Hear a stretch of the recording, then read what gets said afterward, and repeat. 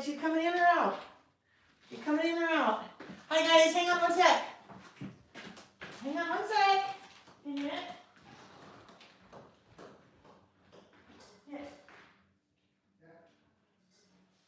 Holly mailers are a great way to package your products. And with Sticker Mill, ordering custom Holly mailers has never been easier. What do we have going on there? Our Holly Some volume that we don't need. Hello. Oh goodness. Hello. Hi. We good?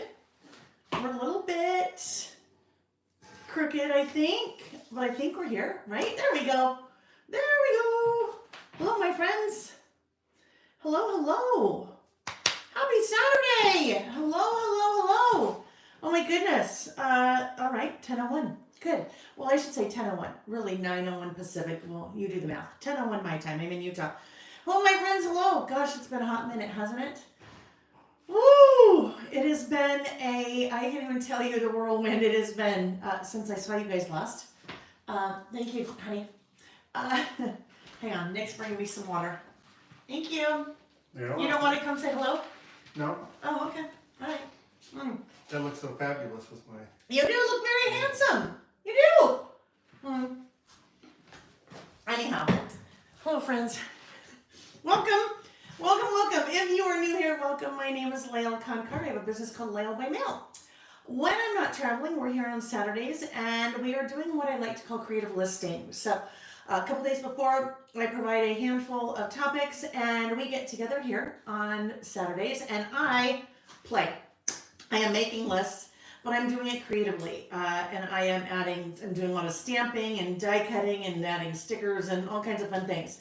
But really, when it boils down to it, what we're doing is we are telling a story, and we're telling a story about ourselves, but we're doing it in a super approachable way because it's listing style, right? So if you've ever tried to journal or document or write a book, I don't know, what have you, sometimes it's hard, right? Because you don't quite know what to say, and you feel like you have to be Ernest Hemingway.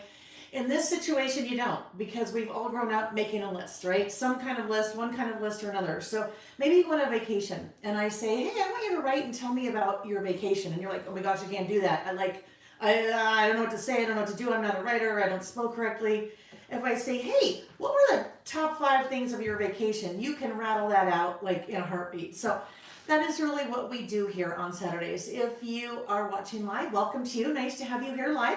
And for those of you that can't make it live, welcome to you. You would never know if I didn't tell you, or if you didn't know, right? You would never know if you didn't know, if you weren't watching live. Yeah, something like that. Anyhow, just fun to have you here. So there is a chat that takes place when we are live, and I can kind of see that over the side of my eye, and just like I'll look over there. But welcome. If you're live, I'd love you to pop in the chat and just say hello, and we'll get, I'll say hello, and then we'll go in a few minutes, okay? Okay. So let's take a quick look. We have, hello, Dandy Creates. Denise Brown said she, good morning. For once in her life, she made it before half of the class was over. I love that. Love that for you, Denise. That's awesome. But which brings me to a good point. Because it's like an open house, right? You come and go as you please. I'm here the whole time, hopefully. But come and go as you please. Pop in, say hello. If you need to leave, all good. It's all good, right? Hello, Carmen. Nice to see you. Dandy Creates. Said, well, we said hello, but she said it's been a minute for her. You need to check out all the new stuff. It's been a long time since you made a Saturday list. Well, I am happy that you're here. Dandy, yes, tons of new things. Tons of new things. Hello, Deborah. Nice to see you. Karen Newell. Good afternoon. Almost from the East Coast. Good afternoon, almost. Not almost from the East Coast, I imagine. Paula Kraus, good morning from Northern California. Gabby, good morning, good morning. Ms. L, nice to see you. Deborah said she cannot seem to get back into listing groove this year, but you're still happy to watch along on Saturdays. And you know what, Deborah, here's the thing.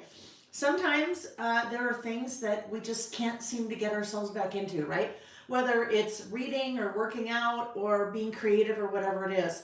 And I think sometimes we put too much pressure on ourselves, like, I better do it, I'm falling behind, I've got to go to book club next week, and I haven't even cracked the book, let alone, be able to participate in a conversation. But it should all be fun, right? It should all be fun. So anything that we like to enjoy, it shouldn't be pressure. So it's okay. It's okay if you guys feel like you're so behind and you haven't made a list in forever, and I'm just relating that to what we do here. It's okay, because guess what? That just gives you opportunity down the road to do it, right? The nice thing is you probably never run out of things to list about or knit about or read about, right? So just, sit with it and say, it's okay. If I don't feel like I don't feel like I am being creative, or I don't feel like I want to be creative, that's totally good. But I'm just glad that you're here with us anyway, Deborah. Good morning, Amy. Good morning. So you guys see Amy in the chat if you're watching live. She is highlighted in blue. There's a little wrench next to her. Not that she throws a wrench in things by any means, but she will be here to help us. She'll be popping links into the chat as we're going along. So if I'm using a product, she will be very helpful and pop that link in the chat. Amy is my definitely right hand and left hand and probably left toe sometimes. And no, she's very much a part of my business, and I couldn't do it without her. So always lovely to have you here, Amy. Hello, Sarah, Kathy Rodriguez, welcome. Alice, good morning or afternoon for you. Melinda from Florida. Amy is joining from, well, listen to this. Amy said, I'm joining from a remote cabin while at a crafting retreat. I have a bit of spotty reception at times, so I will hang in there with you as long as I have internet connection that works. And Amy, I can probably speak for most of us here, would probably rather be where you are than here. No, I'd just like to be there doing this, right? That sounds wonderful. I hope you have an amazing weekend. Hello, Karen. Karen said it's time for some fun and time to use our sales stuff. Who's with me? There are a number of things I will be using today as we're listing some of the new products because I want to use them as well, right? Julie said, finally getting to work on listing projects. What a treat. Good morning to everyone from the sunny central coast of California. Well, I'm excited for you, Julie, to get to hang out with us. Hello, Martine from the Netherlands. Jane from Illinois. Piper Lily Journals from Arkansas. Louisa, hello. Heather. Pam Soames, good morning, Pam. Nice to see you. Marion from rainy Ontario. I think Ontario, Canada. Ontario, California. I think usually we're seeing people here from Ontario, Canada. Yes, Karen, thank you for the reminder. Hit the thumbs up, friends. If you're still here, please hit the thumbs up. That's always super important. That's the easiest, most simple, quickest, least painful thing that you can do to support any of your friends that you are interacting with, or maybe they're not your friends, on social media, right? A thumbs up, a heart, a comment, all those things are super, super helpful. So I'd appreciate that, and thanks for the reminder, Karen. Hello, Susie. Your first live. I love it. Well, welcome, Susie. She said, your first level by mail is arriving today, your first order. I love it. You guys, there's so many new people finding me, which I just love it. Well, I shouldn't say finding me. I say finding us. Finding us because the more the merrier, right? We're just spreading the word about doing what we do and having fun while we're doing it. So welcome. I think a lot of new people are finding me from Little Craft Fest, which is the event that takes place in Houston, the stationery event, in a couple of weeks. Oh my gosh, it's going to be amazing. They've sold like 2,000 tickets so far, which, hello, yes. Nick is coming with me. We have 3 booths, 3 tables. Those are the booths, tables. Amy will be there. Some of Amy's friends will be there, Amy's daughter. So if you are going, please come and say hello. And if I look frazzled, there's probably a reason, because I think it's going to be crazy. I think it's going to be good, but crazy. So if that's how you found me, welcome. Hello, Shauna. Patricia, Scrapinelli, Gina, hello. Cindy, nice to see you with the purple hearts. Hi, Big Cheryl. I get to see Shirley in person in a couple days. Can't wait. Hello, JK, Heather Axford from Ontario, Canada. Hello, Beverly. Karen was busy working. She completed 2 lists last night and 2 earlier this week. You are on fire, Karen. I love that.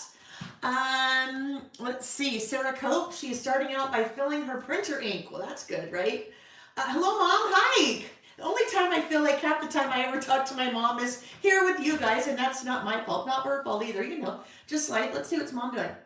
Oh, yes. Okay. All right. My mother just wrote, I am going to the march at the Capitol. Can you bail me out if needed? Well, yes, absolutely. Oh, goodness, I love that. I can't wait to hear all about that, Mom. I love it. Sarah Simmons said hello from a beach house on vacation in Pacifica. Okay, Sarah. I don't know.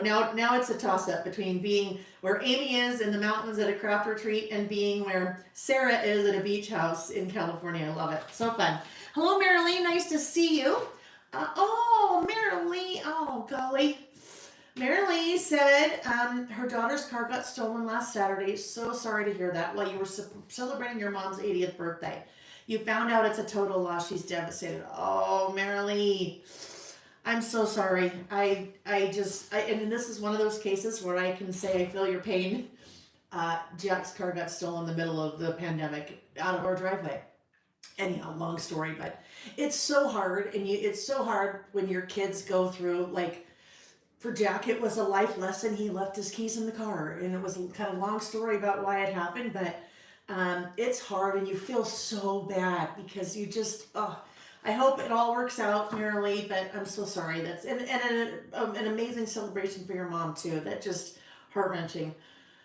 Hello, Christy. Nice to see you. Colleen, welcome, welcome. Yes, Colleen won a prize when we were live a couple of weeks ago. When we were doing our all-day listing session, she won a live prize, is what I meant. Yeah, it's on the way. I know. So now it's making its way across the country too, Colleen. Hello, Lana. Nice to see you. Heather can only hang out while baking sourdough. You're taking it to a luncheon. How wonderful. I want to do that. Let's see. Well, Lana, I'm glad you're here. She said it's been a hot minute, but you're here. Let's see.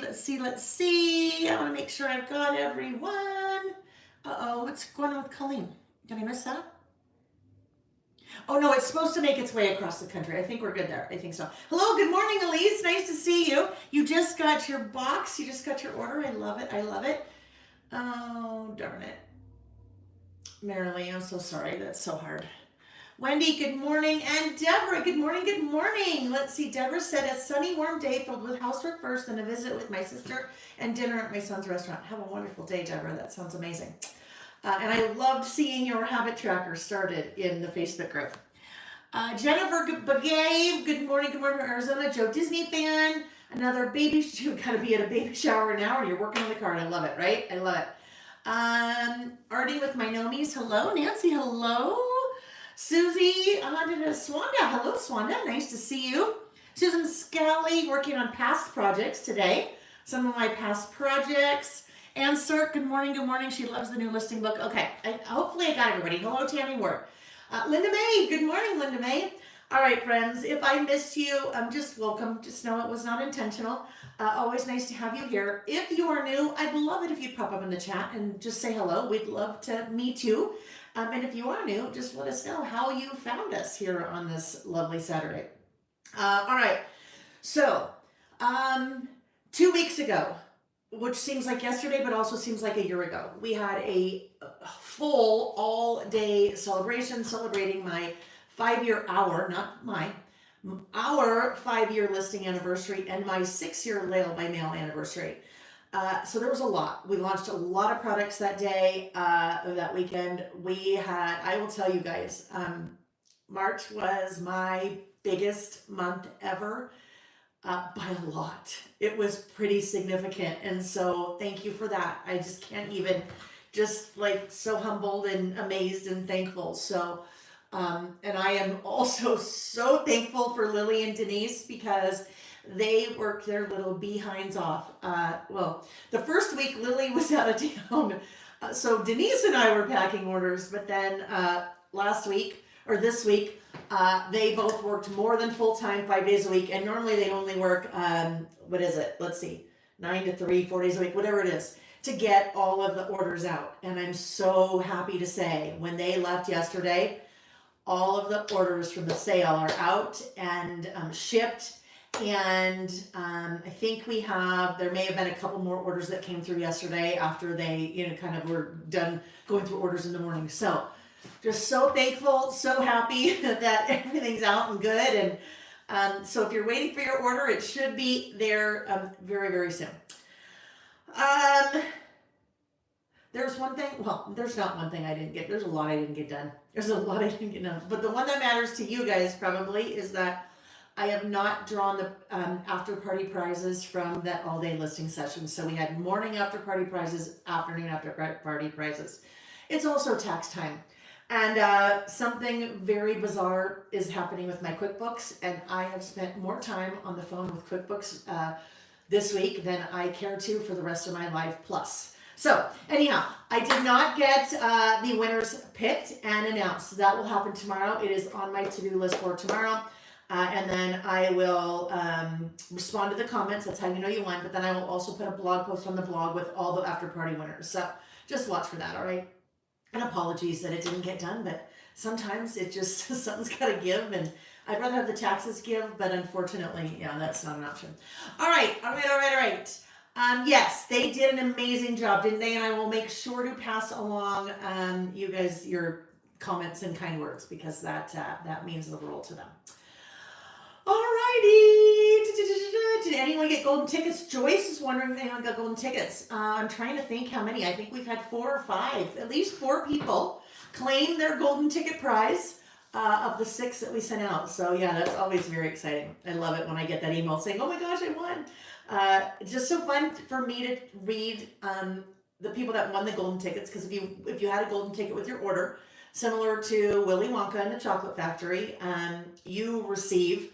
In this case, not a tour to the Chocolate Factory or to Lale, but you do receive your choice of one of the brand new Traveler's Notebooks and then one for a friend as well. So just always interesting. I just like hearing like who people are picking for their friends and what they're doing. But one individual, Sandy, she had a golden ticket and she emailed me and said I would love one for myself and then I would love a travel one for my granddaughter because she's starting to do a little bit of traveling and I think it would be a really neat thing for her. And she said, "Is that okay?" And I'm like, "Oh my gosh, of course, right? Of course."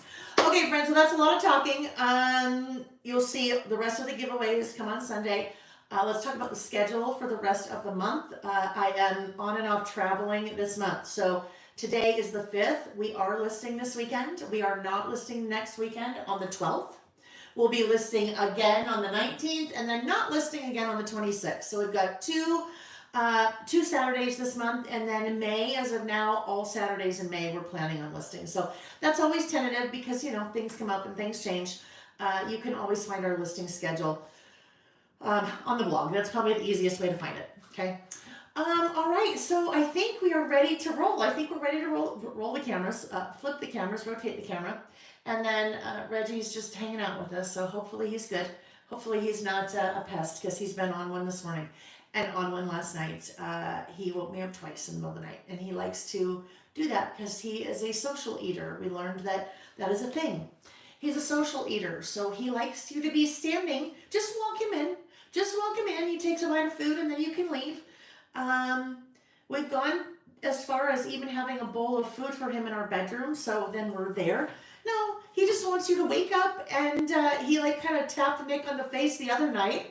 And kind of got Nick's attention and then jumped off the bed and went and ate in his bowl in our bedroom. So anyhow, it's like having a newborn. All right, friends, I'm going to rotate the camera and we'll get going, okay? Okay. All right. Okay. I love what JK said. She said, "No gold here, but still very excited," right? Still very excited. And we're always excited for the people that do win because it's just, a fun thing. Just a fun thing. All right, let's get these lights so we have lots of light on the subject here. We're going to start out by taking a look at the lists that we did when we were together last. Hello, new grandma. Terry. Terry is here. Terry shared in the Facebook group photos of her holding our brand new, beautiful granddaughter. So congratulations again, Terry. And I loved that you shared that with us in the Facebook group. That was just really fun to see. It's always so fun because I know Denise has done that. Denise Dufresne has a great grandbaby. And she shared that in the Facebook group and I love it. Those are the posts that always get the most comments, which makes me so happy because that's you guys are just engaging with each other and happy for your fellow lister, your fellow squirrel. Okay, we are just about ready to go. You're going to see your new granddaughter again. I love it. And yes, plugged in, Colleen. Thank you. 111 Renee's. I love the way you put that. She said, "I received my truly happy mail and can't wait to use everything." Paula's order just shipped. The wait is killing her. Something to look forward to, right? Hello, Trisha from Buckley, Washington. All right, guys, here we go. Hello, Monique. All right, so let's take a look at the lists that we did when we were together last. And I think we did 7 because it was an all-day affair, right? We started out with this guy, a then and now. So it was fitting. We were celebrating kind of the 5-year anniversary of when we've been, together listing. So we did a little then, comparing how things were back then and in the world, right? And then also I did it for me personally and then now. So it was kind of a fun little then and now comparison. We used opposites attract, and then we also used focus stamp set. and then a little bit of one of Vicky's collections. All right, next up, we did things that made me happy this month. So one of the biggest questions I get when people are kind of new and joining us and saying, I really am intrigued by this. I think I'd really like to play, but I don't really know where to start. So a list like this, things that made me happy this month, or things that made me happy today, or this week, or this year, or, something like that is a really easy one to jump in and get started. Some people are like, well, I need to do it chronologically. So where do I start? And I say, you know what? I have never done it chronologically in my life. Any kind of crafting, never chronologically, because to me, that's too much pressure, right? If I will never get started, if I'm really worried about where I need to start. So I just start. And that is a great topic to start with. Things that made me happy. All right. This one, we use the Tea Garden collection from Simple Stories, and that's actually the collection that you see here on my work surface. And that is the collection that we will be starting with today on our first list. So things that made me happy this month. Oh, this one. This one I had so much fun with. This is friends and what makes them special. So I just listed some qualities about a handful of my girlfriends. This one, I don't know. We've never done a list kind of with this topic about our friends. At least I hadn't.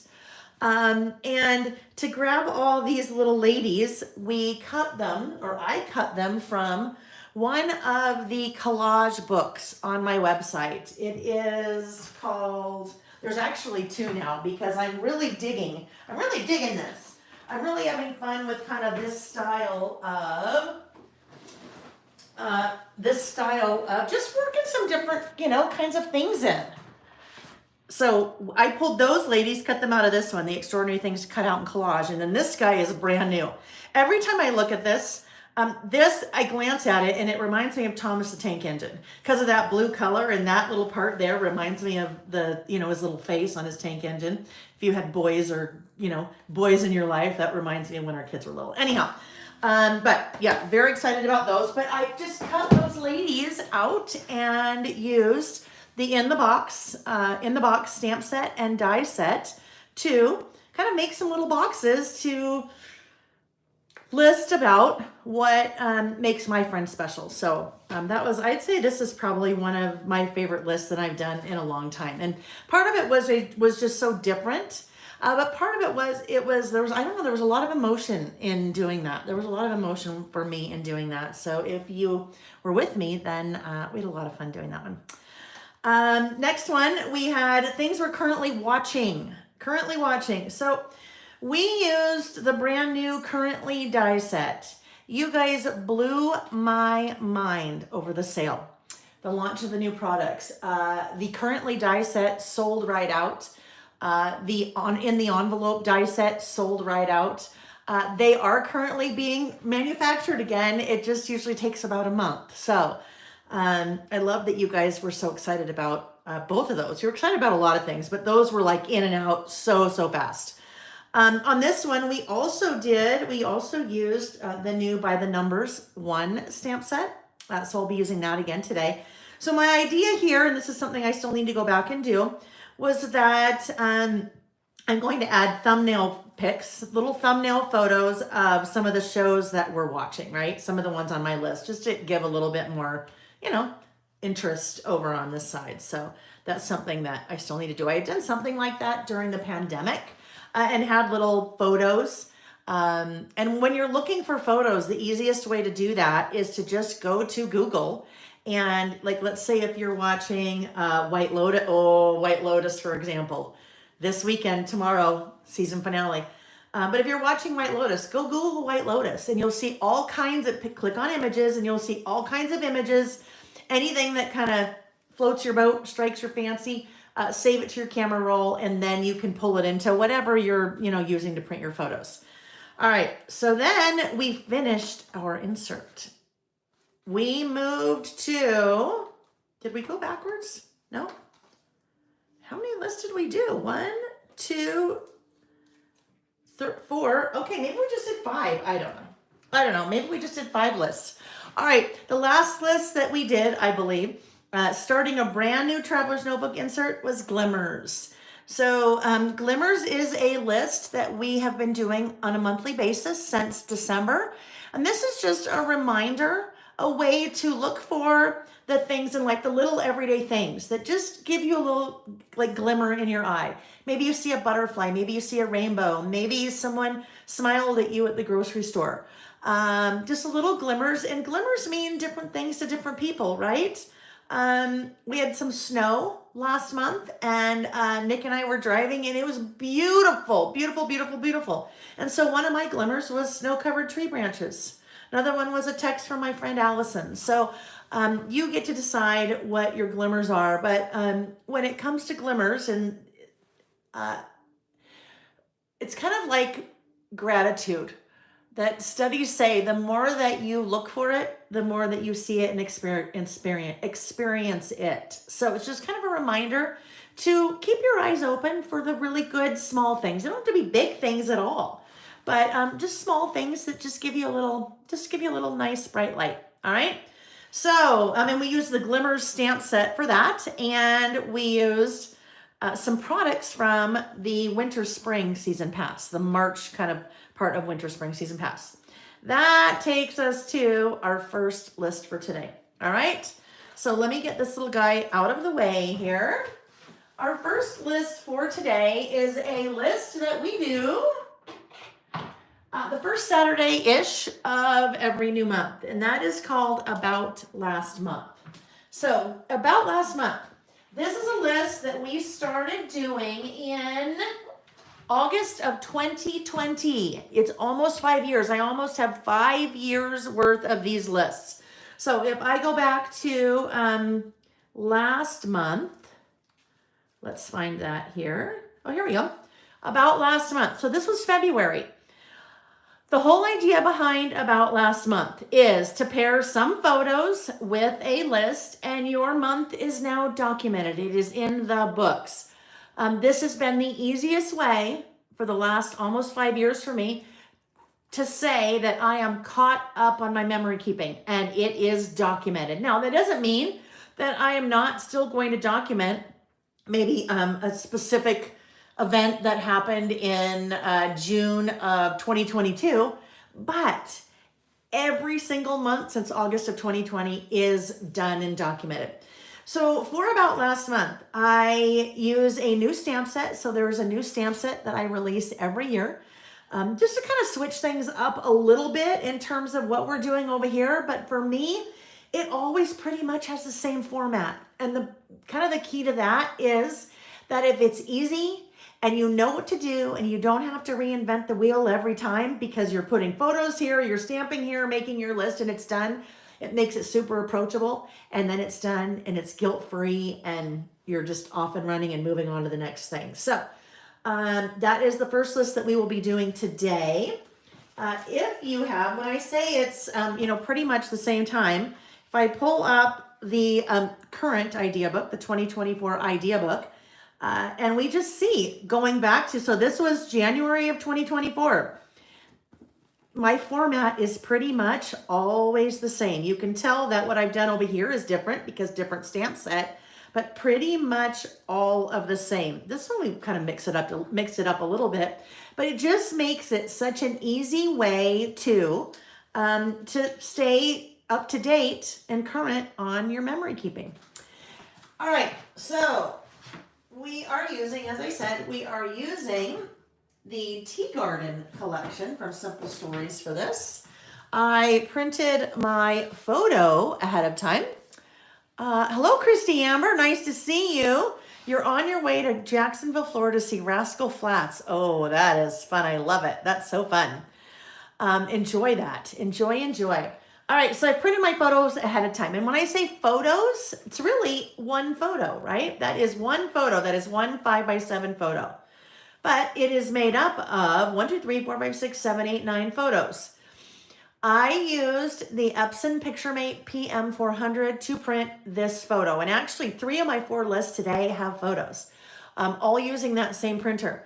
There are pre-configured templates in an app that you use with that printer called, the app is called the Epson Creative Print. That printer is pretty magical. It prints 3.5 by 5s, 4 by 6s, and 5 by 7s, but it's really the app paired with the printer where all the magic happens and being able to easily do things like this. So when I'm ready to print a photo, I open up that app. I pick a pre-configured template. In this case, the pre-configured template was 3 photos across, 4 down. And then I just start adding my photos into that template. Now, you'll notice there's blank there. Usually I like to leave space there to do a little bit of decorating, all right? So normally you'd probably have photos there. So there are my photos. I always start with the photos when it comes to About Last Month. And they typically go on that right-hand side. Now I do need to trim this down just a titch. It is a little bit wide, and the reason that it is wide is because this is a 5 by 7. This is also, well, not also 5. This is 5. So this is 5 inches wide. This is 5 inches wide. The inserts that I use, my Lail by Mail Traveler's Notebook inserts, are standard wide. So they are 5 inches wide by 8.25 inches tall. This is 5, this is 5. Why do I need to trim this a little bit? Well, we lose a couple millimeters in the center, right, with the stapling. So we just need to trim this down just a tad.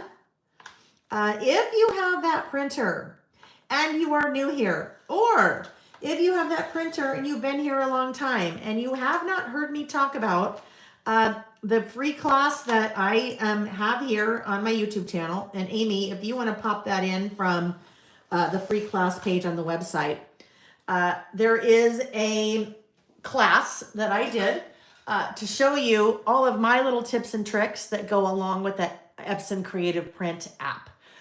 It's maybe, I don't know, maybe 30 minutes, 40 minutes long. But what I'm doing is I have one phone that has the app on it and I am using the app. And then I have another phone that is filming what I'm doing. So I talk you through all the ins and out and some really cool things and some things that you can do with that app that make the process of doing something like this so much easier and quicker. Anyhow, that I encourage you to watch that if you have not. Let's see. Heather loves her PM400 so much. She bought a second one in Christmas. Keep it in the closet, still in the box, just in case the first one breaks. Heather, you know what? You just reminded me of something I need to add to one of my lists. One of my lists that we're doing later. That list is toxic traits. Heather, I do the same thing. Sometimes I will buy more than one of something. Well, I will tell you, the label printer that prints out all the labels for all of the orders, yes, we have 2 of those, because if one of those decides it's done, then everything stops dead in its tracks. So, but I totally get it, Heather. I love that. Heather Jackson just got it. She loves it. Yeah, it is a pretty amazing printer. It is, I don't know, the price ranges. It's usually about $250. But it is, I will tell you, the quality, it is such an amazing printer. And if all you're doing is printing, smaller sizes, anywhere from a 3.5 by 5 to a 5 by 7, that is, I'm telling you, it's the one. It is the one. All right, so we've done that here. Then usually I do a little bit of decorating before I do my stamping over here, because I feel like I kind of need to know what colors I'm bringing in over here before I can kind of do my stamping. Now, there's a lot of blue in this, right? There's a lot of blue, and it's March. Now, March, really not a lot of blue, springy, a little bit more pastel. So we're just gonna work with the blue that's here. It is what it is, and we'll just kind of decorate around it. So, Tea Garden. Tea Garden, we've used Tea Garden on a number of lists. I have pulled out the 12 by 12 cardstock stickers. So as we look kind of in this area to see what I'd like to do, we could use this little guy. Now there's also die cuts, so I have die cuts out as well, but I think it might be nice too. Like this little guy fits really well right here. It will cover up a little bit of that photo and a little bit of that photo, but that's all right. And it's going to bleed a little bit off the edge, and that's okay. Oh, just a titch. We'll just snip this right off. Nancy's husband buys extra. He's a hoarder. Kathy said, I know this is subjective, but how often do you need to change the ink cartridge? So, Kathy, that's a hard one. It's so subjective because it depends on if you are printing only 3.5 by 5s. Theoretically, you would need to change it less than if you were printing only 5 by 7s. So, that is a hard one. I'll throw it out there if anyone in the chat wants to pipe up and give some feedback to what you've experienced. That would be awesome. Shelly Lee said, I have had a hard time finding a printer that will print digital papers in good quality. Shelly, you know what I'm going to recommend? Check out Tracy Reed, TRACI Reed, REED. So I think her website is tracyreed.com. She does a lot of digital. She creates a lot of digital product, but she has an amazing tutorials on her website about how to print those things. And because she does, I imagine that she can probably has given some pretty good recommendations on paper for printing your digital papers. All right. Okay, let's see where we are. We've got this little guy that says Blue Skies. Maybe Blue Skies works there. I'd like to get, we also have this guy over here. We have Hello Sunshine. So let's see. Really, it just depends on the scale I need because they're pretty much the same thing. Maybe we'll just do Hello Sunshine right here. If we do Hello Sunshine right here, I think we can come in with, we don't want to cover up Harvey. We can come in with something over here. Maybe we'll try to add maybe a little guy like this, little dragonfly. And, I don't know, I sure like this guy. This little, we have another one. All right, we have him in a die cut, our little snail. Kind of cute there, right? Little snail. I think we'll just put that little snail there. All right, how are we doing today, my friends? How are you? It's been a couple weeks, right? We had our all-dayer 2 weeks ago, and then last weekend, Nick and I took off and went to Southern Utah in Harvey, our RV, and we did kind of two big things. We went to Capitol Reef National Park, and then we also went to Goblin Valley, which both places are pretty freaking spectacular, if I do say. Alrighty, let's see. I really wish, let's just see here. We could probably put this here.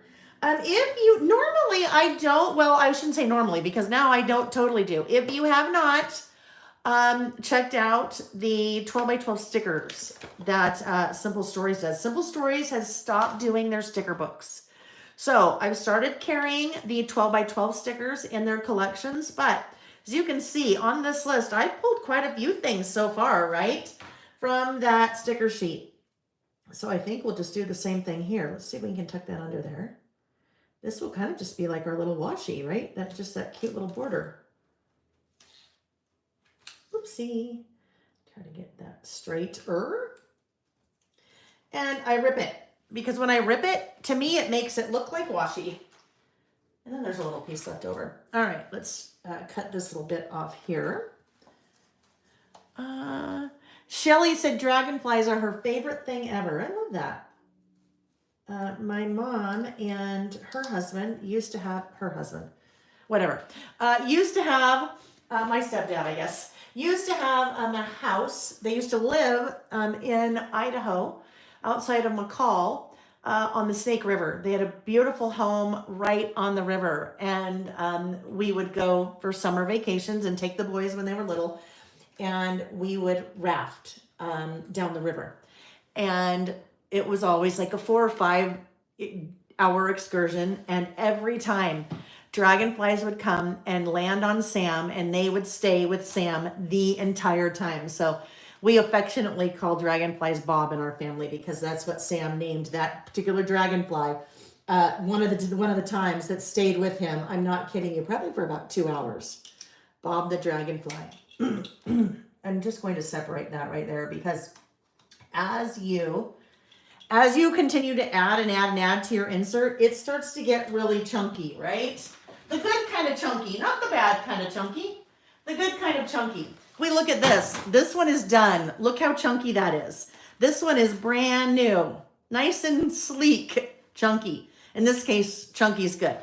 But you want to, if you are taking an element and having it span your margin there, you definitely want to separate that, or else it will separate on its own and you may not like the way it separates on its own, right? So give it a little help.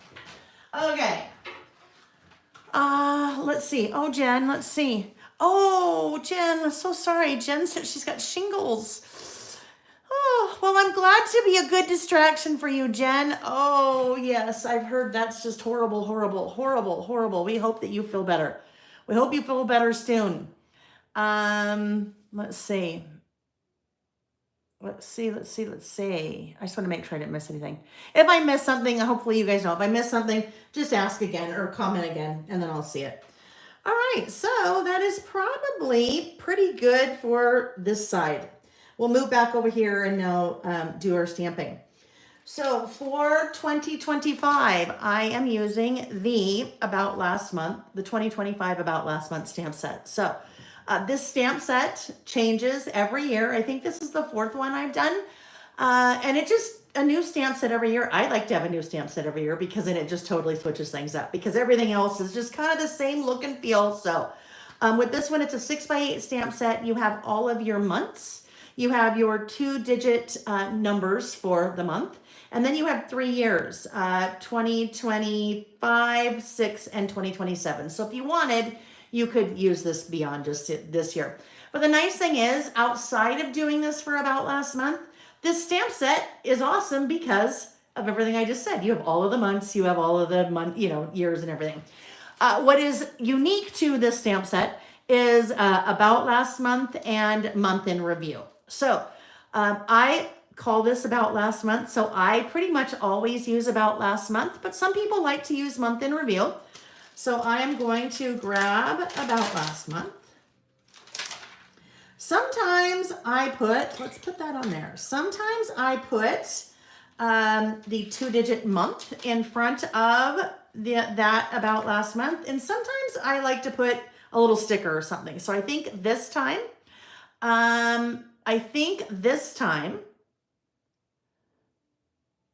Jen, after priming stamps, should they no longer be sticky? Hang on, Jen, let me grab that in a second. Then I usually put something right there. So I think that's what I'm going to do. So I need to grab About Last Month, and this is March, so I'll grab March. Jen said, after priming stamps, should they no longer be sticky? So when you say sticky, you want your stamps to still be a little bit tacky. If your stamps don't feel like they are tacky, do you mean on the front or on the back? In either case, if you find that they are no longer tacky, because you kind of want them to be a little bit tacky to accept the ink, but on the back side, you need them to still be tacky because you need them to stick to your stamping block. If you find that they are no longer tacky, you can always take a damp, I usually take a chamois, but you could kind of wash them with a little bit of soap and get any lint or dust off the back. That generally, if your stamps start or stop being a little bit tacky, that's why, because they've got a buildup of dust and lint from the air. So try that. All right, so we've got those two. Now I need to pick some colors, right? I think I might do, we'll see. I think I might do a little bit of shadow stamping. So if I, maybe light blue and the yellow, let's look. Light blue, tumbled glass would probably work great for the light blue. Let's look at the yellow. Yellow would probably be lemonade. What is it called? Lemonade, something lemonade. Squeeze lemonade. Squeeze lemonade and tumbled glass. Let's see. I have all of my ink swatched, so that way it's really easy for me to very quickly thumb through all of my colors in order to decide what I want. As opposed to doing something like this, having to bring out all of my things and going, okay, which blue should I use? Much easier that way. All right, let me get that put back though. All right. If you have missed it, there is another free class on my website.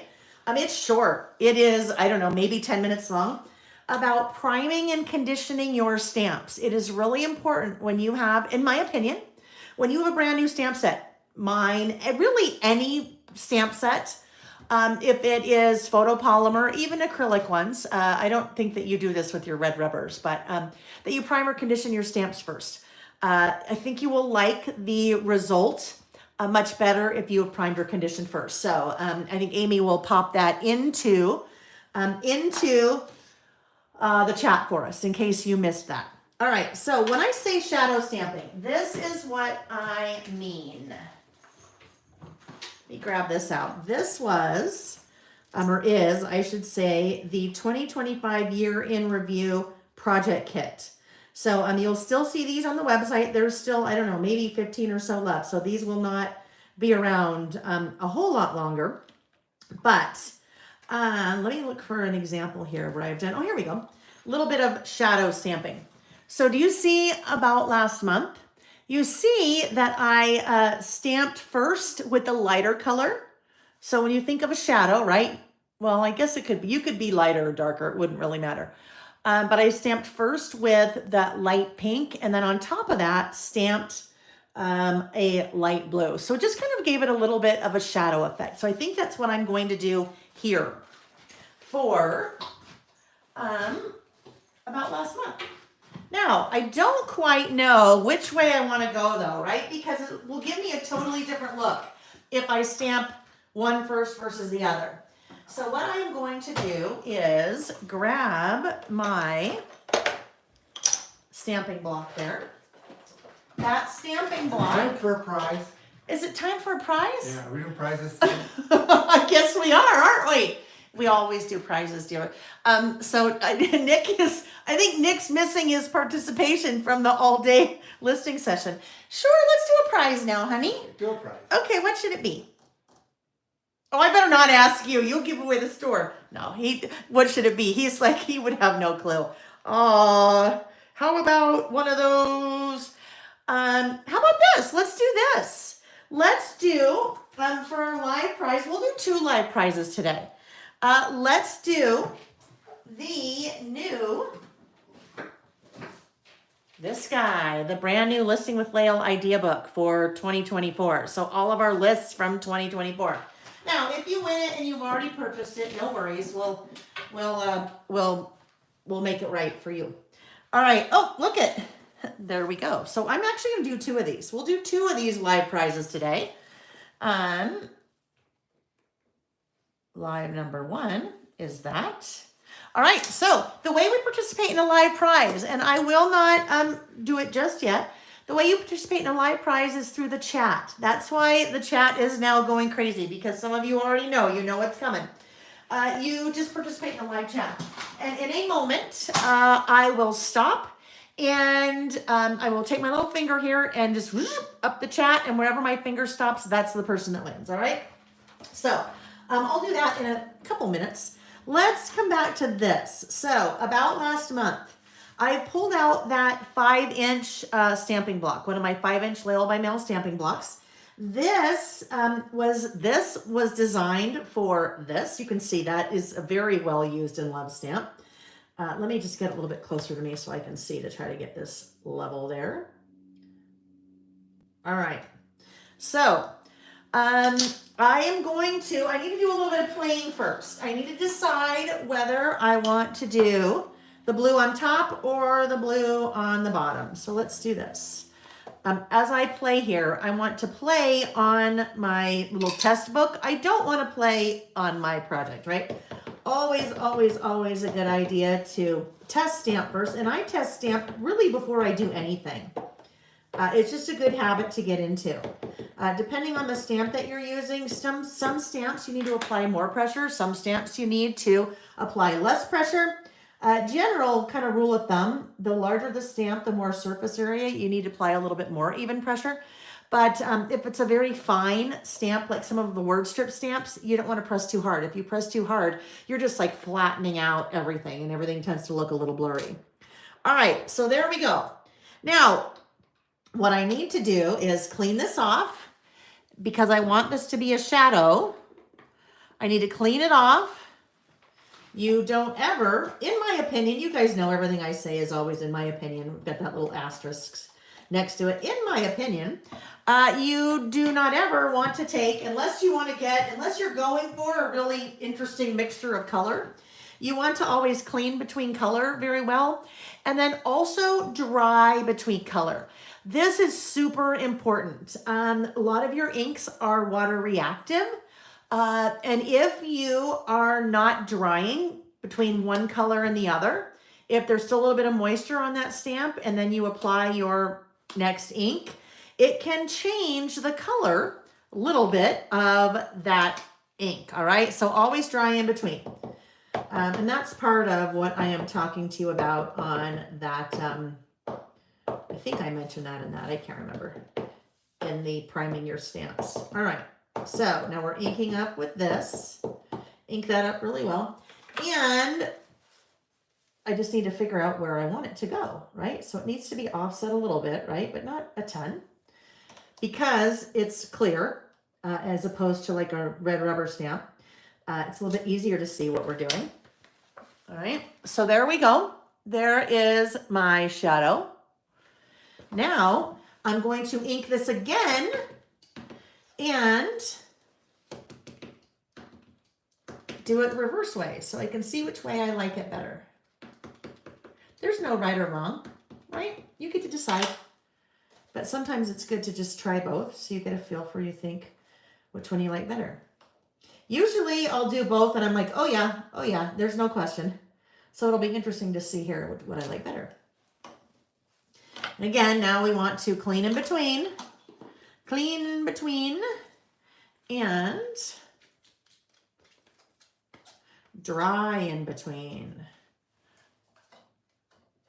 Carla said she's never tried it. Oh yeah, easy. So I think generally when people think about doing shadow stamping, and it sounds like Kathy hasn't done that either. I think generally when people think about shadow stamping, you might think about doing, let's see if I have one in here where we did, no, I didn't do that in this one. I did that in, wait, did I go in there? Oh, I did that last year's, I think, where you might do a black, maybe you do black and then with a gray shadow, but there's no reason why you can't do shadow stamping with any color. Heather, the chamois holder. Amy, will you link that? That is a salt cellar, Heather, and Amazon. So the chamois, that's what this is. Hang on, I'll explain here. Let me get this stamped and then we'll see what we like better here. And then I'll talk a little bit about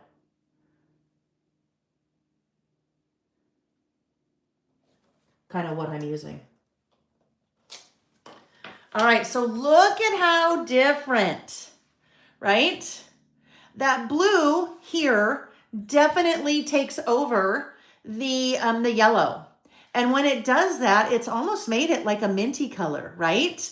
Two totally different looks using the same colors. Now I'll try to bring that up a little bit more. You can barely see the yellow under here. So we can decide. I will bring in the photo, or we'll bring in our spread so far and then see what we think. And then I'll explain what I'm using here. And then I'll draw our prize. Oh yeah, to me that's a no-brainer. I feel like I want to go with I'd like to go with the top one, where I stamped the yellow first and stamped the blue on top of it, as opposed to that one. So there you go. Refreshing, I know, Sarah, those colors are refreshing, aren't they? I agree. Spring, come on. All right, so what I've been doing here, I have been using a stamp chamois. That is what I use to clean my stamps. And it's supposed to look like this. I mean, you can see it's because it's taking all the ink, right? You just wet it And that's how it activates, because it'll get all hard. You just wet it, and then you are using that. That's what I use to clean my stamps. In that video, in that class where I talk to you about priming your stamps, I tell you some other things that you can use. You could use a damp paper towel. It's kind of up in the air about a wipe, a baby wipe, and I talk about that there. But the thing is you want that to stay damp, right? You don't want to have to keep going to the sink to wet that. So I keep mine while I'm stamping in a little salt cellar like that. So it just keeps it damp the whole time. You could use, some people will use maybe, oops, what did I do? Some people maybe use like a Tupperware. Some people will put it in a baggie. That for me, especially on camera, is just a really easy thing to do. Especially if you've got like a damp paper towel, you don't want it just to be sitting on your work surface, because then, you know what'll happen if it's just sitting on your work surface. All right, so what did we, now I got to remember. What did I do first there? Gosh, Lael, I got too sidetracked. I did, where'd it go? Oh, there it is. I did yellow first. I'm going to do yellow first. Lana, yeah, the stamp chamois lasts a long time. It really does. I mean, you don't need to wash it or anything. Oh, prize, thank you. Okay, prize, let's see. Stop. At Paula Crafts. Paula Crafts, congratulations.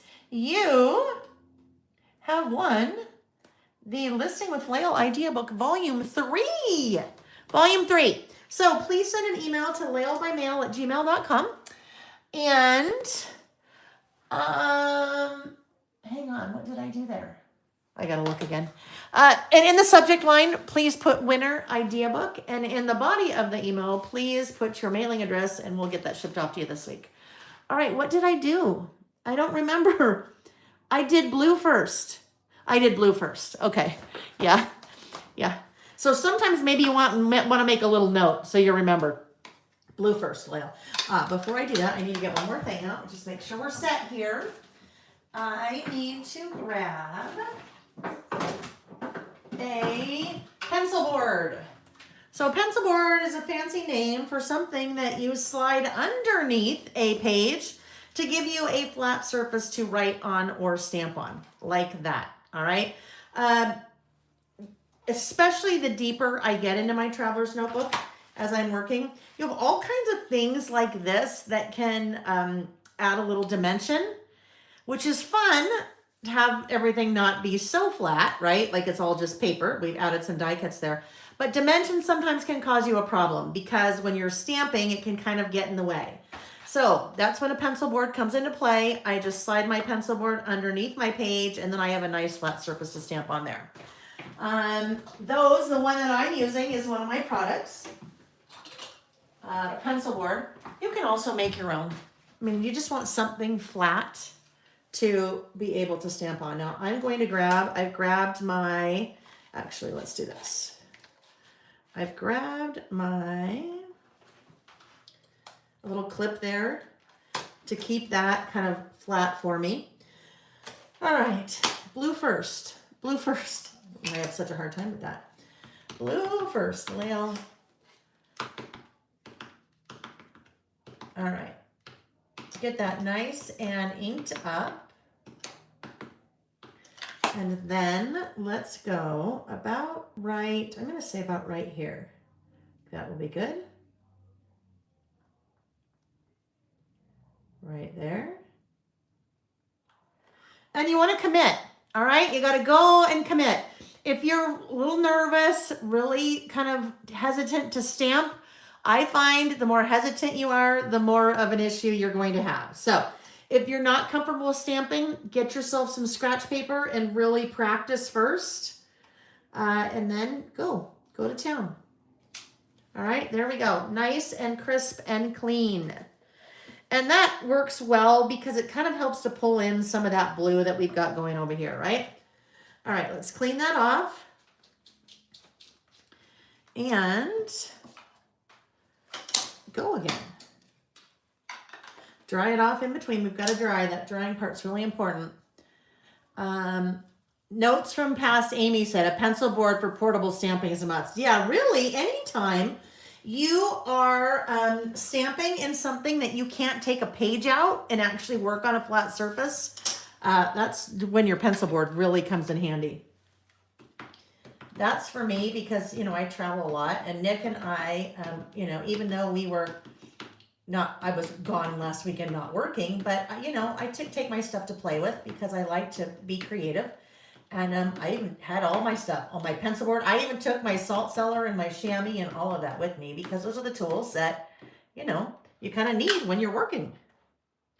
All right, so let's figure out. I'm going to pull this just a little bit closer to me so I can have a little bit more of a bird's eye view as I'm doing this. Here's another thing that I find is super helpful when you are stamping. Stand up. All right? Stand up when you're stamping. If you normally sit when you craft, you're working with your little T-Rex arms, I call them. All right? So what I like to do is if I'm pretending I'm sitting, if I pretend I'm sitting, I'm squatting down right now. I only have so much range of motion with my arms, right? I can't get all the way up here because I'm sitting. My work surface is in the way. So stamping, a lot of it is about leverage and range of motion. So if I stand up, I have so much more leverage, right? Look at this. I have normal arms here. Here I have my little T-Rex arms. So if you struggle to stamp, or maybe you haven't done a lot of stamping, try standing up and stamping. I think you'll find that leverage will give you a totally different perspective on things. Just makes it easier, in my opinion. In my opinion. Paula just ordered an Epson PM400. I love it. You're going to love it, Paula. But just take my advice. Watch that video. Watch the video. Watch my free class on using the app because that app is fantastic, and it does some amazing things. But it's kind of like, I don't know, probably back in the day with the VCR, all we did was like put a tape in and play. Don't let your printer be a put a tape in and play. There's so many amazing things you can do with it, and a lot of times we just never dig that deep. I dig that deep.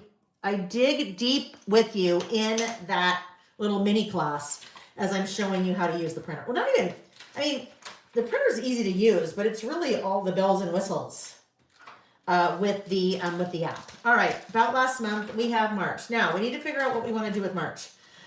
We might want to bring in maybe a little bit of the pink, right? Because we have some pink over here. Let's bring some pink. And a pink might help to pull in a little bit of this orangey color from the rocks. All right, so we're done with these two. Let's figure out what pink that we need here. Now, if you were not Paula, don't be sad if you didn't win. I'll do another live prize at some point today, some point today, and there'll also be after party prize. Hello, Carrie Evans, nice to see you.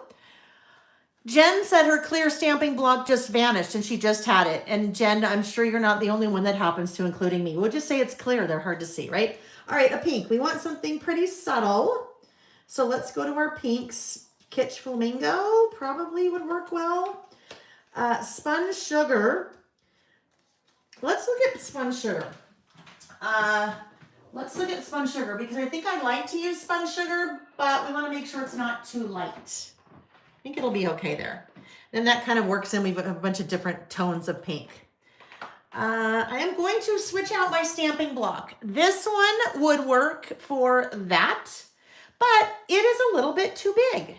And another thing I find when you are stamping, I like to call it right sizing your stamping block to your stamp. Okay, so this guy will work, pardon me. But it's just a little bit more cumbersome, right? It's just a little bit more cumbersome. And this guy is a little bit better suited for it, right? Let me, again, get this closer to me so I can see. You notice how I'm getting the stamp on my stamping block? I put it down on my work surface and pick it up that way. It's a lot easier to get your stamp straight on your stamping block, I find, that way. But this is just much more user-friendly. It is right sized to my stamp as opposed to that guy. So I have a whole range of stamping blocks that I use.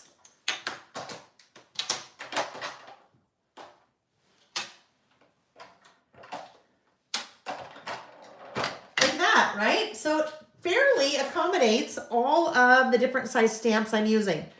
If I can only have one stamping block, then it has to be that one, right? Because I need to go with my lowest common denominator and have my largest stamping block. So if you can start, if you're enjoying your stamping, if you can start collecting different size stamping blocks, I think that makes a huge difference in the outcome. And that's mine, those two are mine. So we've got a good variety too under my brand. But I have no plans to do things like that because those are just kind of commodities. All right, but that's the one we want. That is the one. But I do sell things like that on the website. They're just not mine. All righty, so let's do this. Now the nice thing is, because I have been testing over here already, now I can continue here with my color combination and see if I like it. I won't do a, on this one, I will not do a shadow. I think that'd be way too much. We'll just do a single color. Let's see how we look here. Oh yeah, I like it. I think that's going to be cute. Now it's not really with that one, it's more with that one, but that's okay. We get the gist. Move that back out of the way. And get this inked up again. You may have noticed, normally I am, how do I do it? Normally I don't know, I'd have to think about it. I don't know which way normally, if I'm applying the ink to the stamp or the stamp to the ink. I definitely have a preference, but when it gets, when the stamp gets too small, I have to go the other way. All right, so my pencil board is still there. That's an important part of our process, right? And that too, just kind of clipping it in helps it to make sure we don't forget it. It just stay in there, right? Okay, about last month. March, there we go. Nice and springy, but not like too bright yet, right? We'll get there, we'll get bright. Hi, Jolene. Yeah, so many of you asked that I sign your idea book. And Jolene asked, and it was funny. I can't remember, but I think you wrote it on your order or something, Jolene. I think she wrote on her order. And while you're signing it, if you should sing, you know, the Dolly Parton Jolene song. And so when I signed it, Jolene, Jolene, Jolene, Jolene. And then I can't remember if I made little music notes or something on it, but yeah, it was kind of funny. Yes. All right. I'm glad you enjoyed that. All right. So now let's see. We've got one other little thing that we need to add in that spot because I decided I wasn't going to do the 03 there. I have all kinds of little things that I had up here. We could do another one of these guys, but I don't know. I feel like we don't need another one of those guys, right? We could put another one of those guys through here somewhere. What I'd really like is a little bird. And I had lots of little birds here, and now I don't know what I did with all the little birds. So let's look on the sticker sheet. Well, we have little birds. Oh, this little bird could be cute. There's also little bees. The birds and the bees. Let's see, do we like this? All right, I don't want to commit yet. I thought I would like it there, but I think it's too much. It's too like monotone. So I don't think I like that there. It's too much, too matchy-matchy. So we'll put this guy back down. Sorry, buddy. Sorry, little bird. You'll have to wait for another day. Oh, well, we have a little ladybug. We have some little butterflies. Maybe we do little butterflies. Let's see. What if we tried to do little butterflies? You'll notice I'm using my reverse grip tweezers to do this.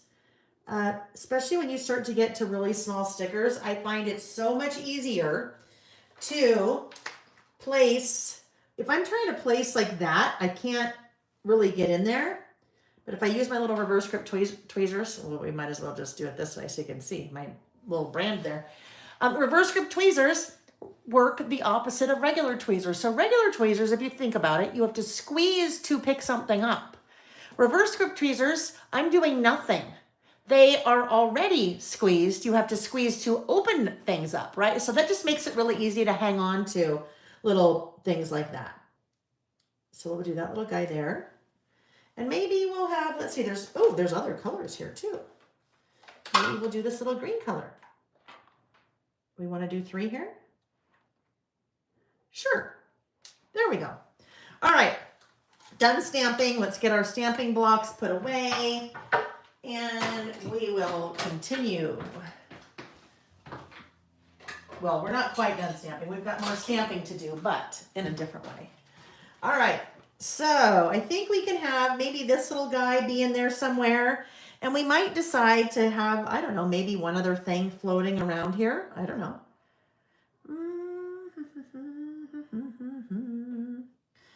There's a little butterfly. We already have some butterflies. Maybe we'll just leave that. Let's just, or we could do something like this. Nah, I think it's this guy. I think he's just kind of subtle. We're just going to add him in there and we will work around him.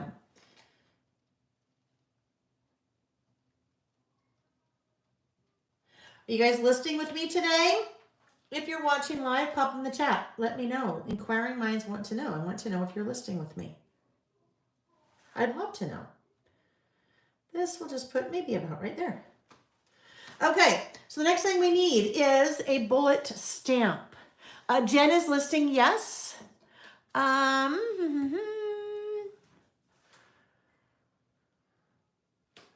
need a bullet stamp. So let's look. So bullet stamp, my about last month lists are always a run-on. And what I mean by run-on, I am just like writing. They're not like vertical. They're not numbered. I'm just writing. So it's a big run-on, right? Back in the day at school, they'd tell us to run-on sentence was a bad thing. And here it's all about a run-on.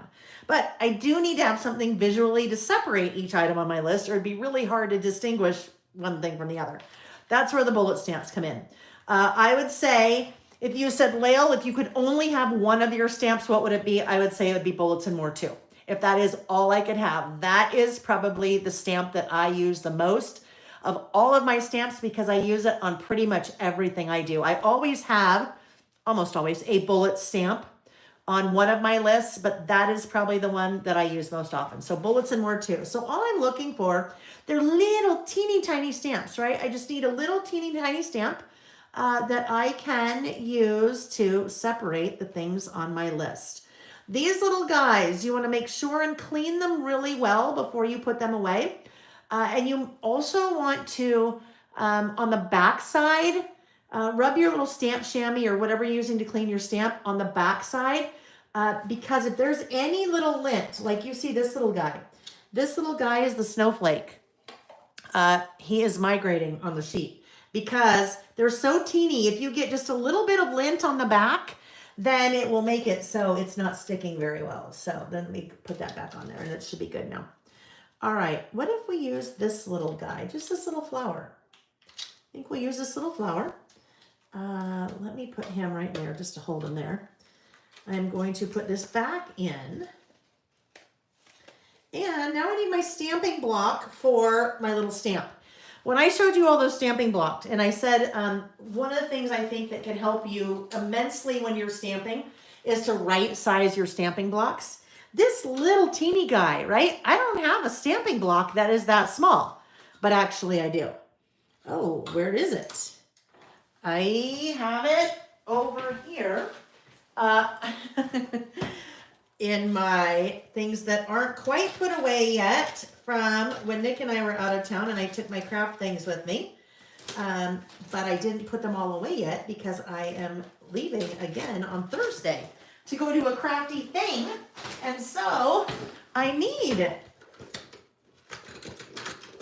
oh, here it is. There we go. I need some of my things in there still. Okay, here we go. Stamping stylus. This is a stamping block that is made for working with your little tiny bullet stamps. Let me see. Misty said, do you use the tweezers to pick off stickers? If so, how without tearing it? So I don't. I use this thing. This on my website is called a lifting tool. And so I use this little tool if I need to remove a sticker, just to barely, very gently slide that underneath like that. And then it comes right off. So from there, if I felt like I wanted to pull it off with the tweezers, I could. But it's really that process of sticking that just gently because it's really, I mean, it's pretty narrow.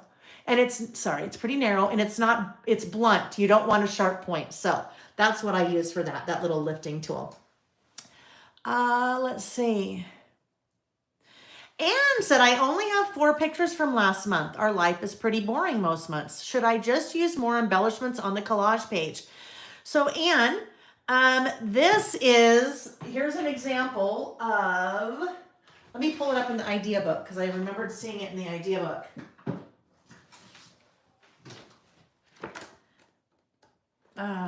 There was a month, I think it was July of last year. Look at this one. So this was July of last year. 4 photos. That's still a collage. I just picked the template that has space for 4 photos. So you may have just one big photo that you want to use. Maybe you have a 5x7 and something spectacular happened that you really want to focus on. So kind of up to you. You could do more. I mean, if you still wanted to do something like this, you could leave maybe some blanks. Instead of kind of grouping everything together like I did, you could, not put a photo there and put, a sticker or something there. But it doesn't always have to be that many photos. And it's really whether you're using the Epson PictureMate in your Creative Print app or really anything else. You can totally decide how many photos that you want to put over on that side. Let's see.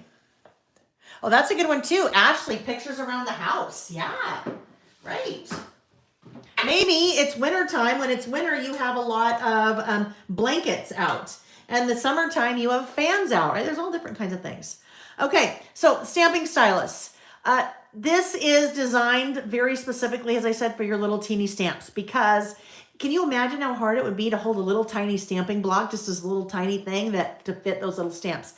It's really easy for our hand to hold this, because our hand already knows how to hold something like this, right? So we're going to take our little stamp and put it on the end of the stylus. Now this stamp does have an orientation to it, meaning if I stamp it this way, it will look different than I stamp it if I rotate it and stamp it, right? But I'm not really worried about that because it's just a flower. But the reason that I bring that up is because if you are working with a stamp that really, really has an orientation to it, like let's say that was a stamp. Well, if I stamp that upside down, I probably don't want it stamped upside down, right? It's probably not going to look very good. I'm not worried about this because that little flower can really go any direction. But if there is a direction by stamp that I care about, that's what that little sticker is there for. You can't see from the top to see every time that is oriented the same way every time. So if you orient your stamp on the end of the stylus in relation to where our little Scatter the squirrel is, and then every time you can pay attention to where he is when you're stamping, that will make sure that your little stamp is the same orientation every time, if that makes sense. Nancy, there is, if you got one of these, like as a prize from me, there is a film on it, and I'd pull the film off, but that is just like one of those really inexpensive acrylic frames. And you'll notice that's what I've been using to put my stamps on, like when I'm kind of working with them. All right, so here we go. We're now ready for our list. So we have 4 lists today. There's a lot of stuff on my thing here. So I've just kind of crammed my about last month stuff down here at the bottom. This is my listing with Lael workbook that I use to plan out I've been doing this since October 21, this format. So I've got my little list, my little things listed right there. So I'll just refer to those as I am stamping. So we'll start probably right here. That looks like a good spot. And starting with, we had a big snowstorm at 2 different times throughout the month. Utah, that's where I live. We really don't get winter until March and April. I mean, we do, but that's usually, it seems like when we get our most amount of snow is March and April. It's kind of crazy. All right, next up, Let's see. I'm just going to, this was just we were in Park City for a little bit, helping out a friend. My uncle was in town. We had them over for dinner.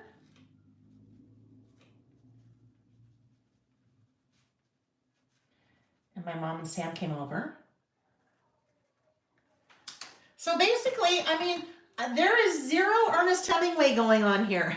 None of this is fancy. None of it's eloquent. It's just basically, bleh, I'm just like writing what happened. I think that takes some of the pressure off if I'm not worried about trying to make it sound all lovely. Oh, we had let's see, we hung the watercolor I bought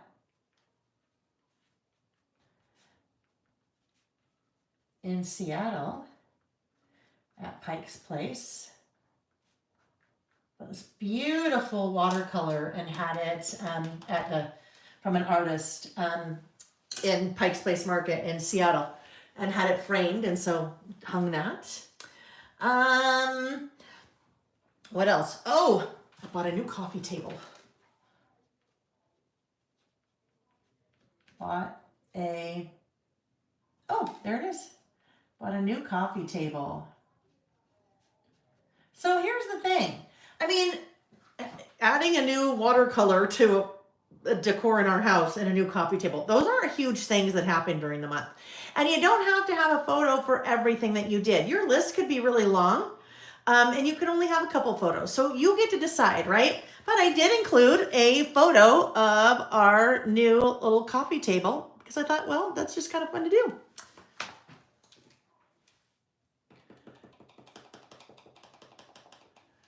All right. Next up, we had our all-day listing. So let's see. We had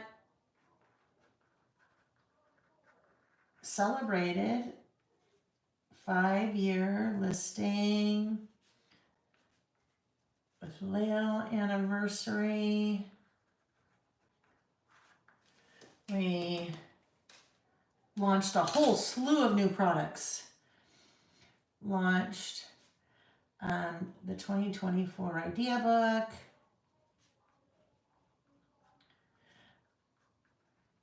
4 new TN covers. 2 themed inserts. Stamps and dies. And a partridge in a pear tree, right? That was a huge part of my month, right? Because that happened the 3rd week of the month, but there was a whole lot of prep happening, whole lot of work to make that happen. So that was a big part of the month. Then we did our all-day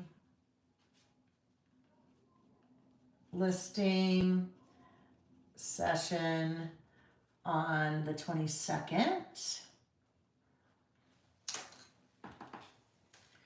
And then I had, let's see,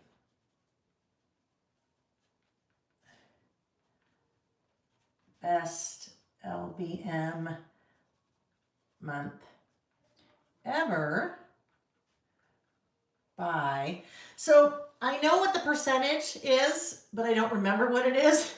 I have it on my computer, so I'm going to leave that blank and then come back and put that in. But I'm going to say it was by like 38% or something. So it was pretty significant. Pretty significant. So thank you for that. Let's see. Oh yeah, we did a rebrand. Kind of a logo rebrand. It was a lot. That was just figured, might as well, I'm kind of that person. Well, we're doing something. We might as well do it all. Let's just do it all at once, right? Let's see. Oh, yes. I'm down 21 pounds. So that's a good thing to have on my little list here, right? For sure. Want to make sure to add that.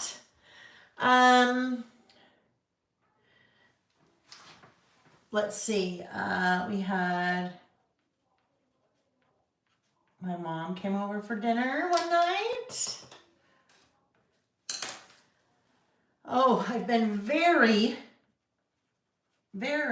consistently working out on the Peloton, the treadmill. In fact, this is something fun. Vicki and I have been, so we started like 2 weeks ago. 2 weeks ago, where I get up at 5:40. She's 2 hours different, so she's East Coast. And we meet FaceTime on our treadmills and we work out together, which has been really fun. It's just been a really fun way to, exercise, but do it with a friend when you live thousands of miles apart. Thank you guys. Yes. Thank you for all of the comments. No, you know what? Some of you have been with me for a long time. And if you go back and watch a video from 3 years ago, you'd be like, wow, what happened between the last 3 years? I put on a lot of weight and this is my life. Up and down, up and down, up and down, up and down. This is the last time. It is going down and it will stay down because I'm tired of messing around with it. All right. Just a whole different perspective on things. Let's see. Then kind of there's a lot kind of in this part right here. Nick and I took off in Harvey, our RV. Oops. I was going to say 4 days. I just wrote 4. 4 days. Going to Capitol Reef National Park. I'll just write NP. And Goblin Valley State Park.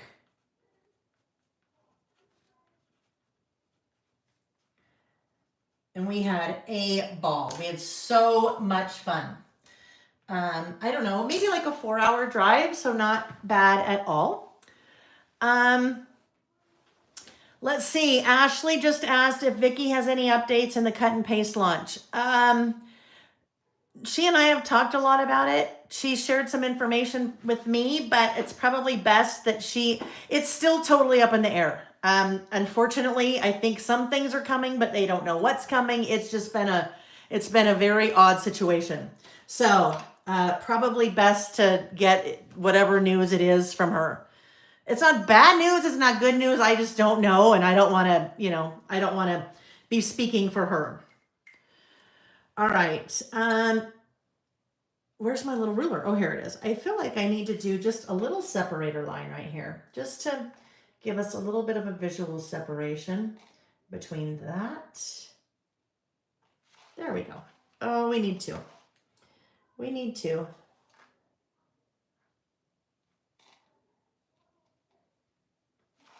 There we go. All right, so I think we're pretty good. Only other thing I might add, oh gosh, forget this. You know that has to be in there, right? My outlining. We knew it looked weird for some reason. All righty. Oh my gosh, if you guys could see Reggie right now, it's the funniest freaking thing. He is perched, he's sleeping on top of one of the bar stool chairs in my craft room here. Reggie's a big cat. He is 14.5 pounds, but he's just big. He's not like fat. He's just big cat. But his legs are like dangling off. He's totally asleep, and his hind legs and his tail are totally dangling off the back part of the stool. That's funny. All right. So the only other thing, let's see if we put maybe something right here. So let's look for a little word strip sticker. Well, this would work. Spring has sprung. How about that? Let's see. Is it too long?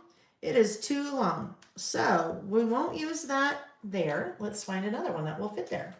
How about Hello Sunshine would work? Enjoying life. You know what? Enjoying life would work. Let's see that. I think that works. We'll just put it there. All right, that's what I say. If there's a hole, if it looks like something's missing, add a word strip sticker. Okay, we are done. We are done with our first list. So I am very quickly going to put these things away, and we will move on to our next list. Let's just put that away. This guy, where's its little case? I don't know. We'll just put it right back there. All right. Where is, oh, here we go. So all of this is now, for this collection, is just going right back into one of my storage pouches so it can all stay together. Because it's a 12 by 12 sticker, is there all that has to go in one of the bigger ones. But originally I had it in one of these because it fit really well in there because nothing was tall. All right, but that is what you'll see me store a lot of my collections in, are those craft storage pouches, my little storage pouches, which another new size is on the way, along with the reorder of this size, because we sold out of those again. So hopefully, we'll see. I'm hoping they're already on their way. So I'm hoping maybe for the first Saturday in May. If you have not been with me for a while, there's one thing to know about the first Saturday in May. First Saturday in May is something that has been going on for a really long time in the craft industry, and it is International Scrapbook Day. It's always the first Saturday in May. And you know, we're always looking for a reason to celebrate around here. So that first Saturday in May, International Scrapbook Day, we always do another big all-dayer. So a big all-day celebration. We'll be listing all day. I can't remember. That is I think it's 3rd. I think it's Saturday, May 3rd, 2025. So put it in your planner. Save the date. We're hoping that those new pouches are here by then. But I will tell you what will be here by then.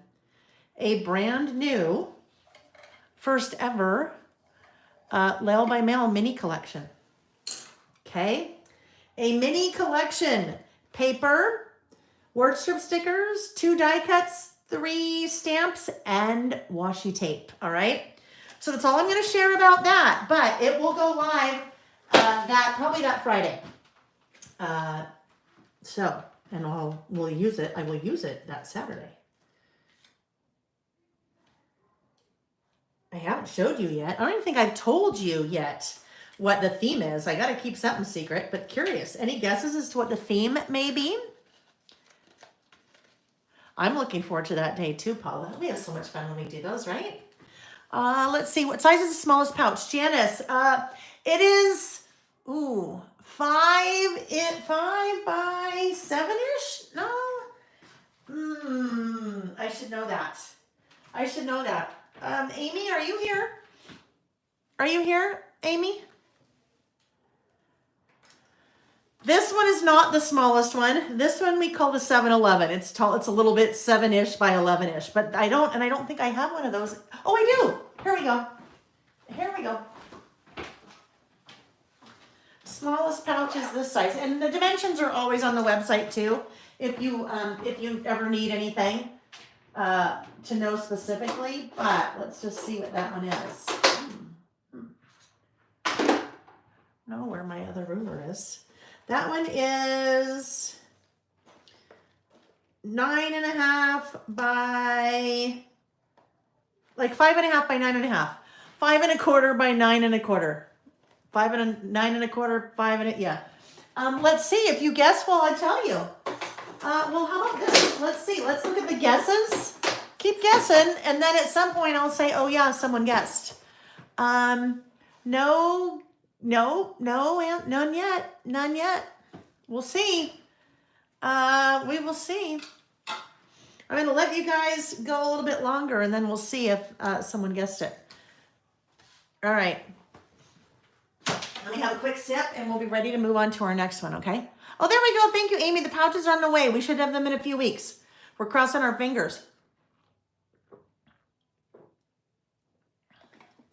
Okay. Let's see. Vacation, pets, crafting, friendship, crafting, beach, cat, travel, lists, national park, national scrapbook theme, summer, lemons, craft stuff, family, husband, wife, spouse, son, daughter, etc., summertime, wedding, spring. I will tell you, somewhere in there was the right answer. Somewhere in there, of all of those guesses, somewhere in there was the right answer. And now we'll just have to wait and see. All right? Okie dokies. Our second list. Oh, look it. Now we're all clean. It just makes it so much easier to work when we're all clean. Our second list is called What a Day. Squirrel crafting. Sarah, you guessed it. Squirrel. No, just teasing. It is not squirrel crafting. And I don't know who guessed it, so I can't tell you who guessed it, right? There were a couple, I think. So we'll see. We will see. All right. Next up, this one. Oh yes. What a day for March. What a day. So what a day is another list that we do on a monthly basis. Let me find the stamp set. Oh, here we go. So I am using the What a Day stamp set. I'm pulling it out of, these are my stamp storage pouches or stamp storage sleeves. I can't remember what I call it, sleeve or pouch. Anyhow, these are in 6x8s, 5x7s, 4x6s, and 3x4s.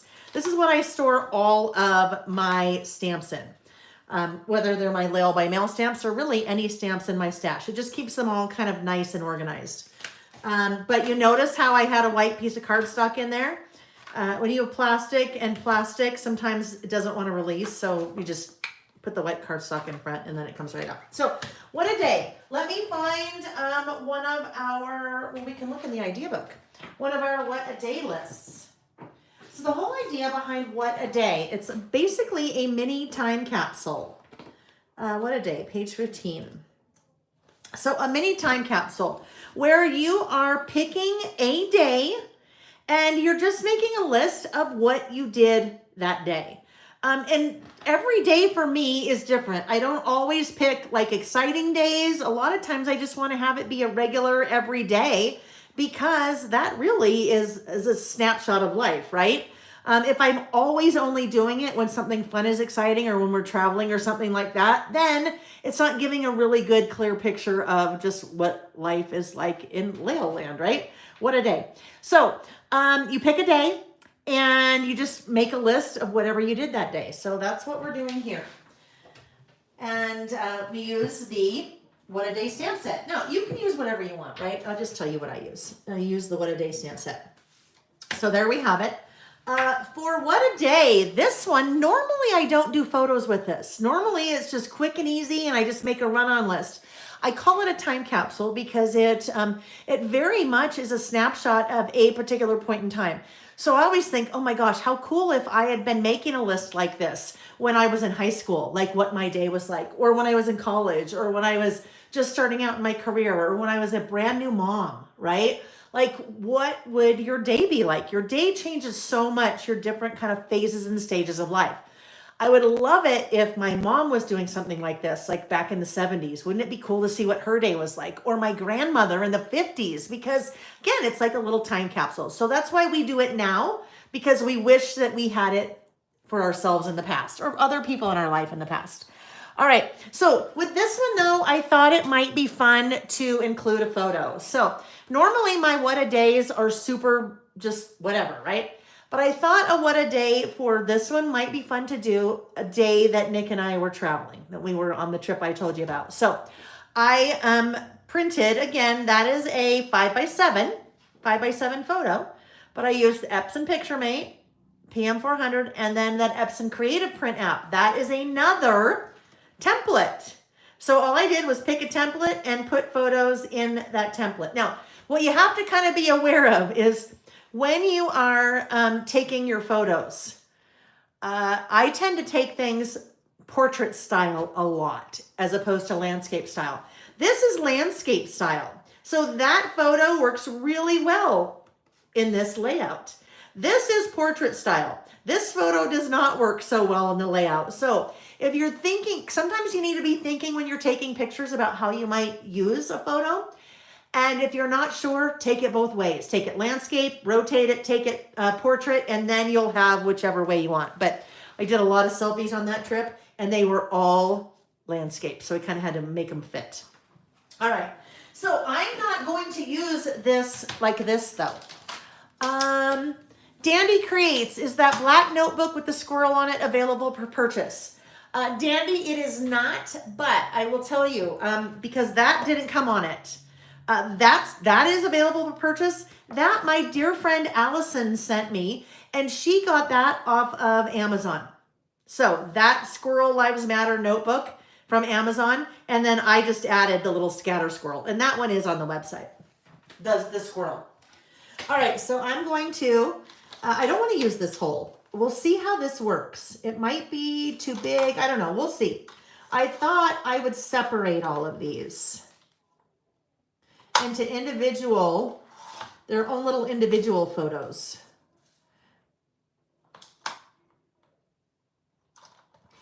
Some of you are diehard scrapbookers, right? You are diehard scrapbookers. And when I say scrapbookers, you're usually working in like a 12 by 12 format. There is nothing that we do when we are listing that you couldn't do in a 12 by 12 format for a scrapbook or even a mini book, right? We're all doing the same thing. We are memory keeping. We're documenting, we're memory keeping. Whether we do it on a 12 by 12 piece of cardstock and it's scrapbooking, or whether we do it in a planner and it's memory planning, whether we do it in a traveler's notebook. So you could take anything that we do and make it work in any format. For example, if you are a 12 by 12 scrapbooker, you could totally do something like this. Here's your what a day. You make a list of what you did during the day, and then you just have your photos. Have some photos of what you did that day. Let's see. What park were we at with the arch? Hello, Kristen Rizzo. So this one actually, this was outside of Capitol Reef National Park. So it's not in the park, it's outside of Capitol Reef. Arches National Park, here's the deal. If you're gonna go to Southern Utah, and there are 5 national parks in Southern Utah, the big 5, that is a lot of national parks concentrated in a very small area. And Kristen, I think you guys went, didn't you, if I remember? Oh, you're going. Okay, I remember we had that conversation. Here's the deal. If you are going to Southern Utah and you are going to national parks and you don't have time for all of them, please email me. I would be more than happy to tell you, based on my experience of going to all the national parks, multiples of them many times, that if you can't go to all of them, I would be more than happy to tell you, in my opinion, where you best spend your time. So that was outside of Capitol Reef, but Arches National Park. Arches is known for arches. So the arches are formed over, I think, like millions of years, but this is an arch that is connected over here to the rock, and it's connected over here to the rock, and it's totally open right there. So it's pretty cool. Arches are pretty cool. So I thought what I would do, and I will have to probably do a little bit of trimming, would be maybe to do something like this, where I just kind of alternate things, right? So if we do, I don't know, we'll figure it out. But I will need to do a little bit of trimming because we'll be a little big. So let's do that. Let's start there. Oh, however, let me think about what I might want to do over here. I think I want this guy to be over here because I'd like to do maybe just a little something there. And then let's put Nick and I at the top. And then we'll put, I'm just trying to alter kind of what is here. That's our little RV Harvey. Our little RV Harvey. And then our little used Jeep that we bought so we can tow it behind Harvey. So once we land with Harvey, we're not like stuck there. Because we did Harvey for 3 years before we had TJ. TJ is the Jeep. The J Jeep. It's very clever, isn't it? Let me see. So if we want this to be here, we need to cut a little bit off of this side.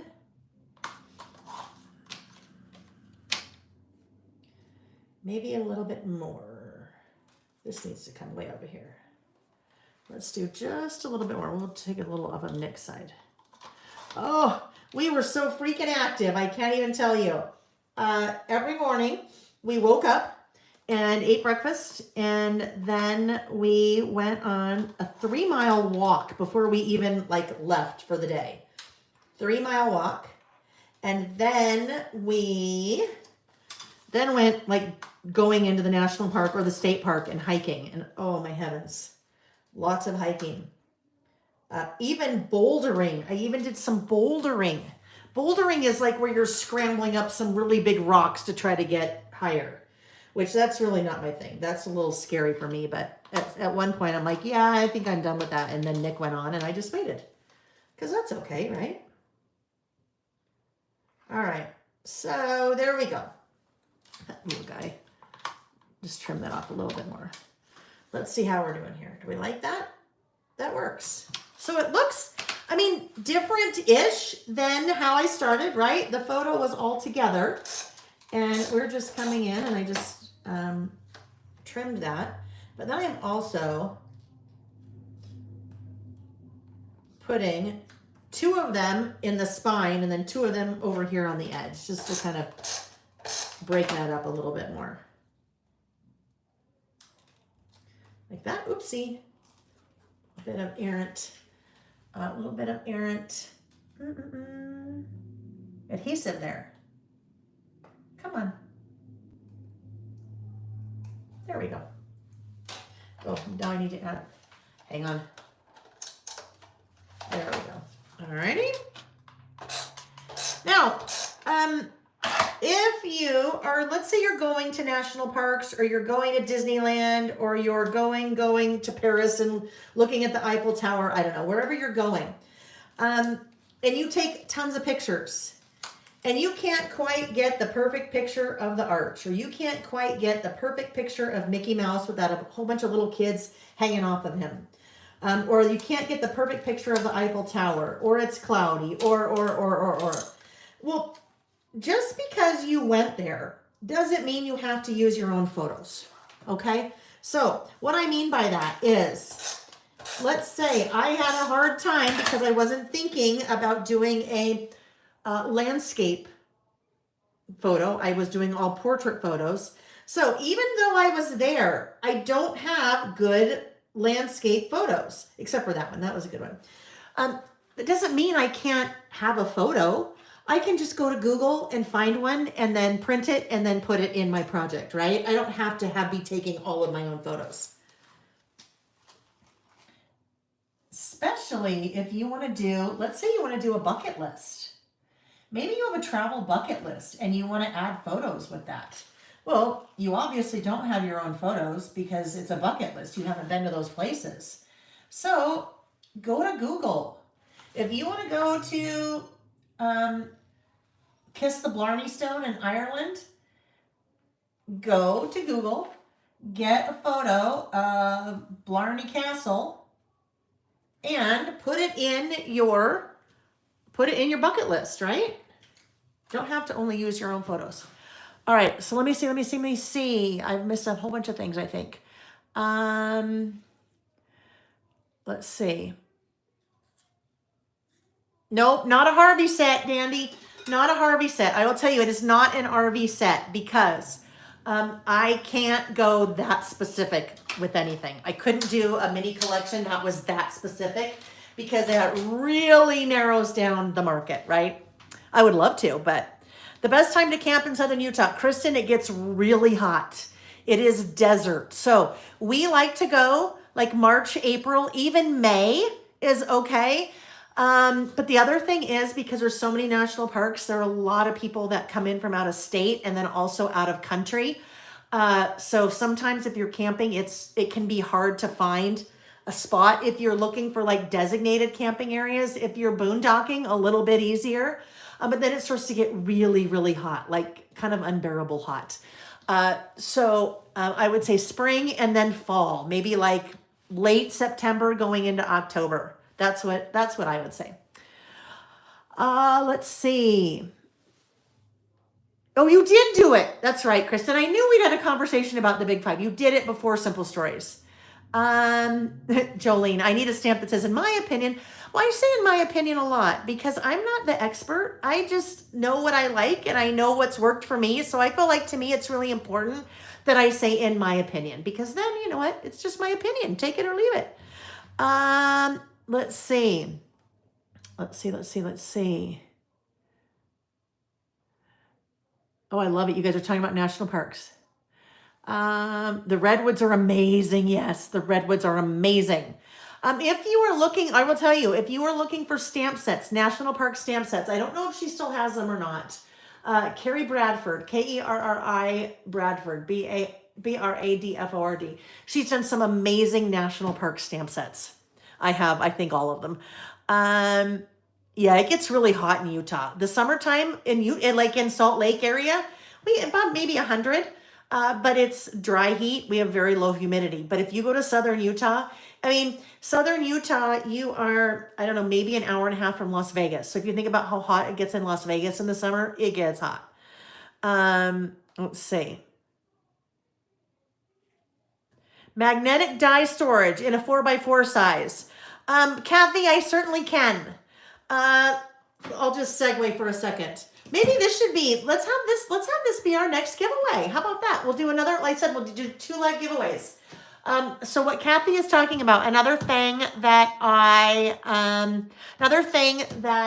released last month, magnetic die storage. So when you have your magnetic dies, and we'll be doing something with dies on our next list, like this.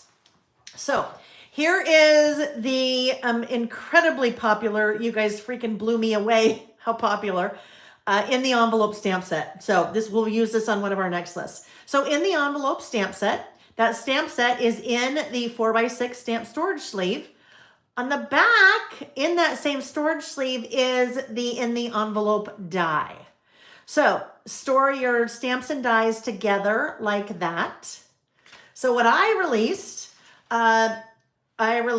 a set of five stamp storage sleeves with 5 of your magnetic sheets inside. So then that's really easy to do that. But what Carolyn, I think what Kathy was requesting is a 4x6 version of that. So yeah, that's easy. I can do that. Do you usually keep your dies together or with coordinating stamps? So the collage, I used to do it one way because I didn't have a lot of dies. I've really only started using dies when I've been producing dies. So I've never really caught the bug until now. So early on, I was keeping them separate. Now there are more and more dies. I find it's much easier for me to do this, store them together, because that's usually I'm looking for them together, if that makes sense. Amy just included the link to those magnetic storage dies. And I can do tomorrow. Tomorrow you'll see the 4x6 ones. How about that? Most popular die. Well, Melinda, that's really interesting. Up until, I can't tell you how quickly this one sold. That's the new in the envelope. I'm going to say probably over time, it will be this one, maybe, but prior to that would be this guy. Hold, please. The library pocket die. So the library card, the whole kind of library card system. There's a library card die that cuts out the library card, and then the library pocket die. So library pocket die is a 2-piece die. That makes the pocket, and then that makes the base of the pocket, and then the card slides in that. So that's been, I would say up until this. This is so far the most popular one, but it's been around a little bit longer. But you'll see there's lots of dies. In the box dies with some really fun new dies coming too. The currently one, but that went so quickly. All right. Okay, we're back to what a day. I love it when I get sidetracked. Hopefully you guys don't mind when you get sidetracked. Oh, here's the one.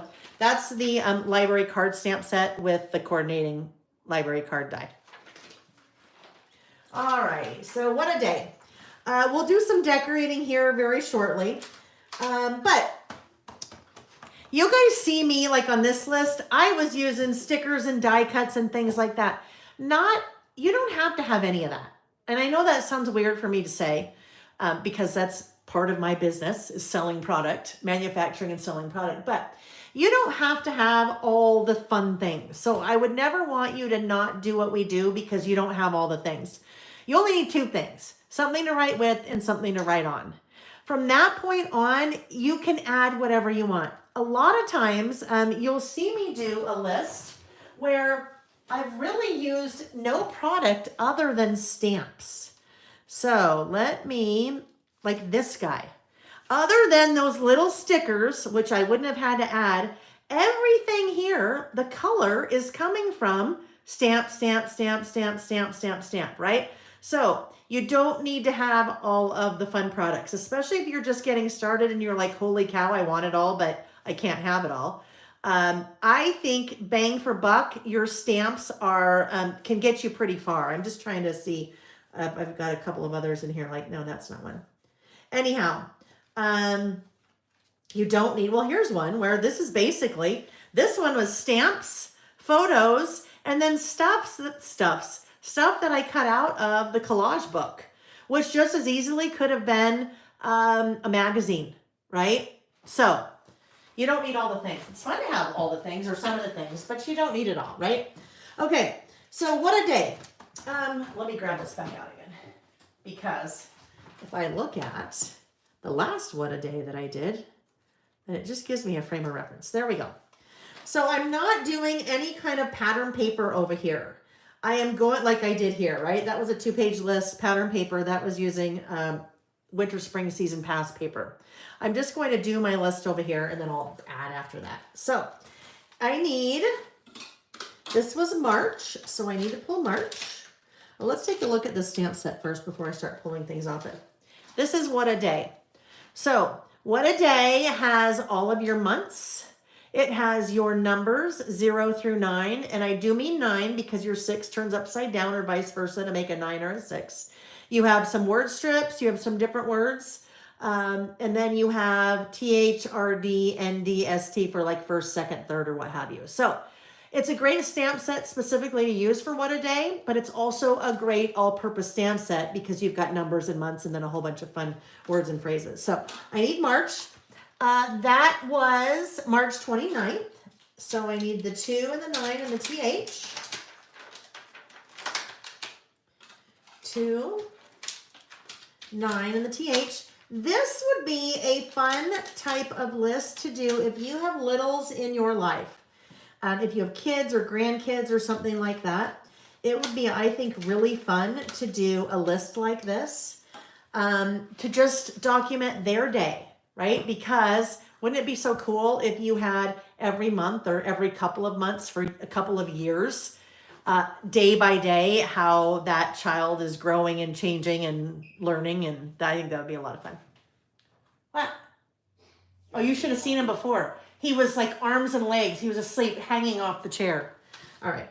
Talking to Nick. Sorry. March 29th. I need this little guy. We're pulling this little guy. This is like a Sunday, Monday, Tuesday, Wednesday, Thursday, Friday, Saturday. And let's start with those. All right. So before I get too far here, I probably need to be looking at some colors, right? So as I was looking at these photos, I mean, these are very outdoorsy and they're very, lots of like pinks and oranges and reds, right? Because that is, and this not edited, that is the sun shining on that particular rock formation. And we're like over here and we're probably like this big. We're like this big, not even compared to that. That was huge. That's probably like maybe 10 stories tall. I don't know. Gabby, that is a picture frame, acrylic picture frame. Tabitha taught us that. Love that. Tabitha Tolman. All right, Tolson. Anyhow, okay. So I need to pick some color to bring in here. There's a lot of color that I'm kind of tied to, right? I can't necessarily put bright green on there. Oh, I could, I guess. We can do whatever we want. But I thought I would pull from Birdsong. So Birdsong is a collection from 49 and Market. I don't need any pattern paper. What I really am looking for in here is no chipboard. Don't judge. It's all just thrown in here. I know it shouldn't be, but it is. It is. Usually what happens is it's all organized when I first get it, and then on a Saturday I start using it, and then I like need to get it put away, and I just throw it away. Not throw it away, excuse me. I just like shove it in, right? All right. What I think I'd like to use are some rub-ons from the collection and some laser cuts. I think those will be fun. Just bring in a little bit more color because there's not much color in there. We don't want that one. Might want something from there. I had in here also Crafty Garden. So Crafty Garden, a little bit of Crafty Garden could maybe work in there as well. All right, anyhow. So we've got some things to play with.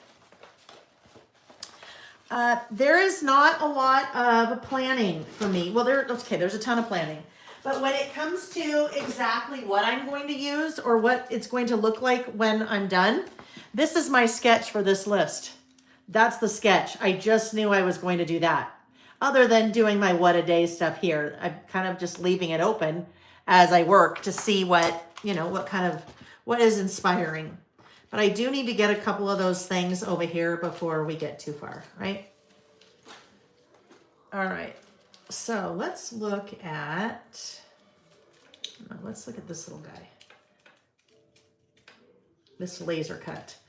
If you are not familiar with 49 and Market products, the laser cuts I think are one of the best things out there because look how intricate that is. That is cut with a laser. So with a die cut, the difference between a laser cut and a die cut would have white all the way around that, right? But a laser cut can get super intricate because it's cutting it with a laser. So maybe something like that can go in there, right? We're not going to need a lot. That kind of fits very well. Remember when I was kind of readjusting my photos because I needed to keep in mind that I was going to end up covering something over here. And so I needed to just be mindful about how I was doing that or what was going to go there. Let's see. There's another one of these little guys. When you are working with the laser cuts, you want to be very gentle when you are removing them from the sheet because you don't want to, some of them are so delicate, you don't want that to break right off on you. Eep. So those two things could go there, right? I don't need much because this is super decorative on this side because it has all the photos. But I was starting there. Well, that didn't really help me a lot because I haven't really picked any color now, have I? I haven't really picked any color. So let's see over here. What if we take this guy? So rub-ons. Let me explain what I've done here with the rub-ons. Rub-ons have the rub-on sheet and then they have a backer sheet. So when I pull the sheets out of a package, this is the very first thing I do. I staple those two together. They don't come stapled together. I staple them together at the top. That way, these are not going to get separated.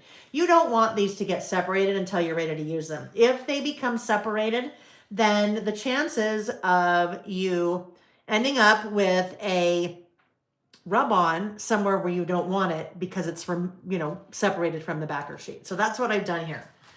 With this, when I'm ready to use a rub-on, I come in and I cut it away from the sheet. I find that's much easier to cut away from the sheet than to try to do something like this where I'm just peeling back part and trying to get it to rub on. All right. In this case, I'm going to add my rub on over my photo. You can put a rub-on on your photos, absolutely. So I'm going to take that rub-on. I just got rid of the backer sheet.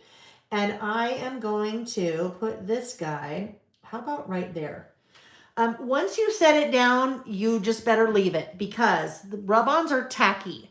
If you try to pick it back up again, especially on a slick surface like a photo, I just wouldn't even try because that's where it's going to want to live. If you try to pick it back up, chances are some of it will come up, but some of it's now on the photo. So I am using this little tool.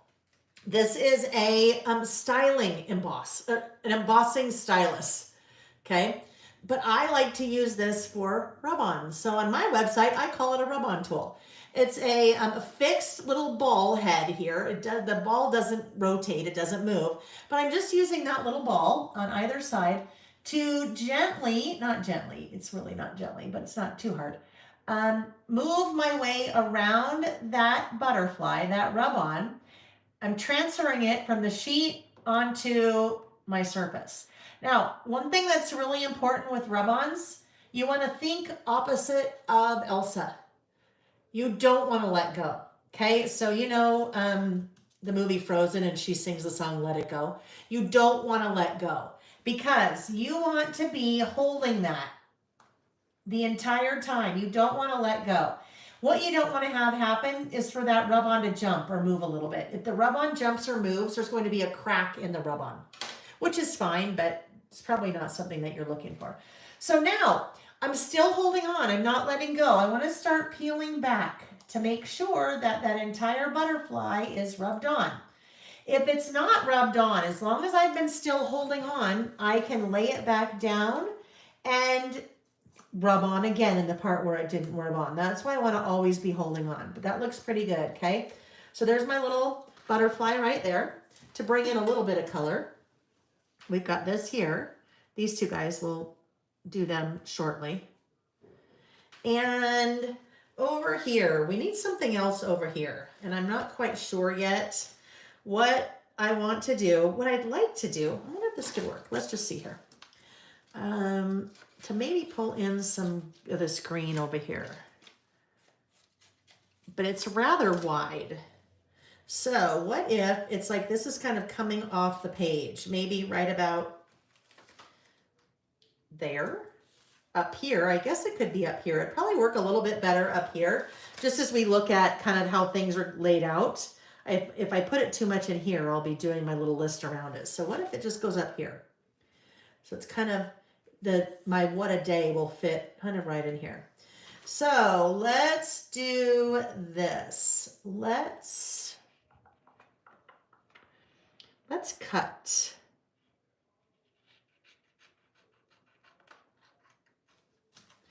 That away, like that. And now this guy I can still use. So I would staple this. I think my stapler's in the other room maybe. Let's see. Let me see, hang on, let's see that. Nope, that one has no staples in it. This one probably has no staples in it either. Nope, my stapler's in the other room. All right, I'm just gonna sit that over there for a minute. But I should be able to use that later on something else if I want. All right, so let's pull our backer off like so. And just put this little guy, let's figure out where we want it.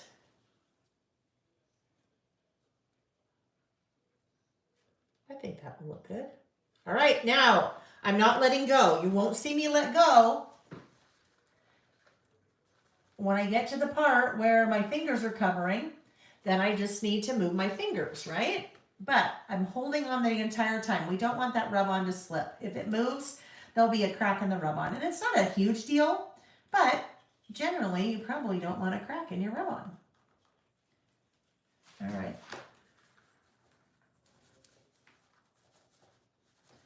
Let's see how we're doing here. I'm still holding on, and I am gently starting to lift up that. Oh, I can see. Do you see right there? See how that some of that didn't get rubbed on? There's a hole there and a hole there. Lay it back down. As long as I haven't moved it, I can just lay it right back down and keep going.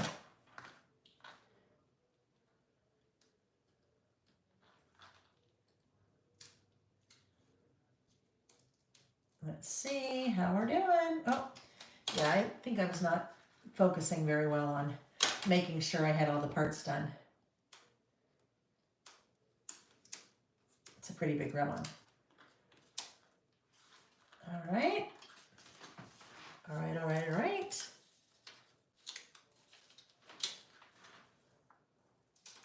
There we go. Okay. Kind of outdoorsy looking, right? Let's see, what else? Now, on the 49 and Market rub-ons, you have like all of these like little ink splatters, right? So there's those little ink splatters that were kind of part of that. So I might go, I feel like this is a little plain up here. So why don't we add maybe those little ink splatters up here just to kind of fill in a little bit more of that space.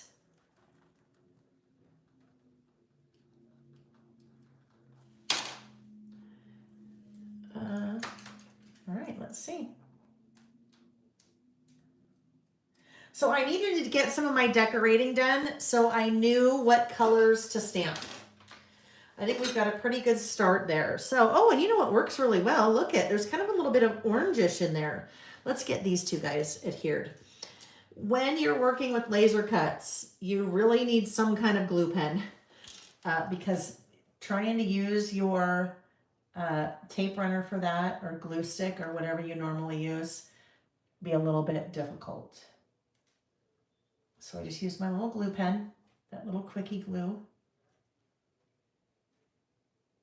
It's so intricate, and you don't want those little pieces to lift up, right? Because if they're going to lift up, they're probably going to tear on something. There's little tiny, tiny ones up there. You're probably staring at the top of my head. Apologies.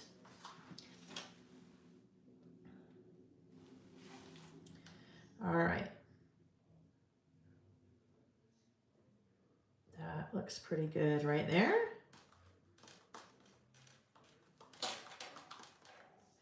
And then we'll do this other one. So in both cases on that page, on the left-hand side and the right-hand side, you can see some of my pieces are bleeding off the page. So I generally, in my traveler's notebooks, don't have things bleed off the page. I do bleed off the page, but then I cut it. I don't leave that extra part hanging off. It just gets a little unruly for me. Nobody likes unruly bleeding.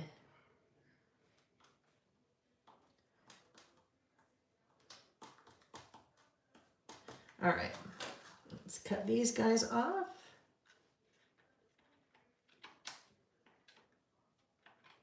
And then I bled over here too, but, well, I kind of bled, but I cut it off.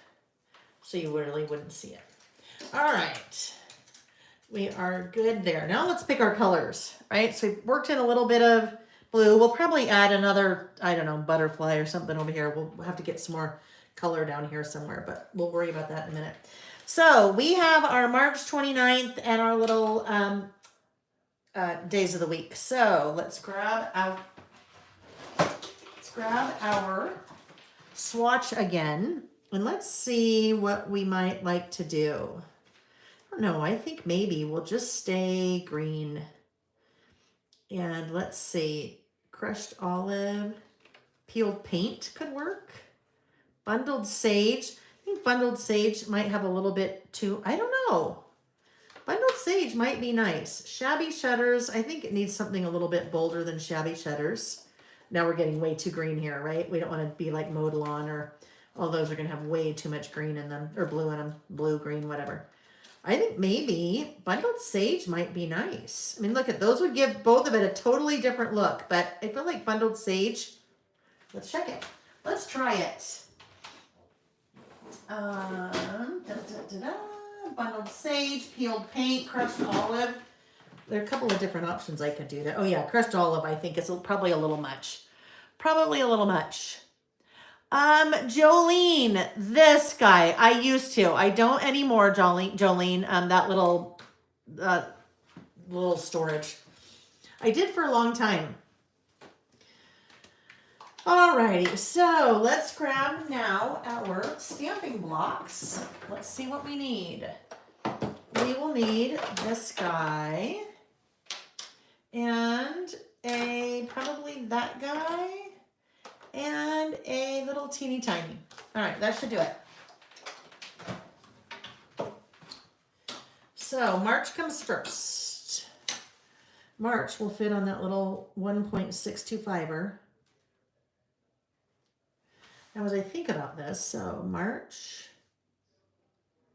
I'm just kind of figure out where we want to start.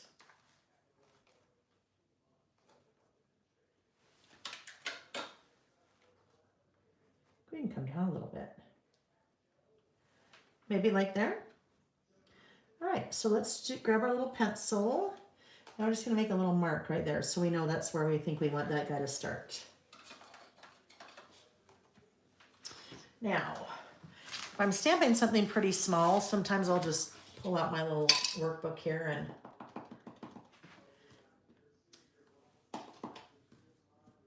stamp it on there. Yeah, I think that'll be nice. Nice and subtle. That one is Bundled Sage. Oh, hold tight.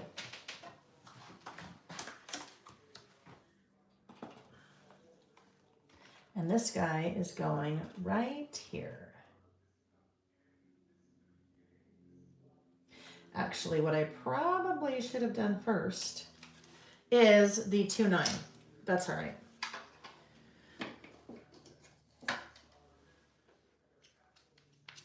Oh, look at Nancy said they sell that organizer at Walmart in the makeup section.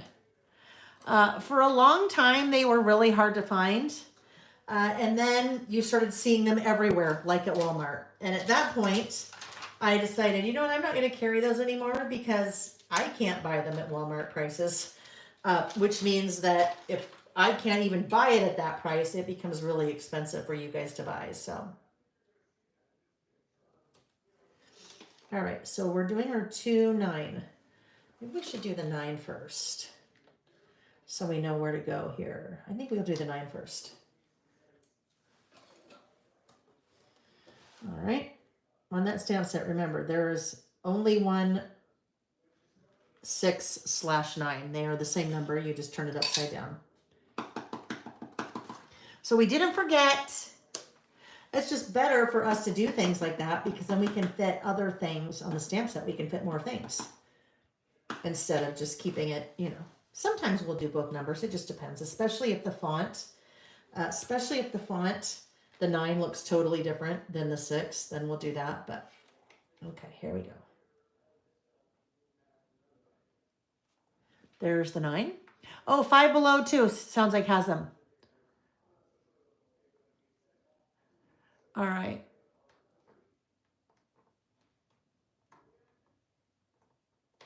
There we go. Oh yeah, that's just a nice color. Nice color.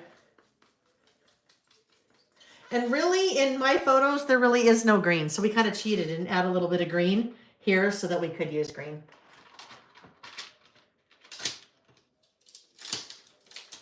All right, now we'll do the same with our 2.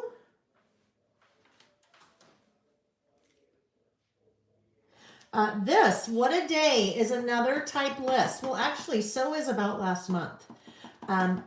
Both of those are great lists if you're like, ooh, I don't really know where to start. I want to start listing, but I don't know where to start. Either one of those. Pick About Last Month and just start documenting your last month. Or What a Day. I mean, you pick any day. I try to do these once a month, but sometimes I forget. So we may not. Oh, we did do one February. Duh, Lael, it's sitting right next to you, ding-a-ling. Oopsie, I moved that one a little bit. We'll see how that looks. We'll see how that looks. Oh, it works. I think we might have to come in here and put a little something in there. We'll see. All right.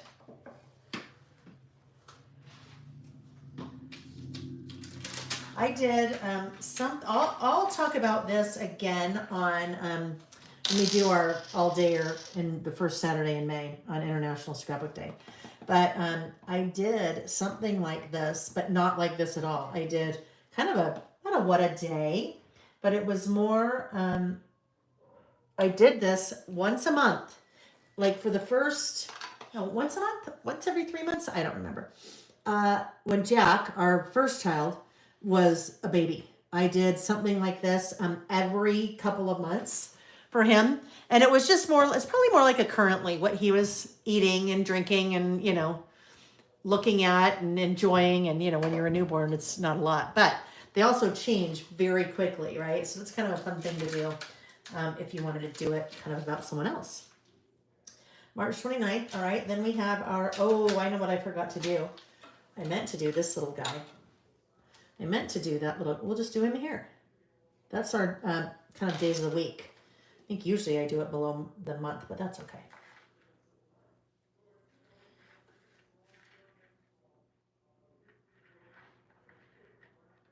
This one, for sure, I put on my work surface and pick it up that way. It's so much easier because it's pretty narrow. It's way easier to get that placed straight on your stamping block. Okay, here we go. This guy's just going right below.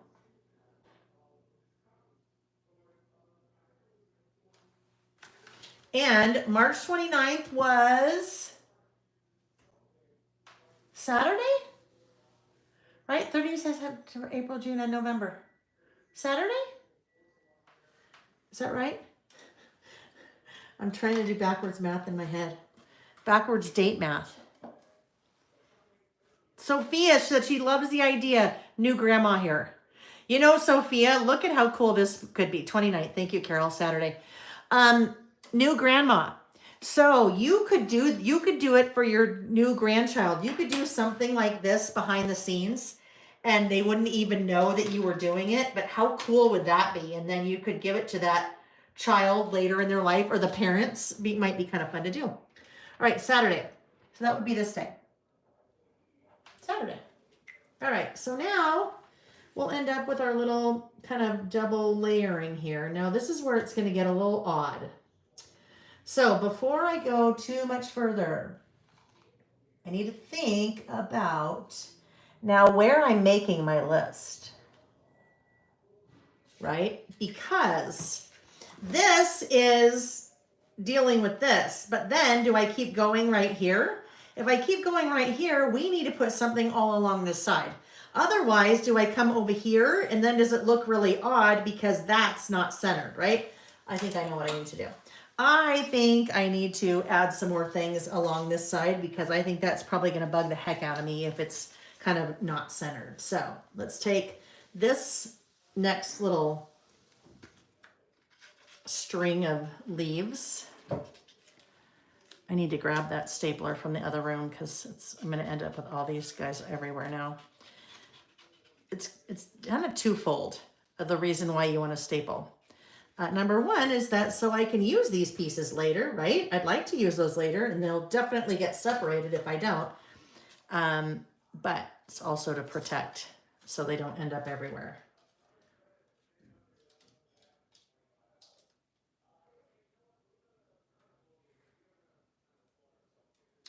All right, there we go. This will work. So I've given myself just almost like a nice border over here, right? Now, if I didn't have rub-ons or I didn't want to mess with rub-ons, but I wanted a border there, I could just cut a piece of pattern paper and make a nice border for my page there, right? You don't, like I said, you don't have to have all the things. I would hate for someone not to want to play and have fun and get all the joy out of doing this that I do because you feel like you don't have the things. And going back to like a grandchild or something, you could just do that in a little notebook. You know, you wouldn't even have to do, I mean, it's fun to add all the cute things, but and have fun and get artsy, but you wouldn't have to. All right, let's see how we're doing here. You notice I didn't cut that one first.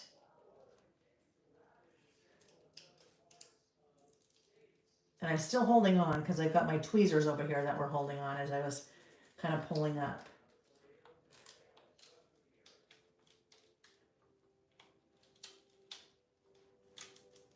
We good? I think we're pretty good. All right. Now, I can take these extra pieces and can I make them work over here? Yep. We'll just do that guy right there. Try to make that so you can see. So the part that was bleeding off, I'm just now reversing it, and now it's going down here at the edge. And then let's just make this guy. I don't know, that one's gonna be kind of weird. Looks kind of like a thumb. I don't think we will use him. I think we'll just use these little guys down here. Those little watercolor things. Little ink splotches. All right. Okay, let's see how we are looking. I think we are now much better there, so we can do our, just right there, our list. Okay.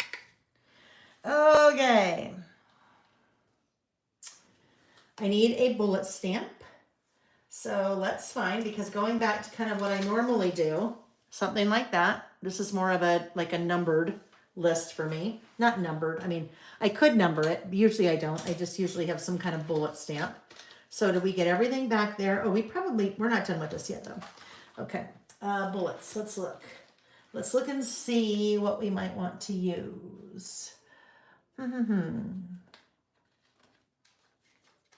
Anything on this one? Well, we could use, it's funny because I'm using all this greenery and there's really no green. Well, very little in this area. But we could still use our this little greenery leaf. Maybe this little leaf. This little guy. That little one right there I'm using. And we'll get our stylus back out. Now here's an example with the stylus where there is definitely an orientation to that stamp. So as I'm placing it on the end, I want to pay attention to where that little squirrel is. I won't be able to see the stamp, but I will be able to see where the squirrel is. So as long as I'm paying attention to the squirrels in the same place every time, then that stamp will be roughly in the same place every time. So let's see what this looks like here.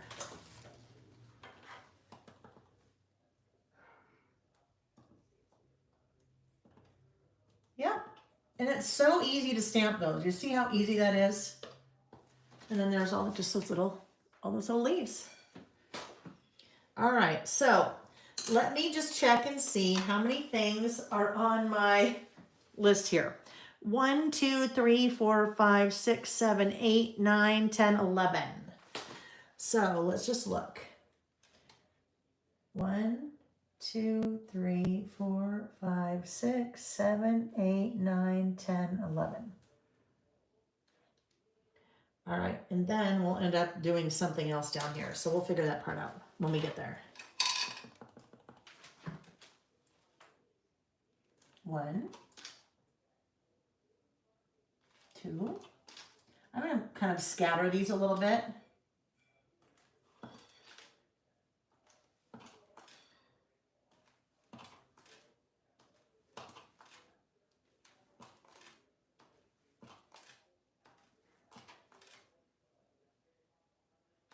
All right, so I could see what was happening, that as I started down here, I started keeping them kind of in the same spot, and then I started thinking, oh boy, if I do that, I'm gonna have problems down here. So if I start right now kind of alternating them, it might look a little bit more like that was intentional. Okay, so now to make my list of that day. Where'd my Sharpie go? Oh, here we go. All right. First thing is we woke up in Goblin Valley. Colleen just asked, is that squirrel engraved on the stylus or is it a sticker? It is a sticker. They cannot etch into a cylinder as small as this, they tell me. So that's why the sticker's there. It can't be like a little etch mark or something. If you end up using both ends, just grab any kind of sticker that you could put down here so that you have a frame of reference. All right, so we woke up in Goblin Valley. So that's kind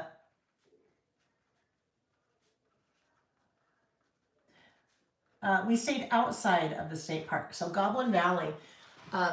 If you're interested in things like this, go Google Goblin Valley.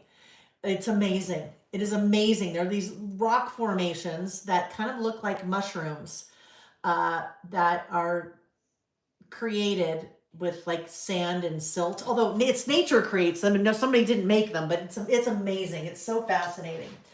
I read, which is I am really working on a whole new morning routine. My morning routine prior to really end of March, horrific. Wake up at whatever time, and it's usually like 6 in the morning. And the very first thing I do, put on my glasses. The second thing I do is pick up my phone. And it is horrible, horrible, horrible, horrible. I'm really trying to break that habit. So, reading. I'm part of what I'm doing is replacing it with reading, which is this is a big difference for me. Reading. We did a 3-mile walk. We packed lunch and snacks because we were going to be gone for the whole day. We drove to Capitol Reef National Park, and we did that one. I had not been to that one. We stopped to see petroglyphs. We hiked the Hickman Trail and that arch. Well, we didn't hike the arch, we got to the arch. We drove through Cathedral Valley.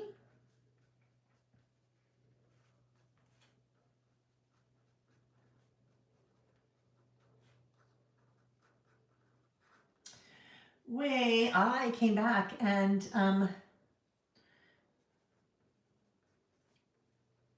made some art in my traveler's notebook. Do you want to see the art I made? It is right here. So I took not all my stuff, but I took lots of my things, and I actually did 2 things. But that is one of the things I did. So basically I call this, it's creative note taking. So I listen to all kind of podcasts, read all kind of things, and there are things that like really stick with me that I want to remember. And so that's what I do. I make notes as I'm reading and whatever, and then sit down and make art. So that's what I did. It was fun. Just sitting in little Harvey. Sarah, the rub-on arbor. So this is very interesting. That is from a brochure that I got in the mail for Rip Skirt. They were selling skirts, and the brochure came in the mail, and this lady I cut this part out because there was a lady in a skirt standing. Here's the bottom of the brochure. And I'm like, well, I don't want the lady, but this could be really cool. So I just cut that out of a brochure and then added some little rub-ons right in there to make it kind of all blend together a little bit. But things like that, so many things with magazines and brochures, and that's kind of what you guys see me doing with these guys too. With these are like, like a giant brochure where you're just cutting all the things out of a magazine or whatever. But it just makes you kind of look at things twice. When you think of things like, when you're starting to think outside the box and then like something like that comes in the mail, it makes you look at it twice and go, oh yeah, no, that's not garbage. I'm going to use that for something. So yeah, I made some art in my traveler's notebook. Then we made dinner. What did we have for dinner that night? I think Nick grilled.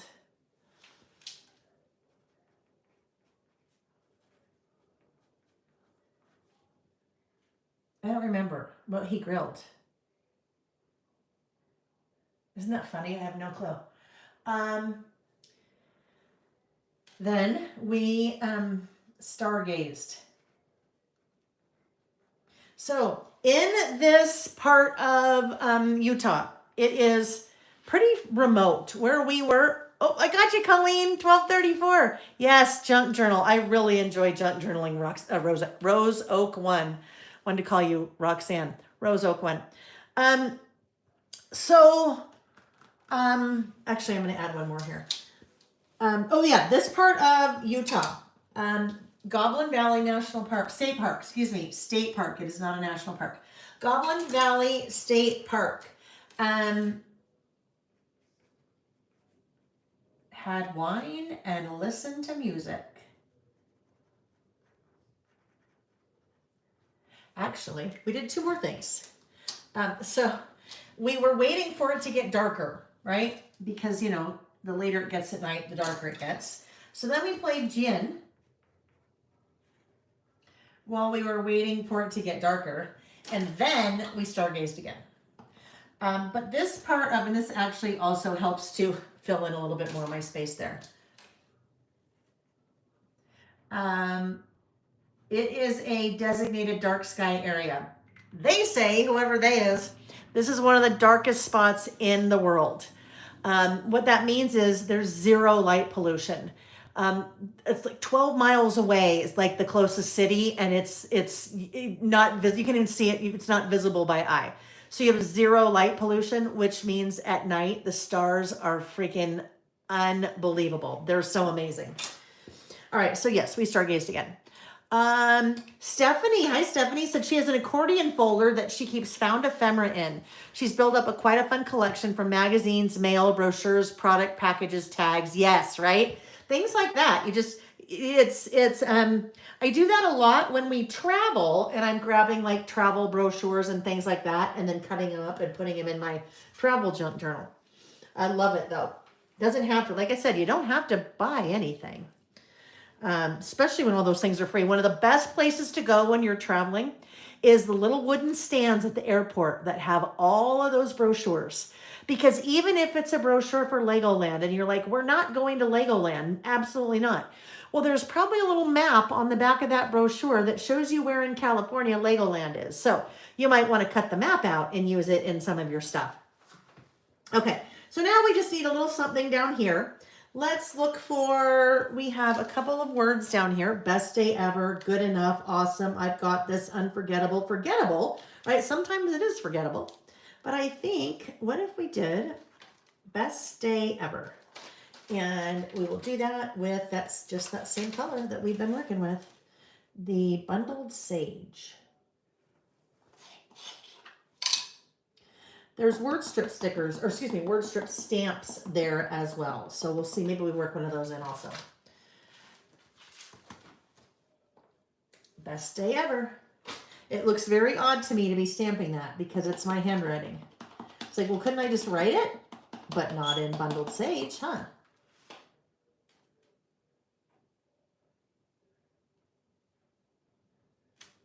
Best day ever. And then let's do, actually, you know what we could do, even though we already have the date there, we could still do the roller date stamp. So maybe let's do the roller date stamp and see if we think we might like that there. Because basically it would be coming right, well, we'll just pretend right there. I think so. I think we'll do it. Okay. There we go. All done-ish. We might want to add maybe another butterfly in there somewhere, but it could just really be this way. I think we need something in there, it feels like, though, to me. So let's look for one more thing. Clean this guy off. All right, how are we doing, guys? Are you with me? Are you creating with me? Are you working on something with me? Sherry said Monument Park is where John Wayne's westerns were filmed. So you mean Monument Valley? Sherry? Monument Valley? I'm going to assume that's what we're talking about. Monument Valley is also in southern Utah. And it is also known for, part of when you're going into Monument Valley, there is a scene in Forrest Gump. It's where Forrest stops running. Yes, where Forrest stops running, and he stops, and there are American Indians around him, because Monument Valley is, that area is in,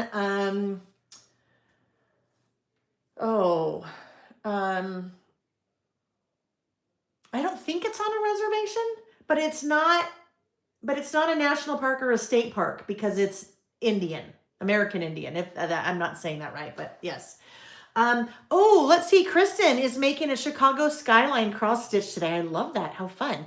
Susan's working on an older year in review. Pam is listening along and having a wonderful time. I love it. Carla's listening while cleaning and organizing my craft room. Carla, the cleaning is not the fun part for me, but the organizing is. I love organizing and reorganizing my craft room. I love it. Stephanie is listing, but list for upcoming travel. So fun. I love it. Okay. So now, I just saw these. Look at these guys. So what if we've got a little space at the bottom? Let's make use of this. See if we can make this little guy work in here somehow.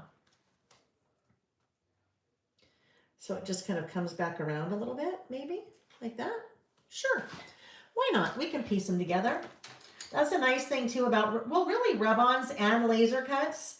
The nice thing about both of them is, especially rub-ons make it look like it's printed on your paper, right? Because there's no border or anything around it. And then that's just fun because it gives it some additional layering. But all right, there we go. We need something right in there. So what are we going to find to go there?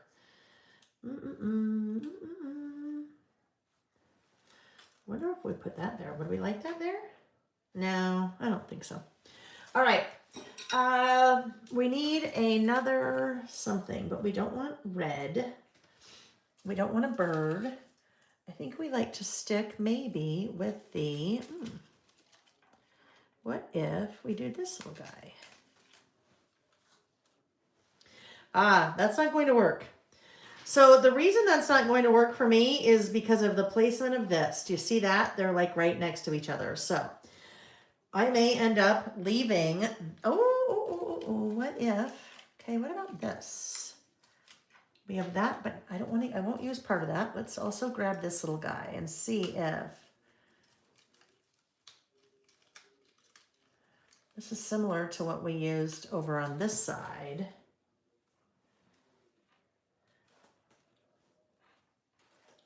No, that one doesn't work for sure. But this guy, what if? Nope. Just going to chop this little part off and let's see what happens.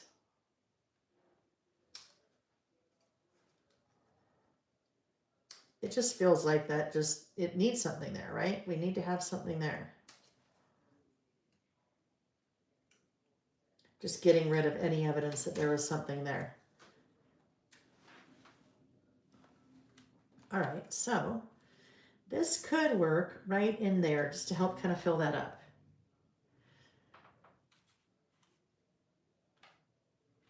Or that. Oh yeah, it's better this way. So let's just figure out what part of this we'd like to use and how we can make it work there. We just don't need all of it.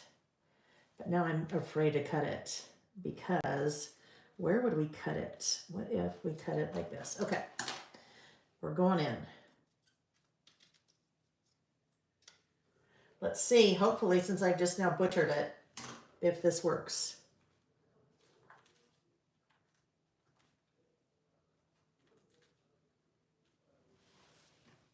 I think it's fine. I mean, it's not perfect, but you know what? We don't want it to be perfect because if it was perfect, then people would think it was AI generated, right? We don't want perfect. Although sometimes you see, just kidding, of course. But sometimes you see AI generated things and you're like, wow, that looks really wrong. It looks really wrong. Alrighty. We, last night, watched two episodes of 1928. I think it's 1928. I always get confused. 1928, 1923, 1928. We've talked about that before. I know some of you guys are watching that, right? All right, there we go. We just needed a little something there just to kind of fill in that space. And I'm good with that. I think we're good. So I don't need to mess with it anymore. Sometimes we mess with things too much and we're like, oh, whoops, we just went over the edge. So we're not quite over the edge yet, so I feel okay with that. All right, let's get these things put away, and then we're ready for our next one. Ready for our next list, which is in the news for, we're doing it for February and March because we are behind on in the news. And I really went back and forth for a while on whether or not I wanted to keep doing in the news, just for me personally, just because, I don't know. The news is a lot right now. It's been a lot for a while, right? And it doesn't matter where you live or what political affiliation you are or what country, or it's a lot. And so I decided I do want to still continue to do it. I'm going to continue to do it, but I'm going to do it a little bit different way. For me personally. So let's get those things put away, and then we'll talk about what in the news is. Because if you're like, well, wait a minute, I have not really been around, so I'm not sure what in the news is. Let's get that ink put away. And put these guys back. It just makes it so much easier when it's clean. Oh, this is a reminder for a hydration break. If you have not been drinking anything, it's super important, okay? Do it, do it, do it. Great question, Melinda. What did Melinda ask? Oh, yes. Melinda said, under coming soon, March. I see a new project kit mentioned for a Disney-themed traveler's notebook. Is that in the works? It is, Melinda. I just need to move it. So my idea was, and then Amy talked me off the ledge. My idea was that I was going to make it available for pre-order on March 21st, amidst all of the other things. And it was not designed. So I was trying to cram in with everything else that was going on with the rebrand and the new product launch and all that. I was going to try to do that at the same time. And there was just no way. I just needed someone to say, it's okay. Amy basically said, are you crazy?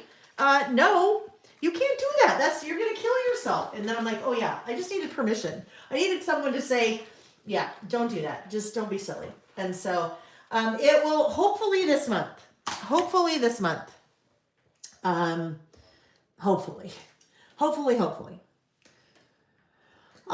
Okay. So our next one is in the news. So we put this guy back in the news. All right. We're going to do that, and we're going to do in the news, and we're going to do in the news. Okay. So in the news is also a list that I do once a month-ish, but I'm behind because I did not do February, and now we're into April. So this is going to be a double duty, a February and a March in the same list. So here is an example. This was in the news for January. I pair photos with just a run-on list of things that are in the news. Now, there's a lot of stuff in the news. There's good things in the news, bad things in the news. What could be good for one person could be bad for another. So that's where we need to be very sensitive when we are doing in the news to not get into any opinions. I always am very focused on it being just the facts. So I don't add any commentary at all. Maybe when we did this list, back in January, Netflix raised their prices again. So maybe I think that's really bad because I am a Netflix subscriber and I don't want to pay more money.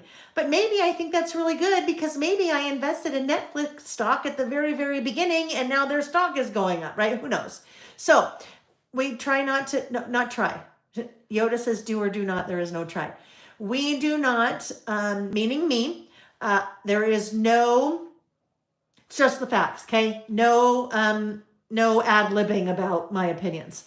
I also ask that of you guys in the chat so that we not in the chat talk about whether something is good or bad in the news. It's just, it is what it is. Now, when I've decided to make this still work for me, I am doing my best to stay away from politics. in the news. And that's the way that I'm going to do it.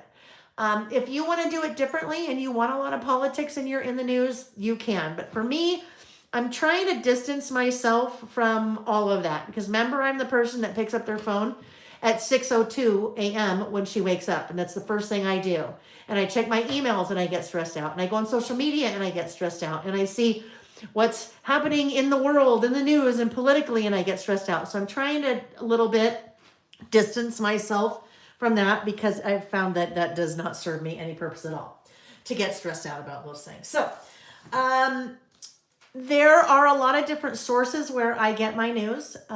Every time we do it in the new list on the blog with that list topic, I give you a link to I think it's a Word document or a PDF or something that I put together a couple of years ago of lots of different news sources. So when I say news sources, I'm not saying, oh, go to Fox or go to CNBC and watch the news. I don't mean that.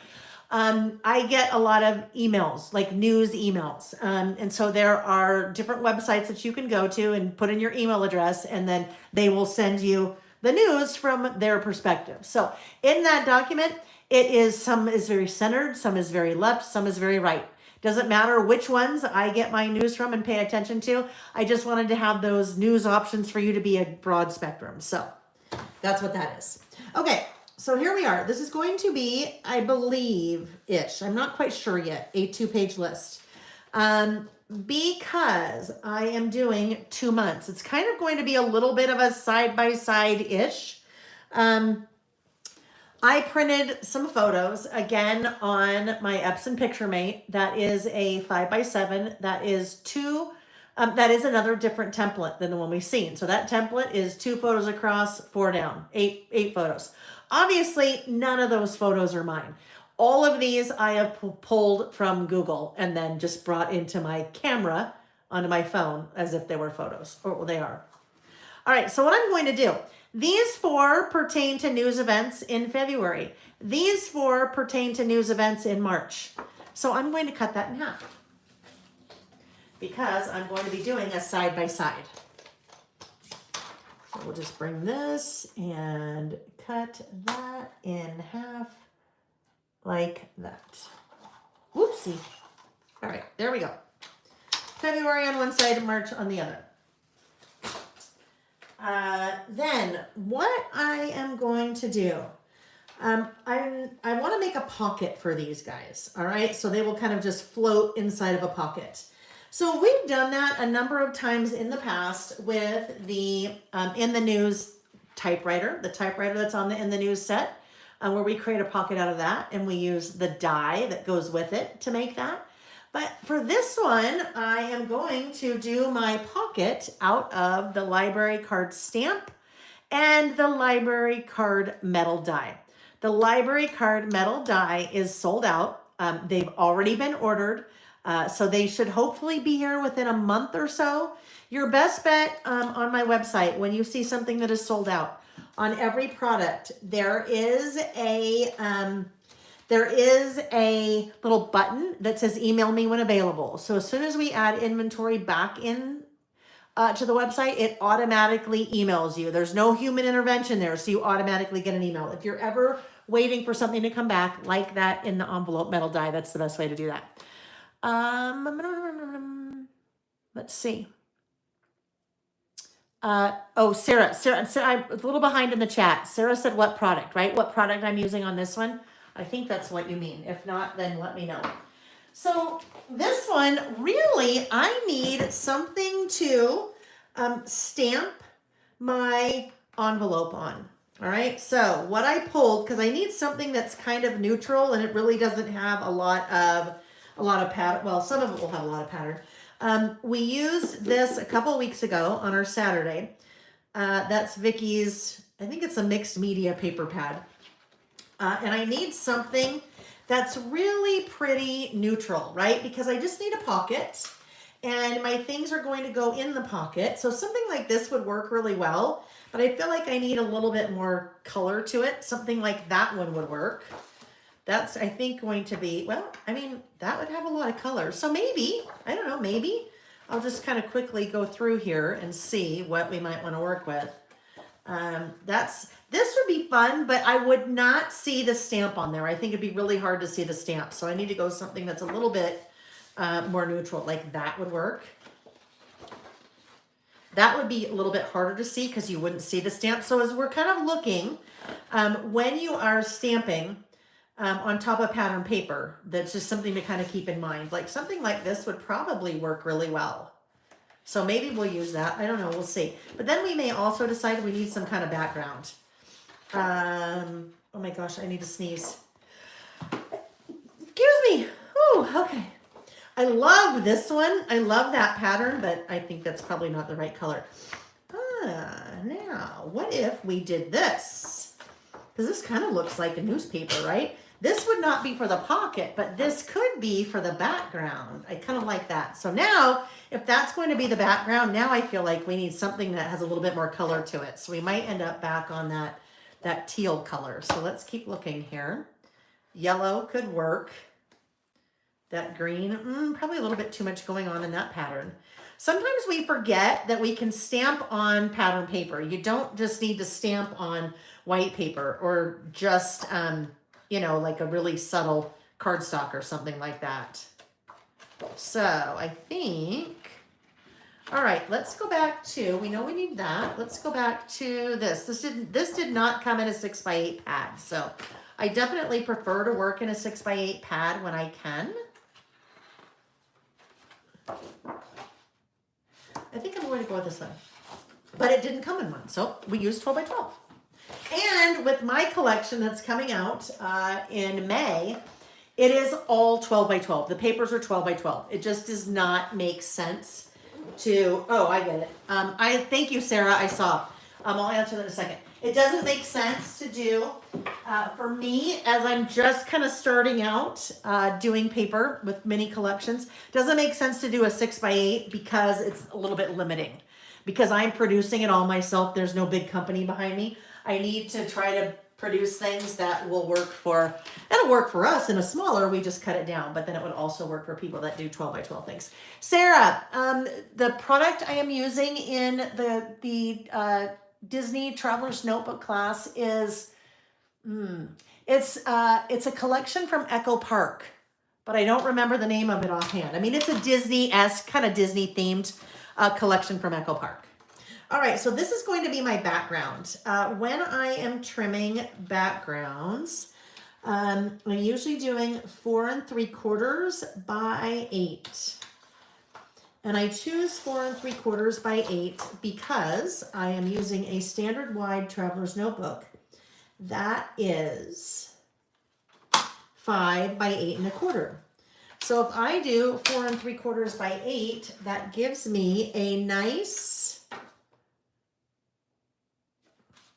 white border all the way around.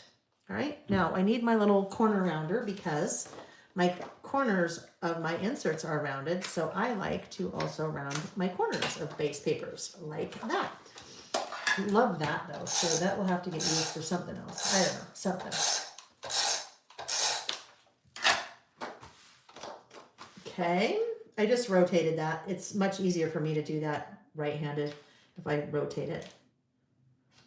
All right, there is the base. Now, my pocket. Let's put these guys down here. For my pocket,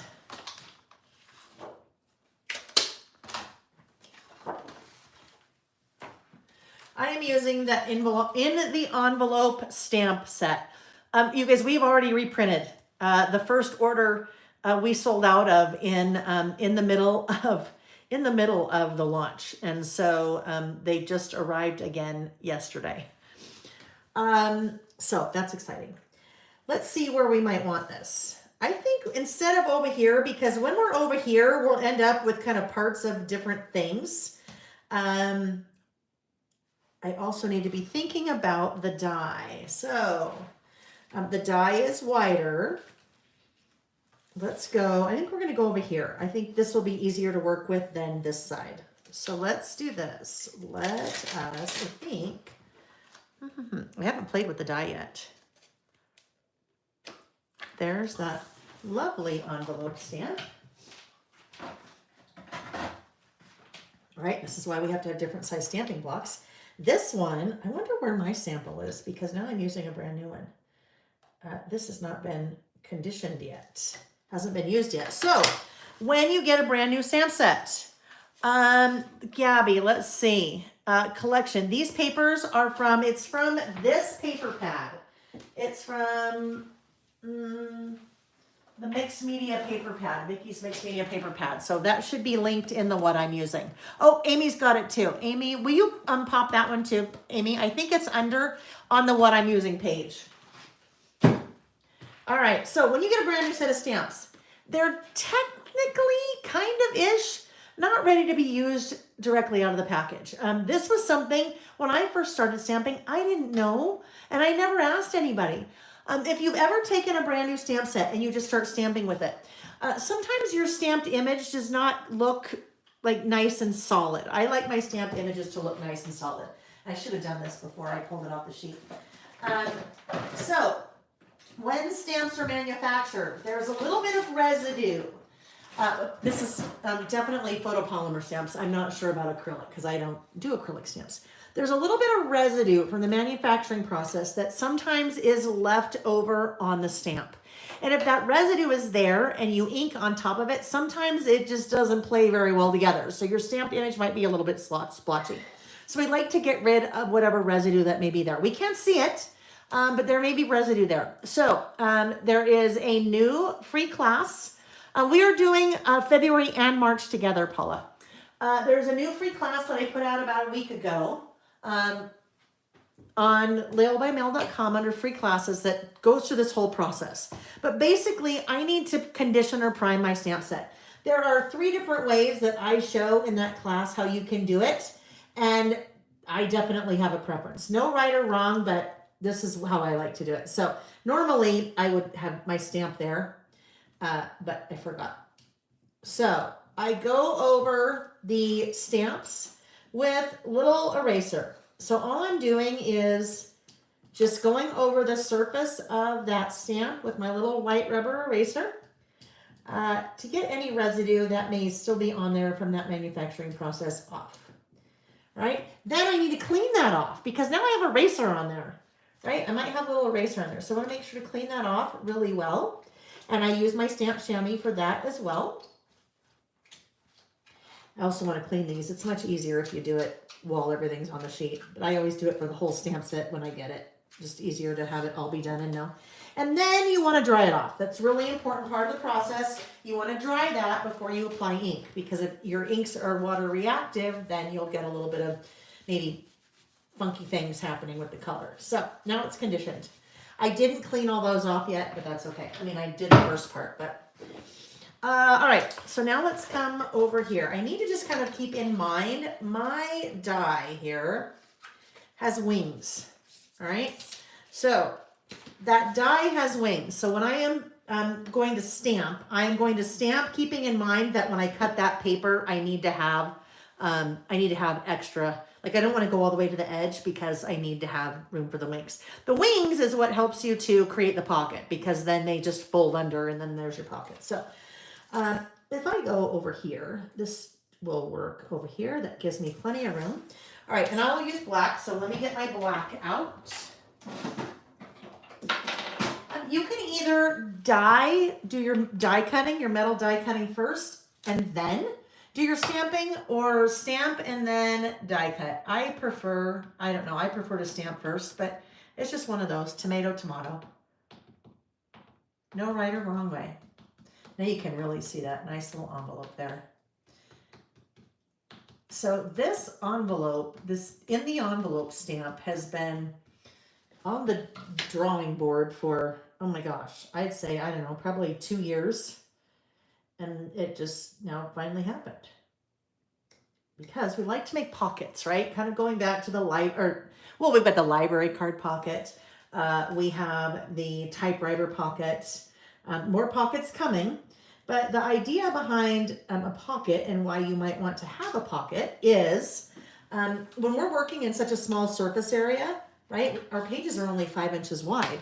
Sometimes we would like to add more photos or like to add more things, but we really don't have the room. So if we create a pocket, now the pocket gives us lots of real estate to put more things in, right? All right, nice and clean. And I haven't used this die before. I haven't used the stamp set before either, clearly. Haven't used the die or the stamp set yet. What did I do with the stamp? Where did he go? Oh, here he is. All right, get that back on there. All right, now I need to bring in, let me just cut this, and then I'll bring in my die cutting machine. So my die cutting machine, whoopsie, way over, where am I? My die cutting machine that I'm going to bring in here in a second is, I probably made that too wide. Let's see, maybe not.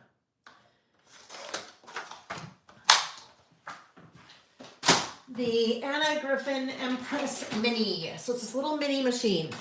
I have more than one die cutting machine. Susan, black ink is that VersaFine Claire. Amy, if you're still hanging out with us, will you link that? This is the only black ink that I use. The only one. In my opinion, again, IMO, in my opinion, this is the best black ink. I like a very nice, solid stamped impression, and that's what that one gives me. All right, so now I use this little guy. That's the Anna Griffin Empress Mini. This is an automated machine. So basically it's powered, and all I have to do is turn it on and press around, and it will pull my die and my plates through.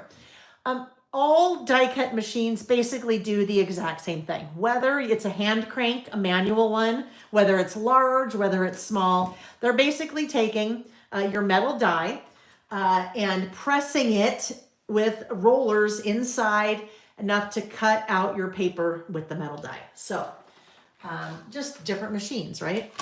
All right, so now what I'm going to do, I make a little sandwich. We're going back to little kid, okay? We were little kids, and we'd be playing all day, and we'd come home for lunch, and our mom would make us a bologna sandwich, okay? We're making a bologna sandwich. This is the Wonder Bread, okay? On a sandwich, you need to have 2 pieces of bread. So this is my Wonder Bread, right? The white starchy Wonder Bread that we'd make our bologna sandwich with. Piece of bread, that's the bottom plate. On top of that, I am going to put my magnetic mat. Now, there's 2 ways that you can do this. You can either cut into your magnetic mat, or your mat. Mine's magnetic, but you have your mat. You can either cut into the mat, or you can cut into the plate. Either, eventually you got to replace them both. So I kind of get lazy and I cut into the mat, because then I can see where I'm putting the die, but you can do it either way. So there's my bread, my bottom plate. Then this is my bologna, okay? That's my bologna. That is my mat. My mat is what my Kraft Single is going to sit on, right? Because our bologna sandwich then had a nice piece of Kraft Singles American cheese. That would go on it next. Then I have, well, we need to have another layer on our sandwich, so we're going to say it's lettuce, because we got to have another layer. But guess what? Don't kid yourself. I didn't eat a bologna sandwich as a little kid with lettuce. So here's my next layer, my lettuce. So I'm taking the metal die, and I am laying it face down. So it's cutting into the mat. You don't have to do it that way. If you wanted to cut it into the plate instead, basically what you would do is you would line this up like this, and then you'd use a little piece of washi and tape it down, and then you would go this way. All right, but you'd want to tape that down so your die didn't move. But I do it the lazy way, because then I don't have to get those other things out. So I am just going to move let's move our die so it is in line with that stamp. All right, that looks pretty good. And our sandwich is made. We just need to add our other piece of Wonder Bread, our top plate. Okay, so there we go. I am going to turn on my machine. I'm going to take my bologna sandwich, and I am going to put it right there, and I'm going to select run. If you have a manual die cutting machine, this is where you're just turning the crank, like the windows in the car back in the day, right? All right, let me get this out of the way. So now what it has done for us is, let's pull this guy off. It has cut our envelope, all right? It has wings, right? So we have our little wings right there, right. Oh, perfect. Amy said too when she does this, because she and I were having a discussion about this the other day. I cut into the mat, she cuts into the plate. And so she uses the this, the highlighter tape that I use when we're doing multiple layers of die cuts. That's what she uses to temporarily hold it down. Thanks, Amy. Okay, so here we go. We have wings on that die because our wings now just fold under like that. And that's how we're creating our little envelope pocket. I can put things in the pocket. Now, we went back and forth on this. With this stamp set, you'll notice there's the bottom of the envelope, but there isn't a top of the envelope. And ultimately, we decided not to do the top of the envelope because, number one, that would take us from a 4x6 to a 5x7, which would make your stamp more expensive.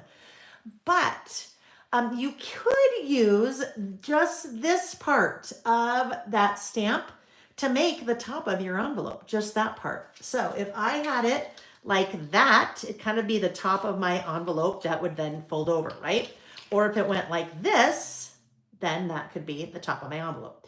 If you wanted to do something like maybe you want to do a little gift card with something like this, you could stamp that top part of the envelope there, and then your little gift card just goes in the pocket. But that's kind of a way that if you wanted the top of the envelope, then you would just stamp that part. You could mask off that. Okay. Where are we? Where's my little guy here? Oh. Now, with that stamp set, you have more things on there besides that. So you have some fun words, photo evidence, just the details, open, pull, so you could stamp open or pull on that little guy. Fun and closed, things I can't say out loud. I love this. And you've got some little arrows, so you could use your little arrows as like a pull this out, all right? So here we go. This is my start of my in the news list. Actually, let me get this put back away because we don't need any of this anymore. And if we put our things away after we use them, then we'll know where they are the next time, right? That's Nick. I'm like, Nick, have you seen my shoes? And he'll be like, well, where did you have them last? Did you put them away where they belong? And then you're like, you are no help at all. Go away. All right. So we will end up like that. And that will be our fun little envelope there. So now what I need to do, I'm going to grab my double-sided tape. And I am going to put a little bit there and a little bit here. And just put that right down on there. On those little wings. That's what's going to create the pocket for us. And I want to use double-sided tape as opposed to just like my regular tape runner because we want it to stick, right? If we're pulling things in and out. Now, what I'm doing with this double-sided tape, hang on, let me just fix this. I didn't need to go down that far down. Hang on.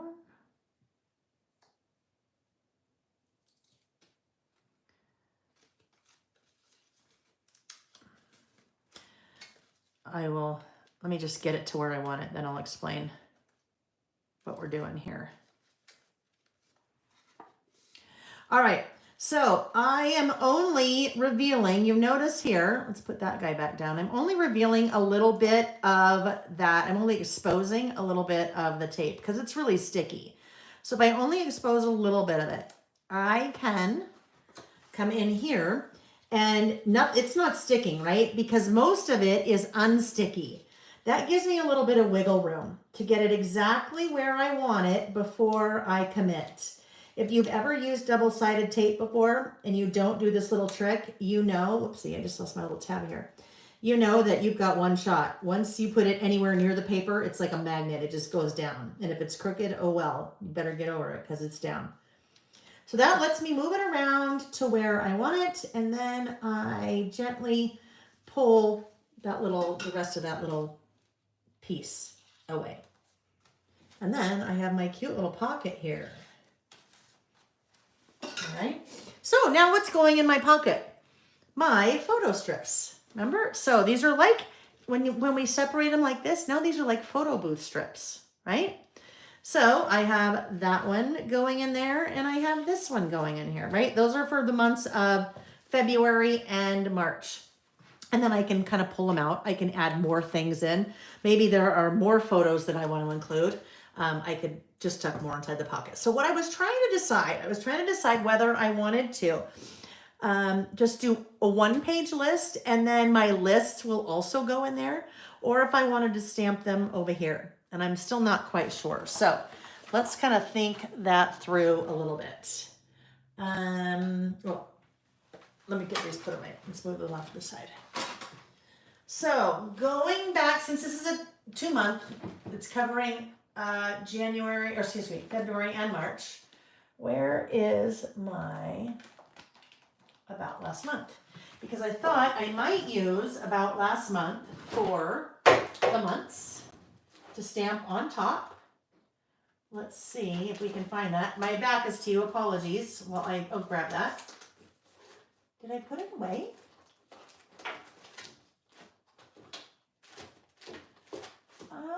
I can see 2023, 2022. Where did I put it, friends? Where did I put it? You know what? Did I ever do, okay, now I'm all over the place. Did I ever do the second giveaway? Did I ever do the second giveaway? Didn't I say I was going to give these away? Oh, somebody help me. Now I'm just so far out there. Please tell me if I gave these away, because I think I was going to, didn't I? I don't remember now. I don't have a clue. Just let me know. What did I do with that stamp set, though? I'm trying to have things all nice and clean, and now I don't know what I've done with it. I don't think I did either. Oh my gosh, you guys. Someone needs to speak up. If I say I'm giving some away and then I forget, just know that I'm going to forget. That's what happens. Oh, there it is. All right. So let's look. See if this will even work. Because we have March and we have February. Now, February is a very long word. So February would be this side of the list. And then March would be this side of the list if I do it this way. So then we'd have it just down the center. It would need to be like this. I kind of feel like I need to do that. So if we did that, then we just make our little right down the center. Then we've got February over here and March over here. That's what we're going to do. That's what we're going to do. Okay. So this is what I'm going to do. Steffavella, are you going to label the photo strips for which month they are for? I am, and I'll show you what I'm going to do. I had done that previously. I actually did that when I was, when we were doing the April Traveler's Notebook setup with the spring, summer season pass kit using this little label. So this is the new tabs and labels stamp set. I thought, I have two, right? I could use that one or I could use that one. If I decided I wanted to do that shape is on the, in the envelope stamp set as well. So, but I had those already pre-cut or pre-stamped from earlier. So I thought what I might do is create little, because I can't really do one on top of there. I could do one there and then maybe one off to the side there. So I'll just show you. Let's see if this works. Let's see if this works. One of the things that we talked about when I was teaching this class was that when you have your stamps out, especially if you have a stamp like this, like your label stamp set, that could get used quite often. Sometimes we don't get our stamps out because we don't want to get our stamps out, right? We don't want to go the trouble to go wet our stamp chamois and get the stamps out and do all the things, right? But if we already have our stamps out because we're using them for something else, would it make sense to just pre-stamp a whole bunch of things? Like if I use black a lot, why don't I just take a piece of white, extra cardstock and pre-stamp a bunch of little labels? So that's what I had done here. Because I don't know about you guys, but sometimes I'm like, oh, I really should. That'd be fun if I stamped or used my dies. Then I'm like, yeah, no, I don't want to go to the trouble. So while you have them out, you might as well do a little bit of production work, like mass production, like assembly line, except we're not assembling, right? Now, you will be excited to know that we just couldn't time it we couldn't time it accordingly, unfortunately. But so that stamp set, the tabs and labels, released last month. And we're hoping again, crossing fingers, they are already in production, but we're hoping that there's a die set that goes with it. No, we're not hoping there's a die set. There is a die set that goes with it. We're hoping that it is here by that first weekend in May. And if not, it'll be here after that. But it makes it a much easier. So you can then use your little die to die cut out your little labels, right? Your banners and labels and things. It would be way easier than doing what I'm doing, this fussy cutting and kind of trying to nip the corners to make it look a little bit more like a label and such. So the reason I did 4 is because I think I might want it to be on the front and the back. If you didn't want to do a 2-page list, you could take a piece of white cardstock and put it on the back of that and then write your list on the back of that. So you could, especially if, I know some of you hate your writing, if you didn't want your writing to be seen. Well, I just say get over it, but you could do that. Okay, I'm stopping, and Ms. L, you are the winner of these guys. The set of 5, that's your die cut, metal die storage. I think that's what I call them. Anyhow, you have 5 of the magnetic sheets, and they come in 5 of the stamp storage sleeves. So it's a great way to store your stamps and dies, or store your dies. All right, so these little guys, if this guy goes right here, because I don't really want to cover up one of the astronauts' heads, right? They deserve to have their heads uncovered, especially after what they went through. Here, you're going to go to space for 10 days. Okay, that sounds great. 9 months later, hey, we finally figured out how to get you home.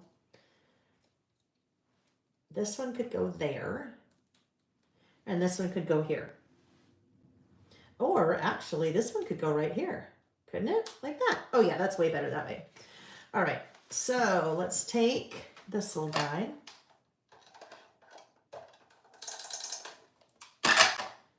And this one will go right here. And I feel like I should just put something on the back of it, you know? I guess I wouldn't need to, but it just feels like it's more finished that way. It'll give it a little bit more stability too. There we go. And then we'll add, see, I'm I'm doing news, but news that's, I don't know, maybe a little easier. There's more on my list that aren't necessarily, well, you'll see, we'll get there. We'll get there. I have missed our crafty time. My habit tracker, if you look at my habit tracker, it always has, you know, being creative on it. And there's not enough days. There's never enough days of that. So I can mark off creative on my habit tracker today.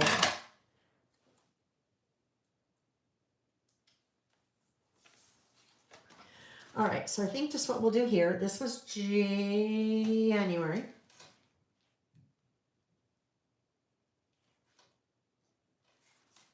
And this is February. Whoa. Well, we know that says February, but it got a little crazy there. Oh, wait, Ms. L. Gosh, Ms. L. What just happened to me? I went like into the Twilight Zone for a minute. Ms. L, guess what? You are the random lucky winner of the storage, metal die storage.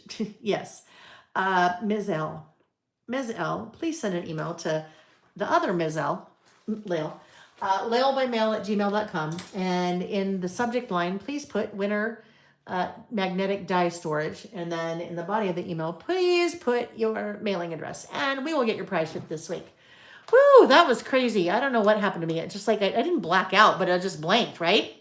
Oh, gosh. Yep. You know what's very interesting, Lisa? Thank you, Lisa. Lisa said it should be February and March, right? So what's interesting, what went through my head as I was doing that, I'm like, wait a minute, March should be COVID. March was COVID 5 years later. And then I'm like, well, okay, maybe they, I don't know. Anyhow, yeah. Thank you. Thank you. Yes, this would be February. Oh, wait, we just do this. Move this guy. Golly, Lael. Well, this would be another reason why it's handy, I guess, to have more of these done, right? This guy goes right up here now. This would be February. Now we have an opportunity to make that look nicer since I made the Y really weird on the last one. Gosh, Lael, dingbat. That doesn't happen very often, but when it does, it usually happens with something like a date, and then it's just way off.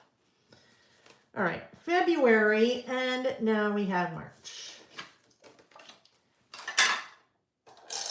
Do you guys do in the news? Are you doing in the news? And if you're doing in the news, what is on your in the news list for February and March? I'm curious. Also funny, January is right there. All right, we'll just put this guy back here. No one will know. No one will know that that's not January. All right, we're better. Yes, we are good now. Back to where we're supposed to be here. Sometimes when I do little photo booth strips like this, sometimes I will not put a photo right here so that it is shorter. And Karen said, I think I won something, so write it down. Yeah, you could really get me there because I'd be like, oh, okay. Well, I must have forgotten that. Okay. All right.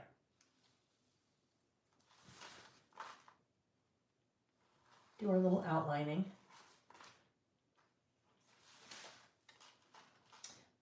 In the 2025 year in review with that project kit in class, I go over all kinds of ideas. We go through all kinds of ideas on techniques to add more photos into your traveler's notebooks because, again, we're in such a small area. Sometimes you have a lot more photos than you want to be able to use, and you can't because you don't have enough room. All right, we're back to this. Where's my February? That's what I was using this for. There's March. I have picked up February with something. So something here has February stuck to it. That's why it should have been on that little guy, because this happens all the time, doesn't it? Where'd you go, February? All right, do we see February anywhere, friends? Where did it go? It's stuck to something. That usually you guys are like, oh, I can see it, or oh, Lael, it was on the back of, it's stuck to, oh, it's on the floor. It is on the floor, which means I need to clean that off because it's probably has a lot of dust and lint now from my slippers that I'm wearing. All right, get that cleaned off. Okay, so back to the drawing board. That's when we were going to do our little stacking here. These guys can go back in. All right, our little stacking. And then we'll do something over here yet, but I don't know yet. Not sure yet, but stamping block for February. Oh, probably not. Let's go with, no, we want to use that guy, I think. That guy's going to be the best one to work with. All right, so what colors do I want to use? That's not straight. I feel like we need some blue. That blue is very prominent right there. But we might not want it to be the blue. We might want to do something different for March. So what other colors do we have? We've got this color, which is not naturally occurring in the Tim Holtz palette. We have red, which, blue and red, then I don't like blue and red together. It looks too much like 4th of July. We have the green. We have yellow. Maybe we'll do yellow. which is going to be funny because it's going to look same color palette, but that's fine. Let's do yellow. So the blue that we want to use is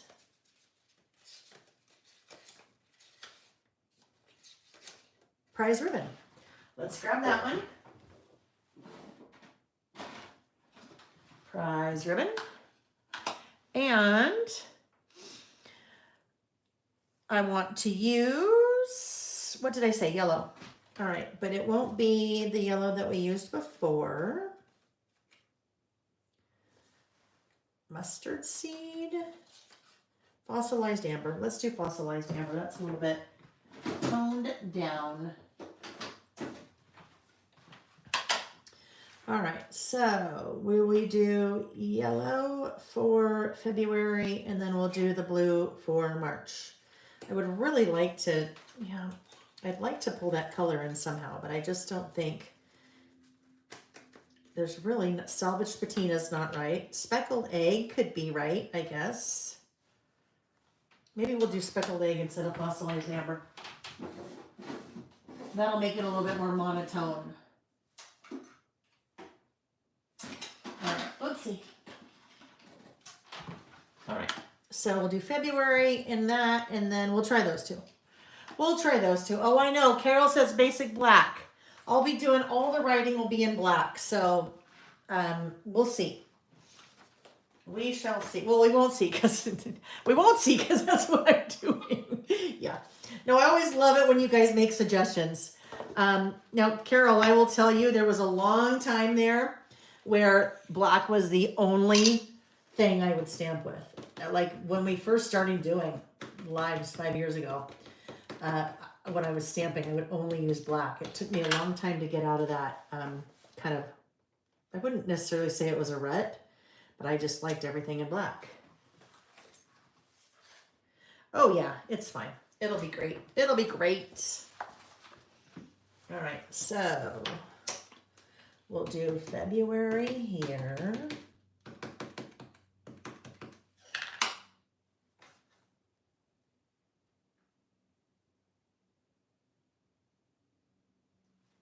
Like that. And March is going to kind of just nestle right under it. It'll be nice and nestled. Yep, speckled egg, that worked really well, right? I think it worked pretty well. All right, so there's that. Now, then what's the next one? Do we do fossilized amber maybe and not have that blue? Fossilized amber? Sure, let's do fossilized amber. All right, March. Marcha. And March, we'll just nestle right there, and then we'll do our little half C, right? We'll just do our little line that will divide basically that whole thing in half.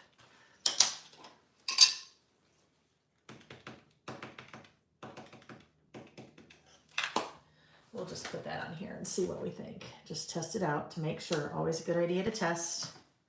Oh yeah, that works. We got a little corner of one of those labels on there. Okay, let's see, right about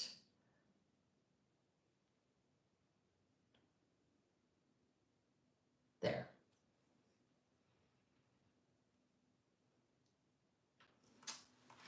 Okay.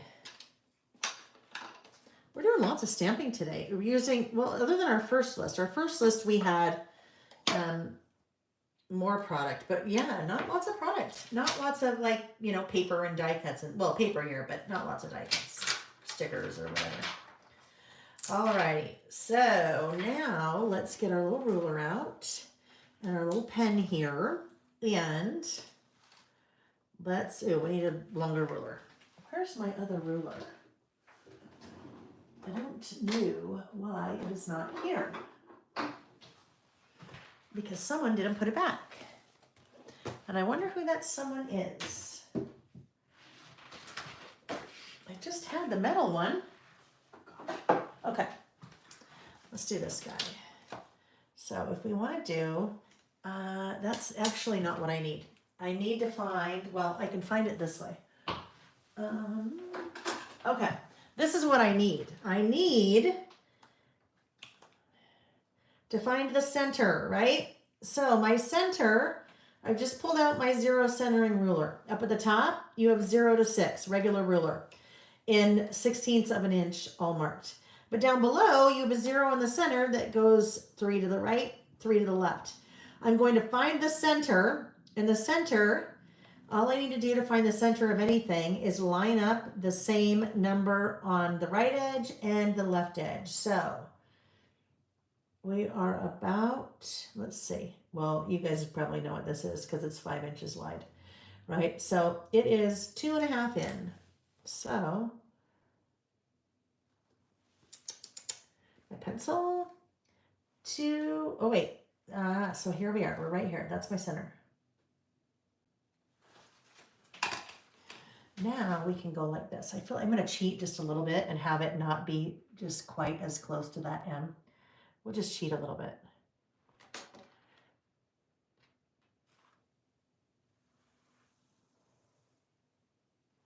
We'll stop right there. Okay.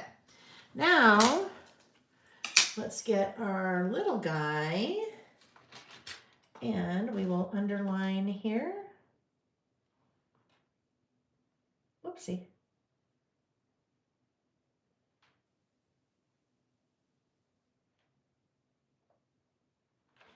And underline here.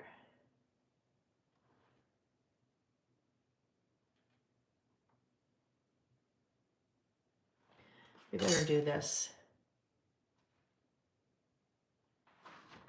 All right. So now we are ready.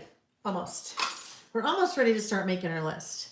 We need something right there, right? That's just kind of that big old dead space. So let's look at in the news and in the news too for a little icon that might work there.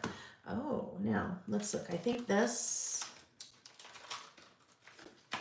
spacing wise, let's just see what we have here.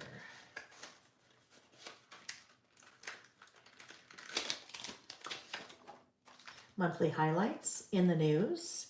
In the news would actually fit probably pretty well there. Then we'll just do something else over here. I think that would work.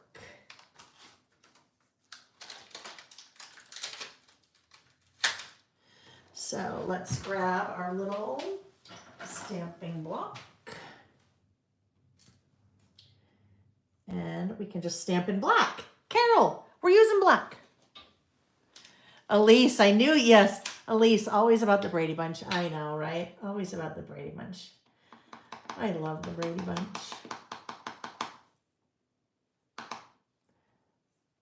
All right. Let's just try this over here really quick. Make sure if you live in a where you live has animals, it's probably a really good idea to double check the back of your stamp or test your stamp first. I always end up with like Reggie hair in my stamp. So it's nice to know that so you can remove it before you start stamping. All right, in the news. Now, we'll do something over here. I just don't know what yet. We'll figure this out. We've done, I think we did this one other time in, why did I do that? We did this one other time, I want to say last year in 2024, where I skipped a month and in the news, and I'm like, well, I don't want to skip a month. So we went back and just basically did a side by side like this. All right, so there we go there. Ooh, that little guy is starting to come off the sheet. So we'll just clean the back of it. It means there's something on it, right? Okay, so now I need some kind of little bullet stamp. Before I do that, I'm going to put this guy along the bottom. That's why I left that space there. There's a little definition here, stamp that says newsworthy. And so we will grab that. And we will stamp that in black along the bottom for newsworthy. Carol, I got your black. We're working it in. We're working it in. One of the things, you guys, that is, if you kind of keep in mind as I work on things, and I think this is where the idea book really can come in handy and be helpful for you, is that this format, right? You don't have to just look at this design as a in the news, right? You could look at a design like this and go, oh, you know what? I kind of like half and half. So maybe if I've got an about last month, or maybe I've got a then now, or something like that. You could use kind of the same design format for any type of list. Doesn't have to be, you know, just inspiration for in the news. Now, we did say in the news over there, so what would we want to put over here? Gosh, that didn't work out very well, did it? That's my very favorite one of all, that big, chunky, stacked news. Okay, what do we want to do over here? In the news, breaking news, monthly highlights. You know, I think I'm going to go with monthly highlights because it kind of is similar to that, to help tie it all together maybe. So everything I've pulled so far here is from the in the news too. That in the news, the original in the news, the OG, was one that, gosh, that was one of my first half dozen, I want to say, stamps. Okay, where is the pencil board? There's another one. We're gonna lift this up and just give ourselves that nice flat surface to stamp on by putting that pencil board right under there. Monthly highlights. All right, so now those two sides are kind of tied a little bit more closely together. And now we're probably ready. We are probably ready to start our lists.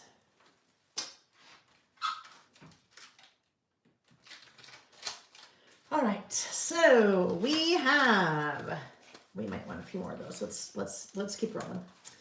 On my list for February, I have, see, look at, here's my little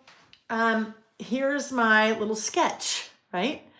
So what I wasn't sure on is whether I wanted to, like I said, make it a 2-page list or make it a 1-page list. And then if it was a 1-page list, I just put my list in there from February and March also.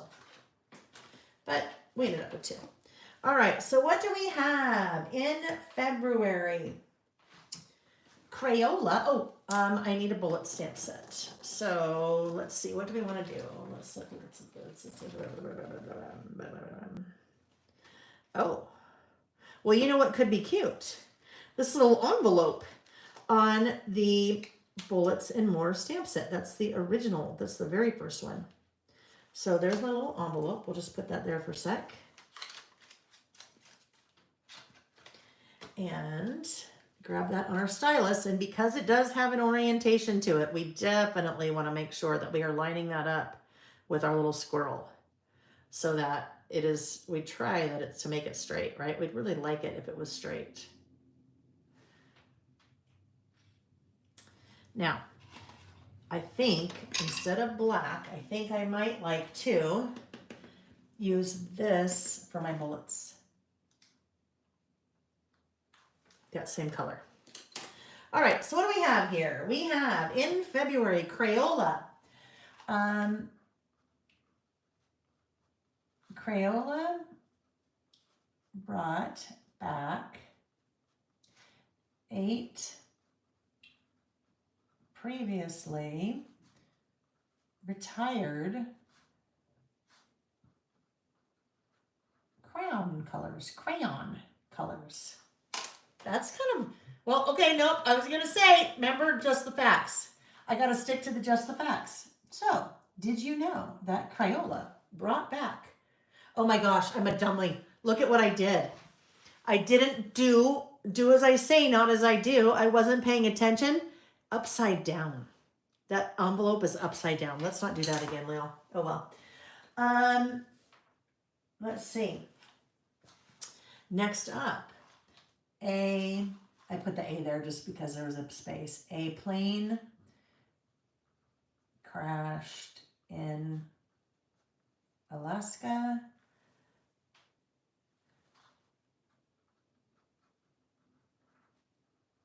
killing 8 people.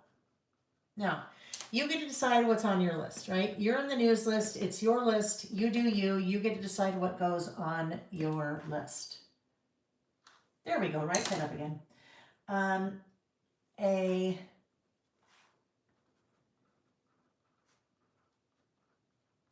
mass shooting in Sweden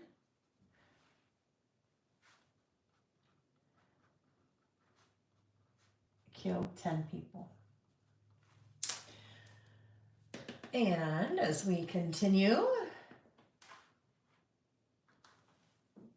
I think we can do another one here too. We have the Eagles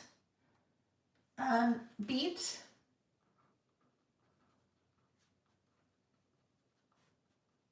the Chiefs to win the Super Bowl.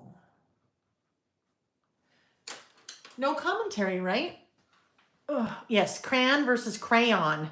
Crayon. They enunciate, right? Because I'd really probably say crown. Grab the purple crown. Harold and the purple crown. Crayon. Let's see. Oh, whoops. There's another one associated with that. We'll just do that. We have a record 127 million viewers.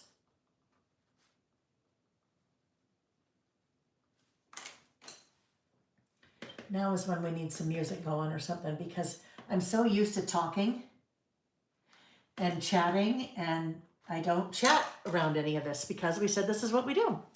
Hello, Monica Stewart. Nice to have you. Welcome. Monica said, this is my first time here.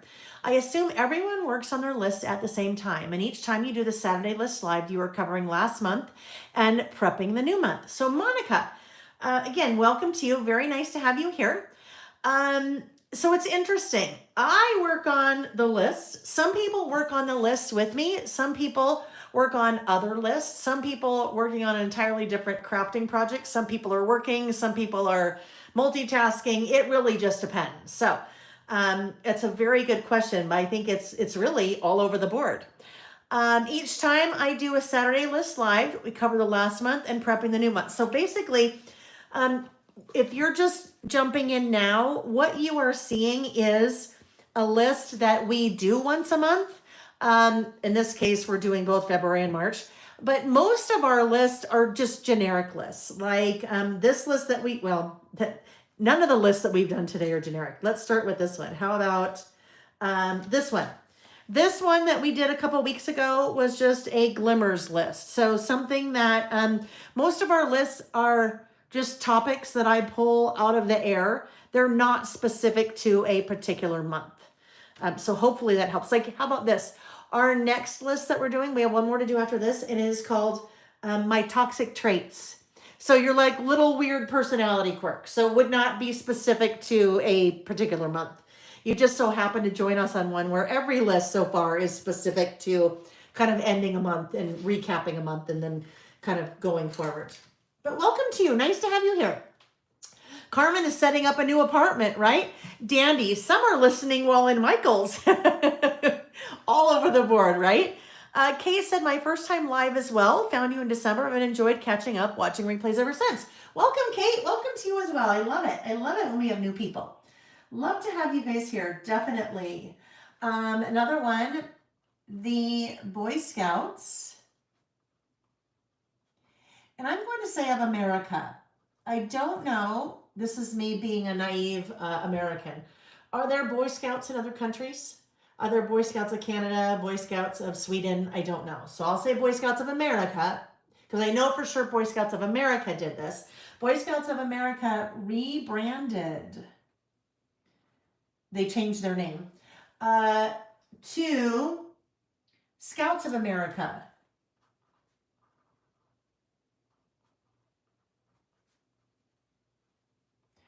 And I don't really follow a lot of Boy Scout things, but I did catch that. Boy Scouts have been in the news for a while over a number of different things, but Boy Scouts, they're rebranded to Scouts to incorporate more female Scouts instead of just Boy Scouts. So Scouts of America. Yeah, and this is this little guy. Look here's that nice little Boy Scout with all of his badges. I was a Brownie and a Girl Scout. A Brownie and a Girl Scout. All right, so bird flu. Bird flu hit hard, affecting the price of eggs. Affecting the price of eggs because they had to do away with many birds. And so if there are many fewer birds, then there are many fewer eggs. Yes, I'm sure I don't need to school you on the price of eggs. Affecting the price of eggs. Let's see. Oh yes, Joanne. Joanne declared bankruptcy once and for all.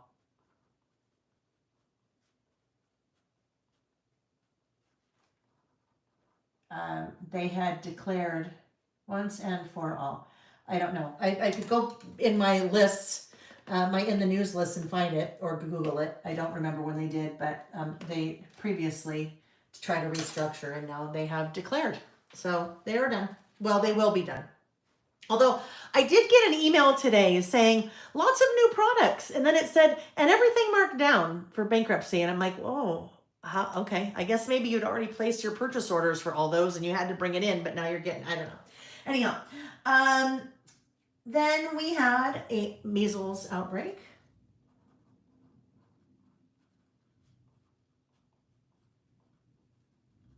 And I have a couple of celebrity passings.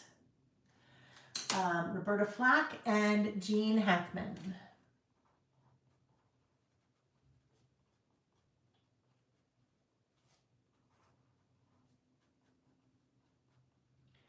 Now, what's very interesting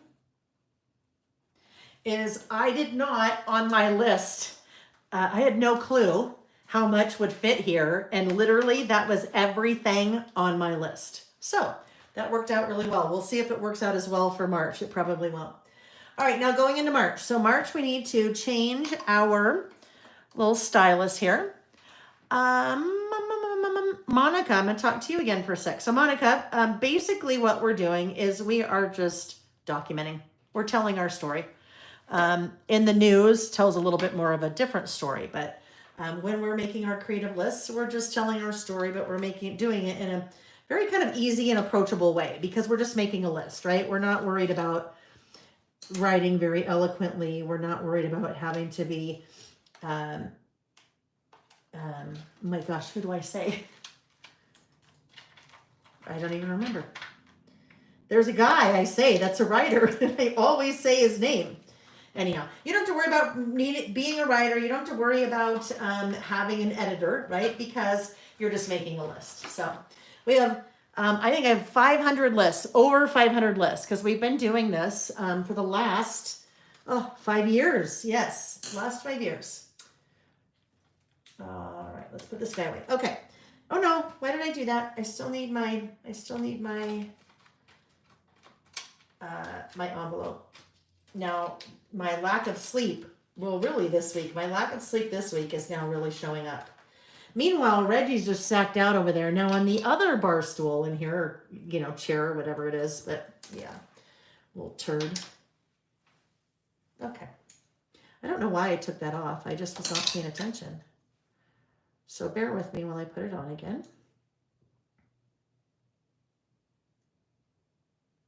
All right, now we are ready for our March side of In the News. And for March, let's see. Starting out with Nora wins Best Picture Oscar. Why that was a big deal, from what I understand, is that something happened that has never happened. Um, Sean Baker, who was the producer, Sean Baker, won 4 Oscars for the same film for the first time ever.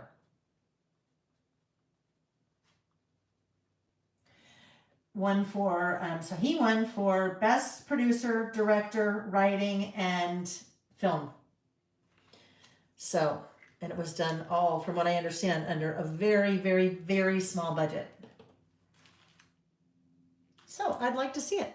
Hemingway, thank you. Ernest Hemingway, yes. Ernest Hemingway is who I always say. It wouldn't come to mind. Just wouldn't come to mind. You don't have to be Ernest Hemingway to do what we do, right? We're just writing a list. This sounds weird to say anniversary. COVID 5-year anniversary. But yes, isn't that crazy to think? We did talk about that a couple weeks ago because that was our 5-year anniversary for doing our listing, and we started doing that the very first weekend of COVID. Trade wars. And I'm going to leave it at that. Lots of trade wars in March and continuing. The ceasefire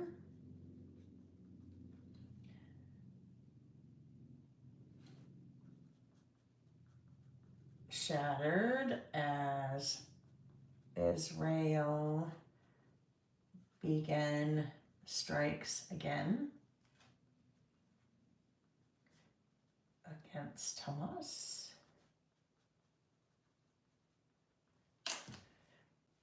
That's it. Keep picking that up. You put it down and then he's the wrong direction. Rainstorms in Florence. Like big. Big rainstorms in Florence. So here's the deal with this type of list. I keep an open note on my phone. And it is, I don't know, it's years running now, where I put news events as they happen. And I just add it to that note on my phone, add it to the note, add it to the note. If I were to try to sit down, because I've had to do this before because I forgot. If I were to try to sit down this morning and try to find news events for February, it is not easy. You'd think it'd be easy. It's not easy to find. So I just do running list all the time. And as things happen, I put it on the list. They may not ever make it to my list like this, but at least I have them when I'm ready to sit down and do the list. Hello, Joe Disney fan. Nice to see you. You're still at your baby shower. I love it. Hi, Debbie. Nice to see you. Okay, let's see. Oh, yes, the big one. Our astronaut friends, right? Astronauts. Suni Williams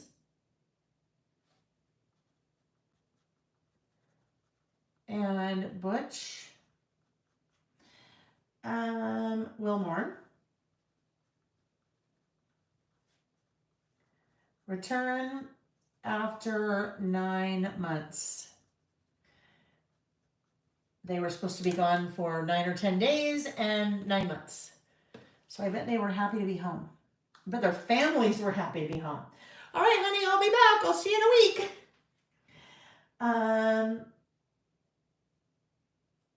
Oh, yes, the 23 and Me bankruptcy. If you have not been hearing that or following that, 23andMe is a company that would send you a kit in the mail and you would provide your saliva and they would send it back and they'd do a DNA test and then you'd find all kinds of things about yourself. And that's how some people found out that they had siblings that they didn't know about or relatives they didn't know about. But they have declared bankruptcy and now there is some concern of what happens to your DNA as they're going through bankruptcy. So that's why that was kind of a newsworthy thing. 23andMe declares bankruptcy. This one is more pertinent to Utah. The Sundance Film Festival moving to Boulder, Colorado.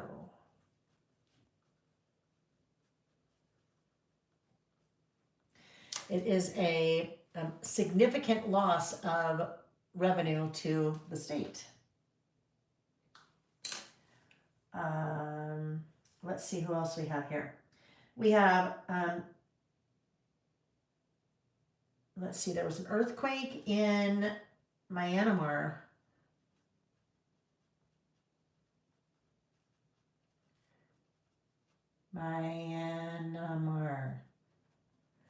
That devastating, like killing 3,000 plus people. I don't know if you saw any of that coverage on the news, where a building, like literally it looked like, if you've ever watched footage of like in Las Vegas when they have the older hotels and casinos that they put explosives in to tear them down because they're going to build on top of that. This building that fell from the earthquake looked like that. Basically, it just imploded and shrank to the ground, but it was not, there were no explosives. All right, so then I have two more. So we'll just kind of tuck them right in here. George Foreman. Now, I think it's the 4th. I think, you know what, Val Kilmer. Did Val Kilmer, remind me, do you guys know, did Val Kilmer pass away in April or March? I want to say it was April. So I'm going to say that. George Foreman passed away. I'll just say passed. All right. So Val Kilmer we'll pick up next month. All right, friends. So there we go. There is my In the News for the months of February and March. So we're caught up on In the News. All right. Let me get these things put away, and then we will be ready for our last one. They're all fun, but this next one I think is going to be a lot of fun. Have you guys heard the term toxic trait? My toxic trait is, or my toxic traits are, kind of like if you Google it, toxic traits can be a really bad thing. Like if you're a gaslighter or, you know, you've got some things like that. But I'm taking toxic traits as fun. These are maybe some of your little personality quirks. Okay, I thought so. Now, I had them on my list. April 1st for, not an April Fool's joke, but April 1st for Val Kilmer. Yes. So Kathy, toxic traits. Does Taylor Swift do a song about toxic traits or something? I don't know. It's a term that I didn't start hearing. It's probably existed before, but maybe for the last 4 or 5 years, where people will say, oh, my toxic trait is this, my toxic trait is that. So for us, or at least for me, it's a little bit more some of my weird personality quirks. All right. So here's an example. This isn't mine, but some people would say that your toxic trait would be that your alarm goes off in the morning and then you hit snooze 10 times in a row. So just like a weird personality quirk that maybe is not productive. I don't know. We'll see what mine are. I'm probably putting too much meaning into, I probably shouldn't attach terms like productive or not. But as we get going, then when I talk about some of mine, you'll get a kind of a feel. And then usually on a list like this, there's lots of chatter in the chat about what your toxic traits are. All right, let me get these things put away. Oh, I know. So one that I wrote down after, someone mentioned this earlier. A toxic trait for me would be something like, goodbye, Paula, nice to see you. That you buy 2 of everything because you're worried that one is going to break and you don't want to be without it, right? Let's see. Nancy said way too much YouTube. So Nancy's toxic trait, way too much YouTube. Pamela, people pleaser. That could be a toxic trait, right? It could be. It totally could be. So maybe your weird little personality quirks or toxic traits. All right. So for our last list, I have lots of them. I have lots of them, but I don't know if they will fit on, this might be a one pager. This could very well be a one-page list. So let's see. Let's get this put away. For this, I am going to use, we need some manufacturers to start sending their products. As I need like generic things, right? So we've got spring, but I need some new generic things. So they'll be coming. But on this one, oh yeah, I put it over here. I'm going to use Forever Fields. That's been around a while. All right, I'm gonna have a quick sip of water. Stephanie said, I view toxic traits as a very negative thing, something that negatively affects others. Totally could be, Stephanie. Depends on how you want to look at it. For me, my toxic traits are pretty much just affecting me. All right? They're pretty much just affecting me. Like Nancy said, way too much YouTube. So that probably doesn't affect anyone else in Nancy's life unless she's not going to the grocery store. Maybe she's not cooking. Maybe she's the one who cooks in her house. Maybe she's not doing things for her family that she needs to because she's watching too much YouTube. So for me, they pretty much just affect me. Although I don't know, if I ask Nick, he might come up with a whole other list of toxic traits. But I don't mean them in like necessarily a bad way. You could take them however you wanted. That they could be lighthearted. Yes, Kim create one. They could be lighthearted. And that's how I'm taking mine. They're just like, I'm just kind of poking fun at myself. Just poking fun a little bit. So, I don't know. Maybe this will be a 2-pager. It'll be a 2-pager, and I will just write maybe a little bit more about, maybe explain a little bit more of things. Melinda, what is the Squirrel Squad? So, Melinda, when I first started doing my List With Me lives, that was 5 years ago. It was the very beginning of the pandemic. And our younger son, Sam, had to come home after his first semester of college, right? Everything got shut down. He came home after his first semester of college. So if you were to go back to those early, back in early 2020 YouTubes, where we were listing together, Sam was here with me. He was in the room. He wasn't on camera with me, but he was in the room because he was so bored to tears. He was just hanging out here with me. I'm like, this will be great. You can read the comments for me because I hadn't done any YouTube lives before. So I'm trying to get everything, what I'm doing. And I said, you can read the comments out for me. So he'd be sitting here and he'd be on his laptop reading the comments. And it was quite amusing because, typical mother-son, we'd be bickering back and forth because he'd be like, Mom, why did you say that? Mom, that makes no sense. And I'm like, Sam, I'm pretty sure I know what I'm doing. I'm pretty sure I know more than you. So we just had a lot of fun with it. And after one of our very first lives, let me tell you what I'm doing. I am using the Reggie Large Alpha for my title, Toxic Traits. So I'm pulling off the stamps for that. So after one of the first that we did, he and I were talking after, and he's like, Mom, you're a hot mess. Our family is very, we all have a sense of humor. So he's like, Mom, you're a hot mess. I'm like, Sam, whatever. And he's like, no, Mom, you get off track a lot. And I'm like, I know. Hello. You've known me your whole life. Is that a surprise? And he goes, well, yeah, but Mom, it's bad. I'm like, Sam, you know what? It's COVID. Anything goes. It's just what it is, right? And I said, I know. I squirrel a lot. And he goes, squirrel? What do you mean? And I said, oh, Traits.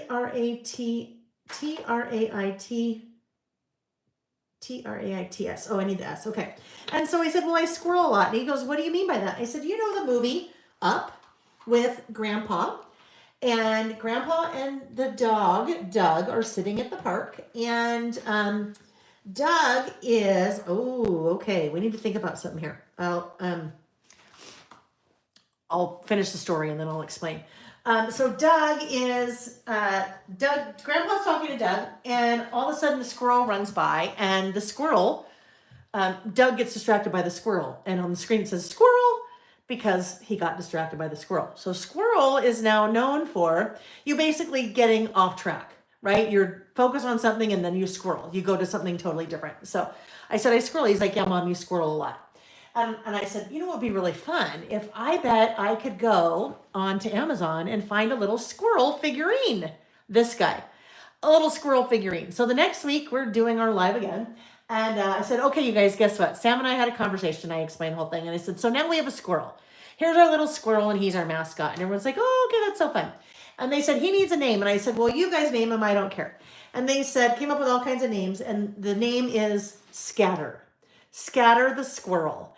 So the people here call themselves the Squirrel Squad. And that is the reason, because that's the backstory of Scatter the squirrel. Okay. All right. All right. He was the executive producer. Yeah, exactly. Right. He was executive producer.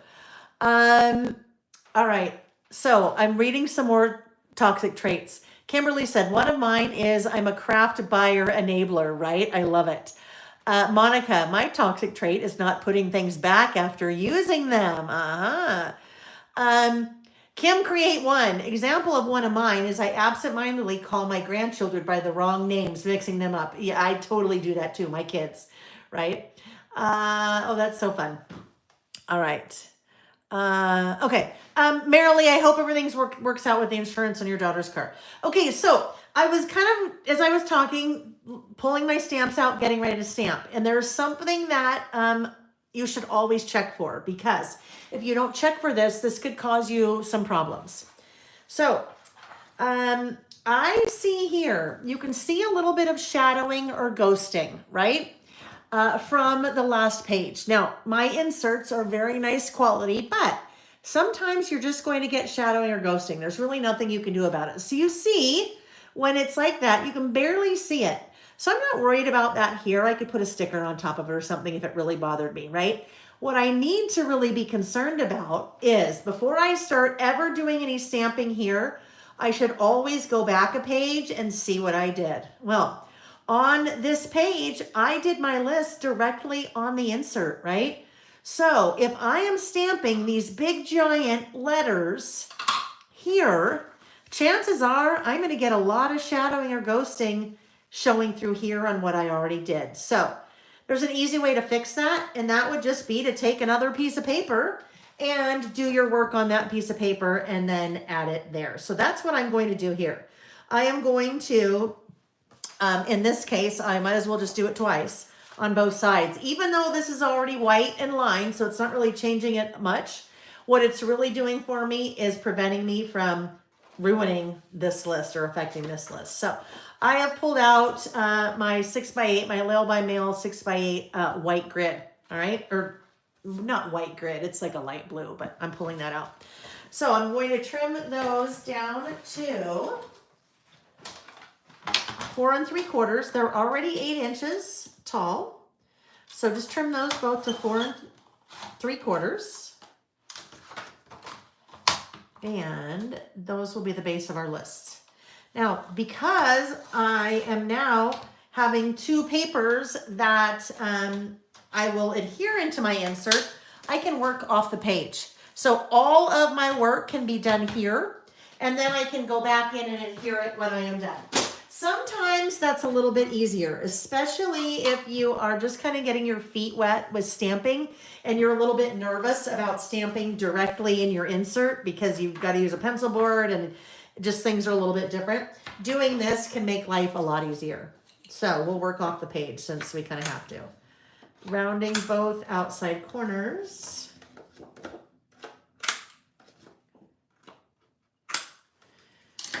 And outlining both. Debbie, toxic trait, buying more craft supplies than I will ever use. See, yeah, we can have fun with them. They can be lighthearted. You could have worse toxic traits, right? You could be saying, I buy more heroin and I can't use enough. I can't get enough, right? That could be a worse toxic trait. I know that sounds weird probably that I said that, but I was trying to make it really, like when I say there could be worse things, that in my opinion would be a way worse thing than buying too many craft supplies. All right. So is that how we are? We're even there. Okay, so there's my spread. Now we can come back to our title. But what I might do first, I might start just decorating first, because if I decorate a little bit first, then I know what colors I'm using then I know what I need to stamp with, right? So I've just pulled a couple sticker sheets out from Forever Fields. I also have all of the papery, so lots of papery that we'll just kind of look for some things that we might want to use. In the paper repacks that American Crafts does, or did, we'll see what happens there. You have 2 each. There's a little bit larger one.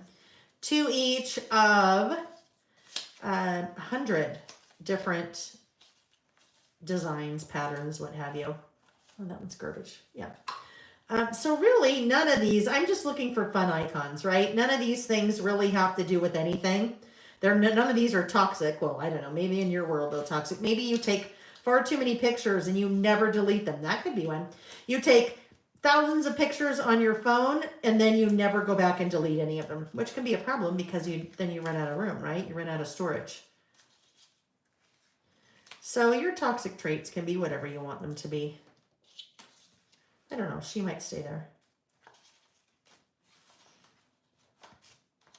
When I do this, then I will add all those little guys down first, and then I will make my list around it. This is also a really easy way to go through. If you have a lot of like miscellaneous die cuts and you're like, I don't really know what to do with all of those, or stickers or something like that, this is an easy way to kind of start using them. You just kind of use them. We know we have to use the squirrel, right? That's just a no-brainer. We have to use the squirrel. There's a squirrel. We have a squirrel sticker and a squirrel die cut. We'll see. Cute little fox. All right, that's probably a good starting point for us. Let's get this out of the way so we have some room to work. This too, once you kind of pick a color palette, and this color palette just kind of evolved on its own, right? Just as what I started picking, and that's far too many things. I obviously won't be able to fit all those things on there. But once you start to pick a color palette, I mean, I'm just sticking to using Forever Fields, but you could then go through some of your other supplies. And if you know, are kind of keying in on the pinks and the purples and kind of this tannish color, you could go to your other die cuts and stickers and see if you could pull those colors out. You don't have to just stick within a particular collection. Oh, of course I'll use the squirrel, right? Of course I will. Karen, that's an interesting thing. Mine is hearing conversations others are having and then spending time thinking about what was said. Very interesting, right? Yeah. All right. So toxic, let's make sure that these will all fit for sure. Yeah, we're good. All right.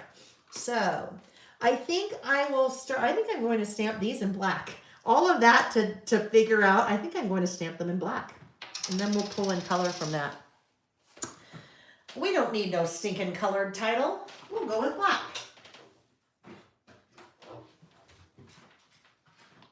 Oh, Karen, one of mine is thinking I should value other people's opinions. Yes, yes, yes, yes.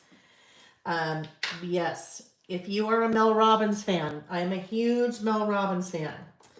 If you are a Mel Robbins fan, you probably know that you cannot change other people's opinions about you. So there's no sense in worrying or valuing, right? I mean, sometimes we need to value other people's opinions, right? If there are people close to us in our life and we're like, you know what?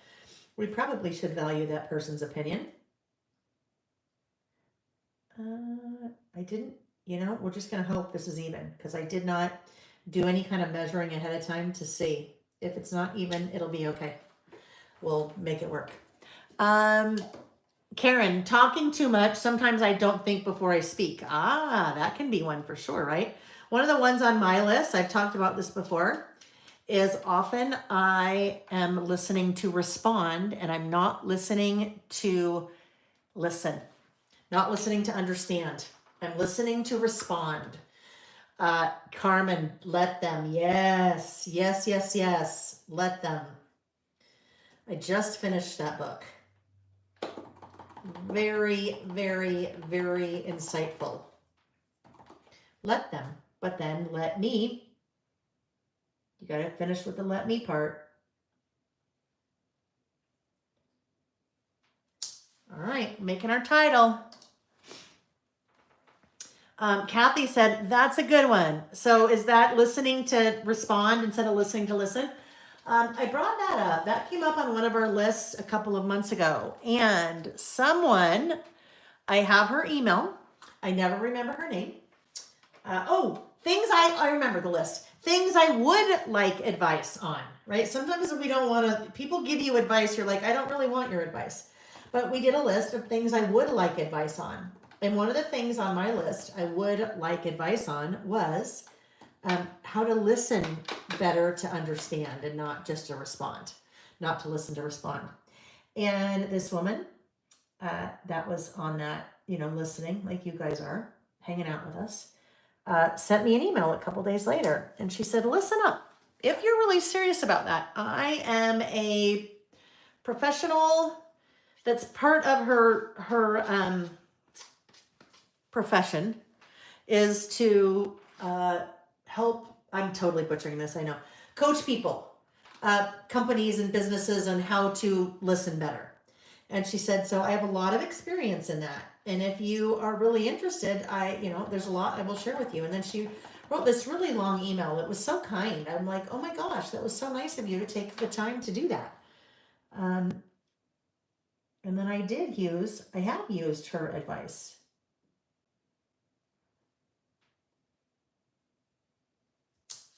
Alrighty, toxic.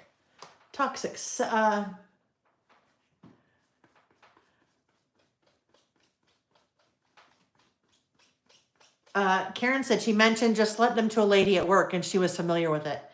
It is a lot of traction.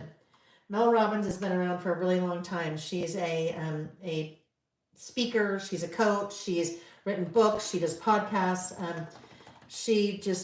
I enjoy her very much because she just really is very, very down to earth. And she just has a way of making things make sense, in my opinion. So, I have, drop that. Don't want that to be wet. How I was first introduced to her, my mom introduced me to her like 7 or 8 years ago. I mean, I didn't meet her, but introduced me to her. TRAITS 6. All right, so I need to start a little bit over here. With her 5, 4, 3, 2, 1 theory, which is also another fascinating. What's really nice is a lot of her book topics now she covers in her podcast. So if you're not much of a reader or you don't have time to read a whole book, you can kind of get it in her podcast. But that is a great one about getting motivated. And let's say if you have a really hard time getting out of bed in the morning, or you're struggling with something, doing something, that if you just say, okay, I'm going to say 5, 4, 3, 2, 1. And when I get to 1, I'm doing it. So maybe you're a kid and you don't want to be on the diving board, but you got to do it. So you're like, okay, I'm going to say 5, 4, 3, 2, 1, and I'm going to do it. And then you just do it. Focusing on responding while listening is also a trait of those with ADHD. I would, Stephanie, probably bet that, no, and I appreciate that. Then she said that was not directed at you, just something I learned. I would probably bet, I would say I probably have ADHD. I'm pretty sure I have. I'm pretty sure I do. So that's certainly possible. Can be a correlation, but doesn't have to be.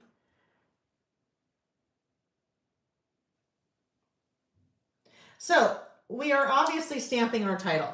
Stamping definitely takes longer than, say, using letter stickers, right? However, your letter stickers are finite unless you keep buying them, right? Eventually, you run out of your A's and your I's and your T's and your R's and the S's, like Wheel of Fortune always said, RST, L, and E. Those are the most common. That's what you choose if you're on the Wheel of Fortune. So if you're working with alphabet stickers, can be less expensive, certainly can take less time, but in the long run, more expensive, because you either run out and you have to buy new, or you just run out and then you're out.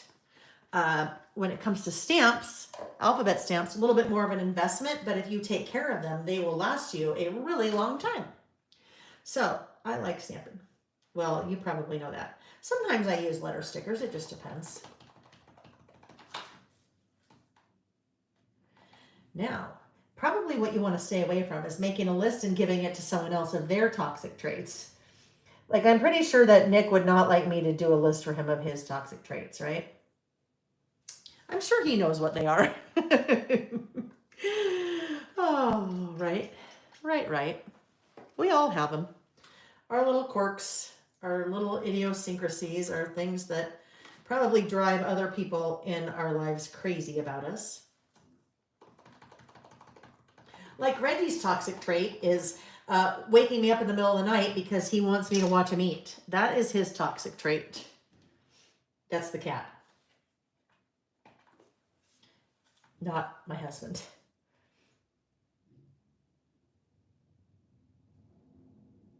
Speaking of, wonder where he is. It's awfully quiet. I know Karen just said, about time for Nick to check in. I know, it's awfully quiet. I don't know where he is.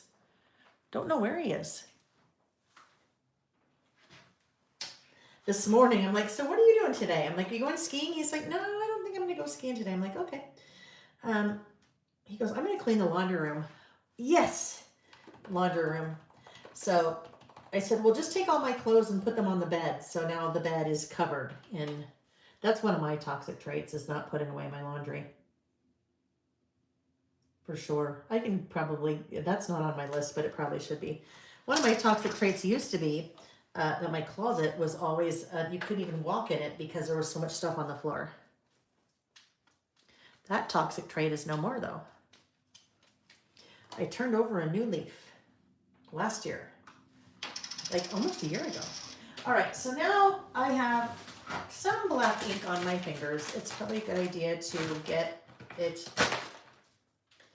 because it will transfer to our nice stark white pattern paper that we don't want it to do. So it's always a good idea to have something nearby that you can clean up your hands with. All right, so now what we need to do over here is I just need to say bye. All right, so that is there. We're going to end up with our little double under, no, I don't know, we'll see. We feel like we might need a little underline here again just to separate things a little bit.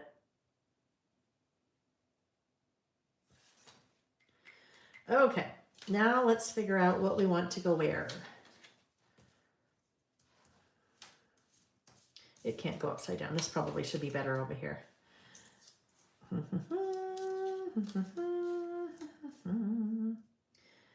We're just going to add some things. We'll see where they land. That might be a little bit too much black over there. Oh, but then it's there. All right, so see what we have doing there? I don't like that there because now it's like this big band of black. I was thinking maybe over here, but it's probably better over here, right? If it's going to be here, it's probably better over there.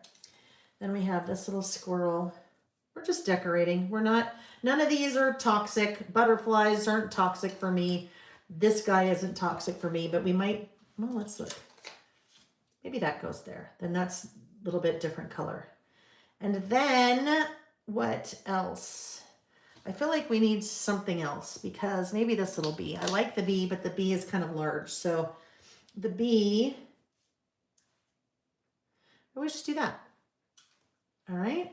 Then they are good. We have a little bit of this. See that little diagonal line there, which I don't know. It's not very good, but it is what it is. It's fine. If we move that up a little bit, maybe it won't be so obvious.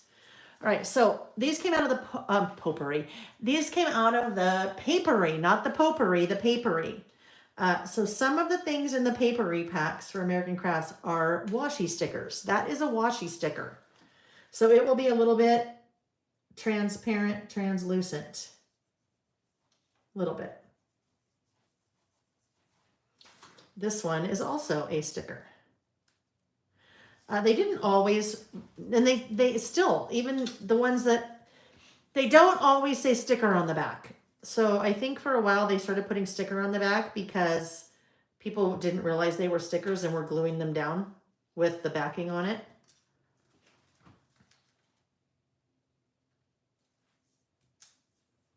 Oopsie. Okay. Alrighty. Then we have, oh, that guy's already down. And this guy is not a sticker. He's a die cut. So let's just get some little thing on him here.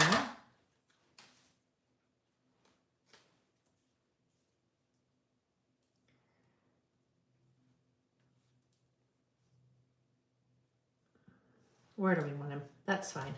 And then we'll put this giant flower down here at the bottom. Oopsie. This is also from the papery, but it is like a paper die cut. So pretty thin.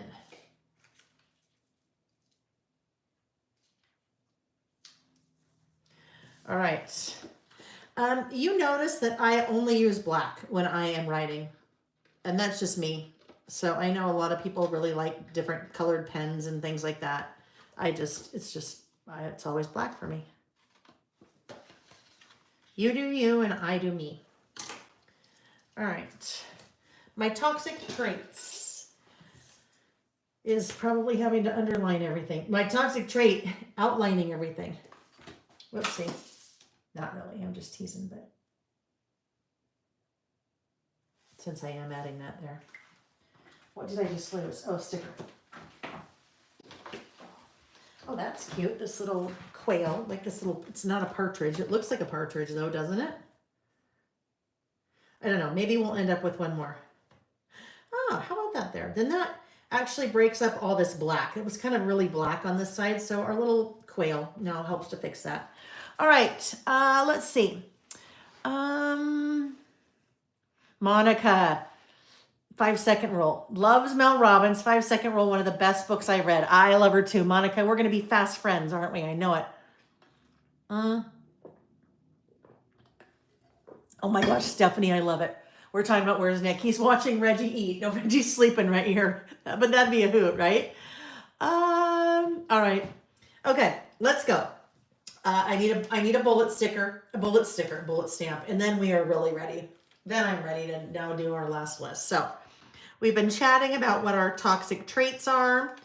I think we'll just do from the original Bullets and More. There's just this little asterisks stamp. And we'll just do that. But I do need it in a different color because if I put it in black, then we'll never see it. It'll just bleed right into everything. So what do we feel like? We feel like, let's look at our swatches and see what we'd like to add here. You know, speckled egg could be nice because speckled egg kind of pulls in that color. I don't want to use a pink. I don't want to use a purple because the purple's just not, purple's not me. It just seems like too much. If I was to use a purple, it'd probably be milled lavender, but the purple, I know I won't like the purple because it'll be too close to that. So speckled egg it is. Speckled egg is getting some use today. I not primarily, let's be honest. I use only Distress Oxide inks. That's my ink of choice, with the exception of that black. But that's just what I like. I know what I like what I like, and I like it, and there's no reason to switch it up.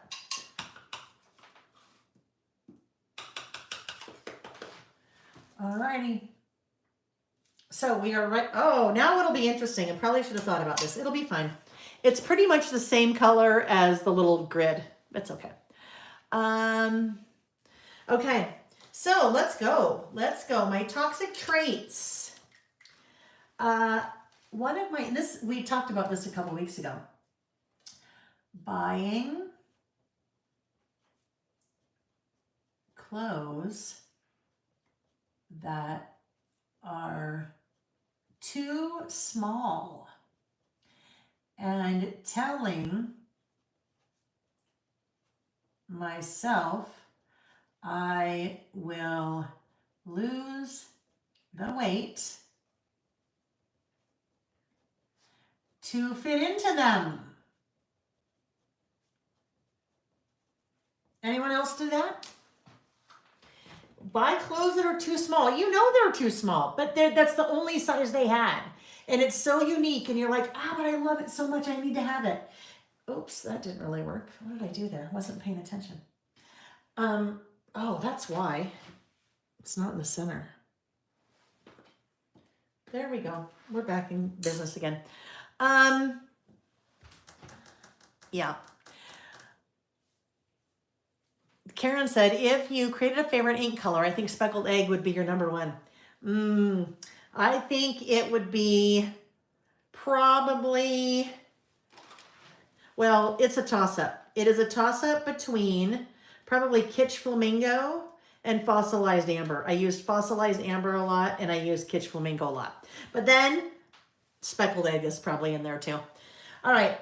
Buying clothes that are too small and telling myself I will lose the weight to fit into them. That's one of my toxic traits. Next up is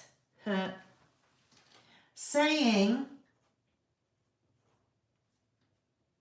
I'll start on Monday. And that could be to anything. I will start working out on Monday. I will start drinking more water on Monday. I will start eating better on Monday. I will start reading on Monday. I will start, right? Lots of things on Monday. Oh, I'll start on Monday. I'll start on Monday. This is an interesting one. Let's see. How am I going to fit it here? I guess we'll just start down here.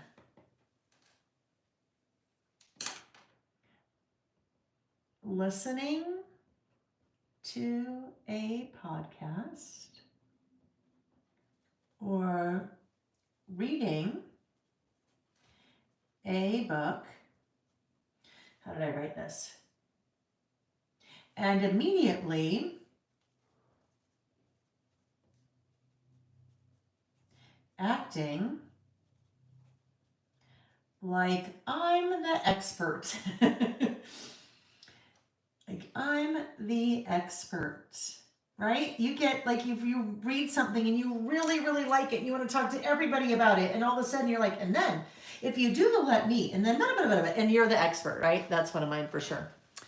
Karen said, procrastination is so common that it's my number one on my toxic trait list. Yeah, I do that sometimes too. All righty, let's see where we are. I buy.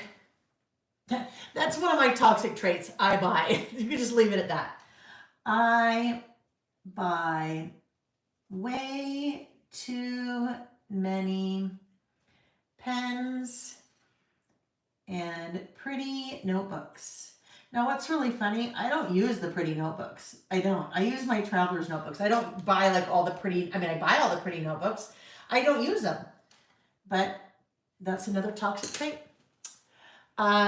Billy Berkman said camping. So Billy, I'm curious. I think this is what I think. I think Billy is started watching a little bit later. I think Billy is probably answering the question on what the theme is of my mini collection that I have coming out next month. So I think she's answering camping back to that question that we were doing a while ago. I don't think that camping is her toxic trait. I don't know, maybe, but I think that is from back then. That's funny. All right. So what is another on my list? Oh, here's another buying. How about this one? Buying things and completely missing the return window.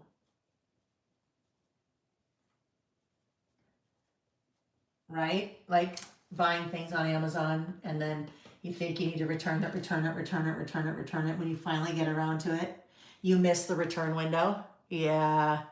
Ms. L, I agree with you. No such thing as buying too many pens and notebooks, right? That's not a toxic trait. One person's toxic trait could be another person's best trait ever. Passion, right? Nancy, collecting lots of shiny, crafty things and not using them. You know, Nancy, you're just waiting for a rainy day, right? Just waiting for a rainy day.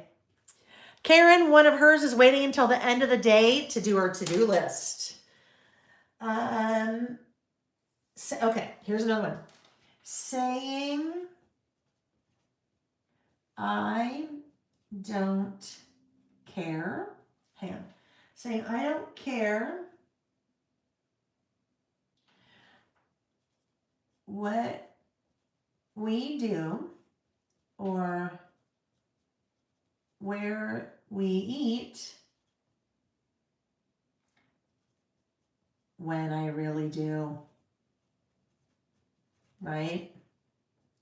Sometimes for me, path of the least resistance. So sometimes it's just easier to say, you know what, I don't care, just whatever you want, whatever, I'm fine, I don't care. When I really do care, I'm just going along. I'm just going along to get along. That's probably another toxic trait that I could put right here. I just go along to get along. Now that's not necessarily a toxic trait for other people. It's a toxic trait for me, right? That's probably not a good idea. Susan, buying something and forgetting I already have it, particularly crafty items. I know it's funny. I get emails from some of you saying, oh my gosh, I just realized I already have that. Can I return it? Or, oh my gosh, I have 3 of those now. Can I return one of them? I wasn't paying attention. All right, next up. Keeping 100 tabs open on my computer at once. Now, 100 is probably a bit of an exaggeration, right? But you know, that's me. There's like so many tabs open, kind of like your brain sometimes, too many tabs open, right? Yeah, keeping so many tabs on, well, it's just like your brain. If you have too many tabs open, it doesn't work. Like your computer. If you have too many tabs open on your computer, it does not work.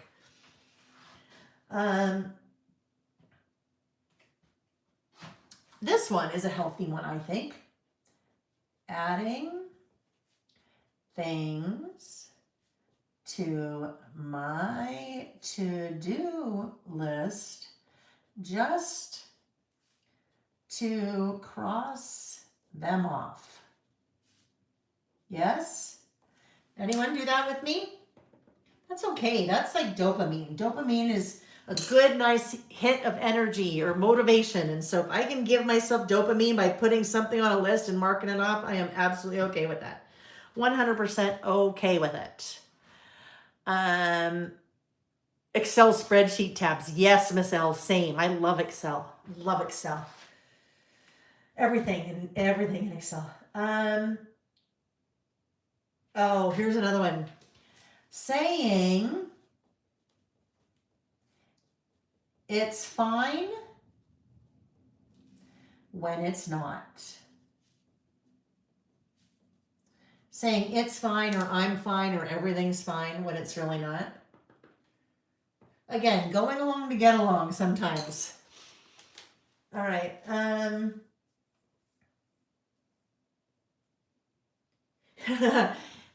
Getting a compliment and immediately, how did I write this? And immediately deflecting it.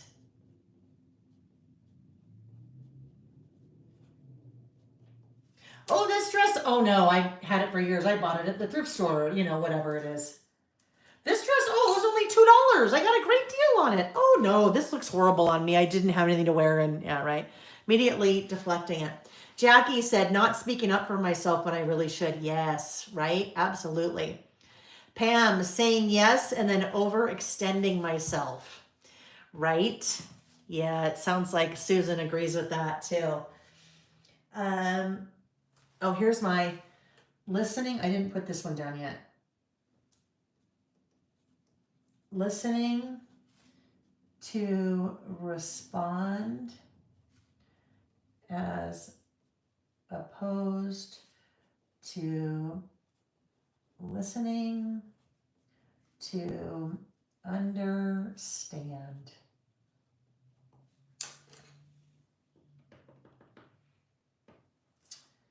Another one is leaving an email that I don't respond to telling myself I'll reply later than forgetting.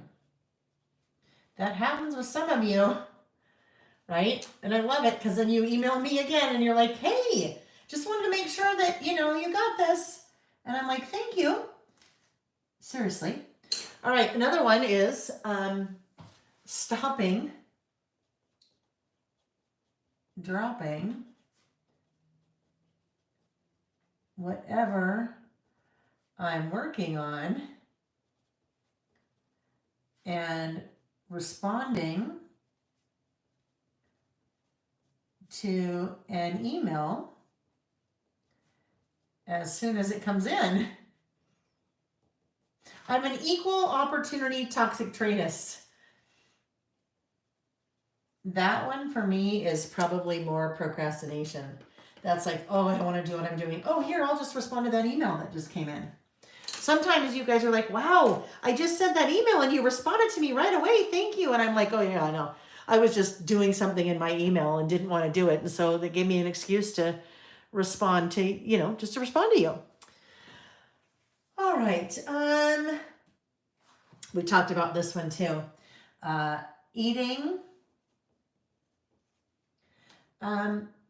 Eating things so they will be gone. You know what I mean by that? Like there's a bag of chips and you're like, well, I'm just going to eat the whole bag of chips because then it'll be gone. And then I won't be tempted to eat it. Then it'll just be gone because then the next day, because then Monday I'll start, right? Eating things so they will be gone. Yeah, that doesn't work very well. Oh, guess what? All right. Well, you know what I need to do? I was thinking I had all these other toxic traits down here.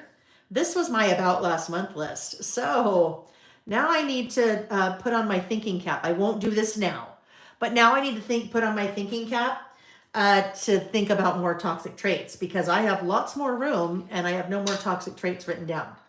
Believe me, I know I have lots more toxic traits. So that is how we are going to end. But what I am going to do is I'm going to put, that look, I got stuck. I'm going to put these back in now. And then we will flip the camera and say our goodbyes while I am putting these in. There's an after party giveaway. So, we always do, well, in the last probably 6 months or so, I've started kind of splitting it up where we do live giveaways and then after party giveaways as well. So what an after party giveaway is, you do not have to be here live to participate in an after party giveaway. Basically, you leave a comment on the video when it's over. So not in the chat, you're leaving a comment on the video when it's over. And before we are together again in 2 weeks, because we are listing again on the 19th, I will be out of town next weekend on the 12th.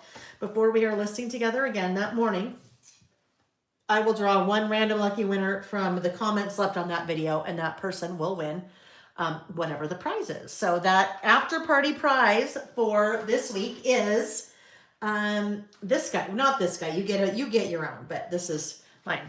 The tabs and labels. So we talked about using that little tab sticker, even though I had already pre-stamped them right there as my little tabs or little labels, if you will. And that there is a metal die set coming to work with that. All right, so that is the after party prize.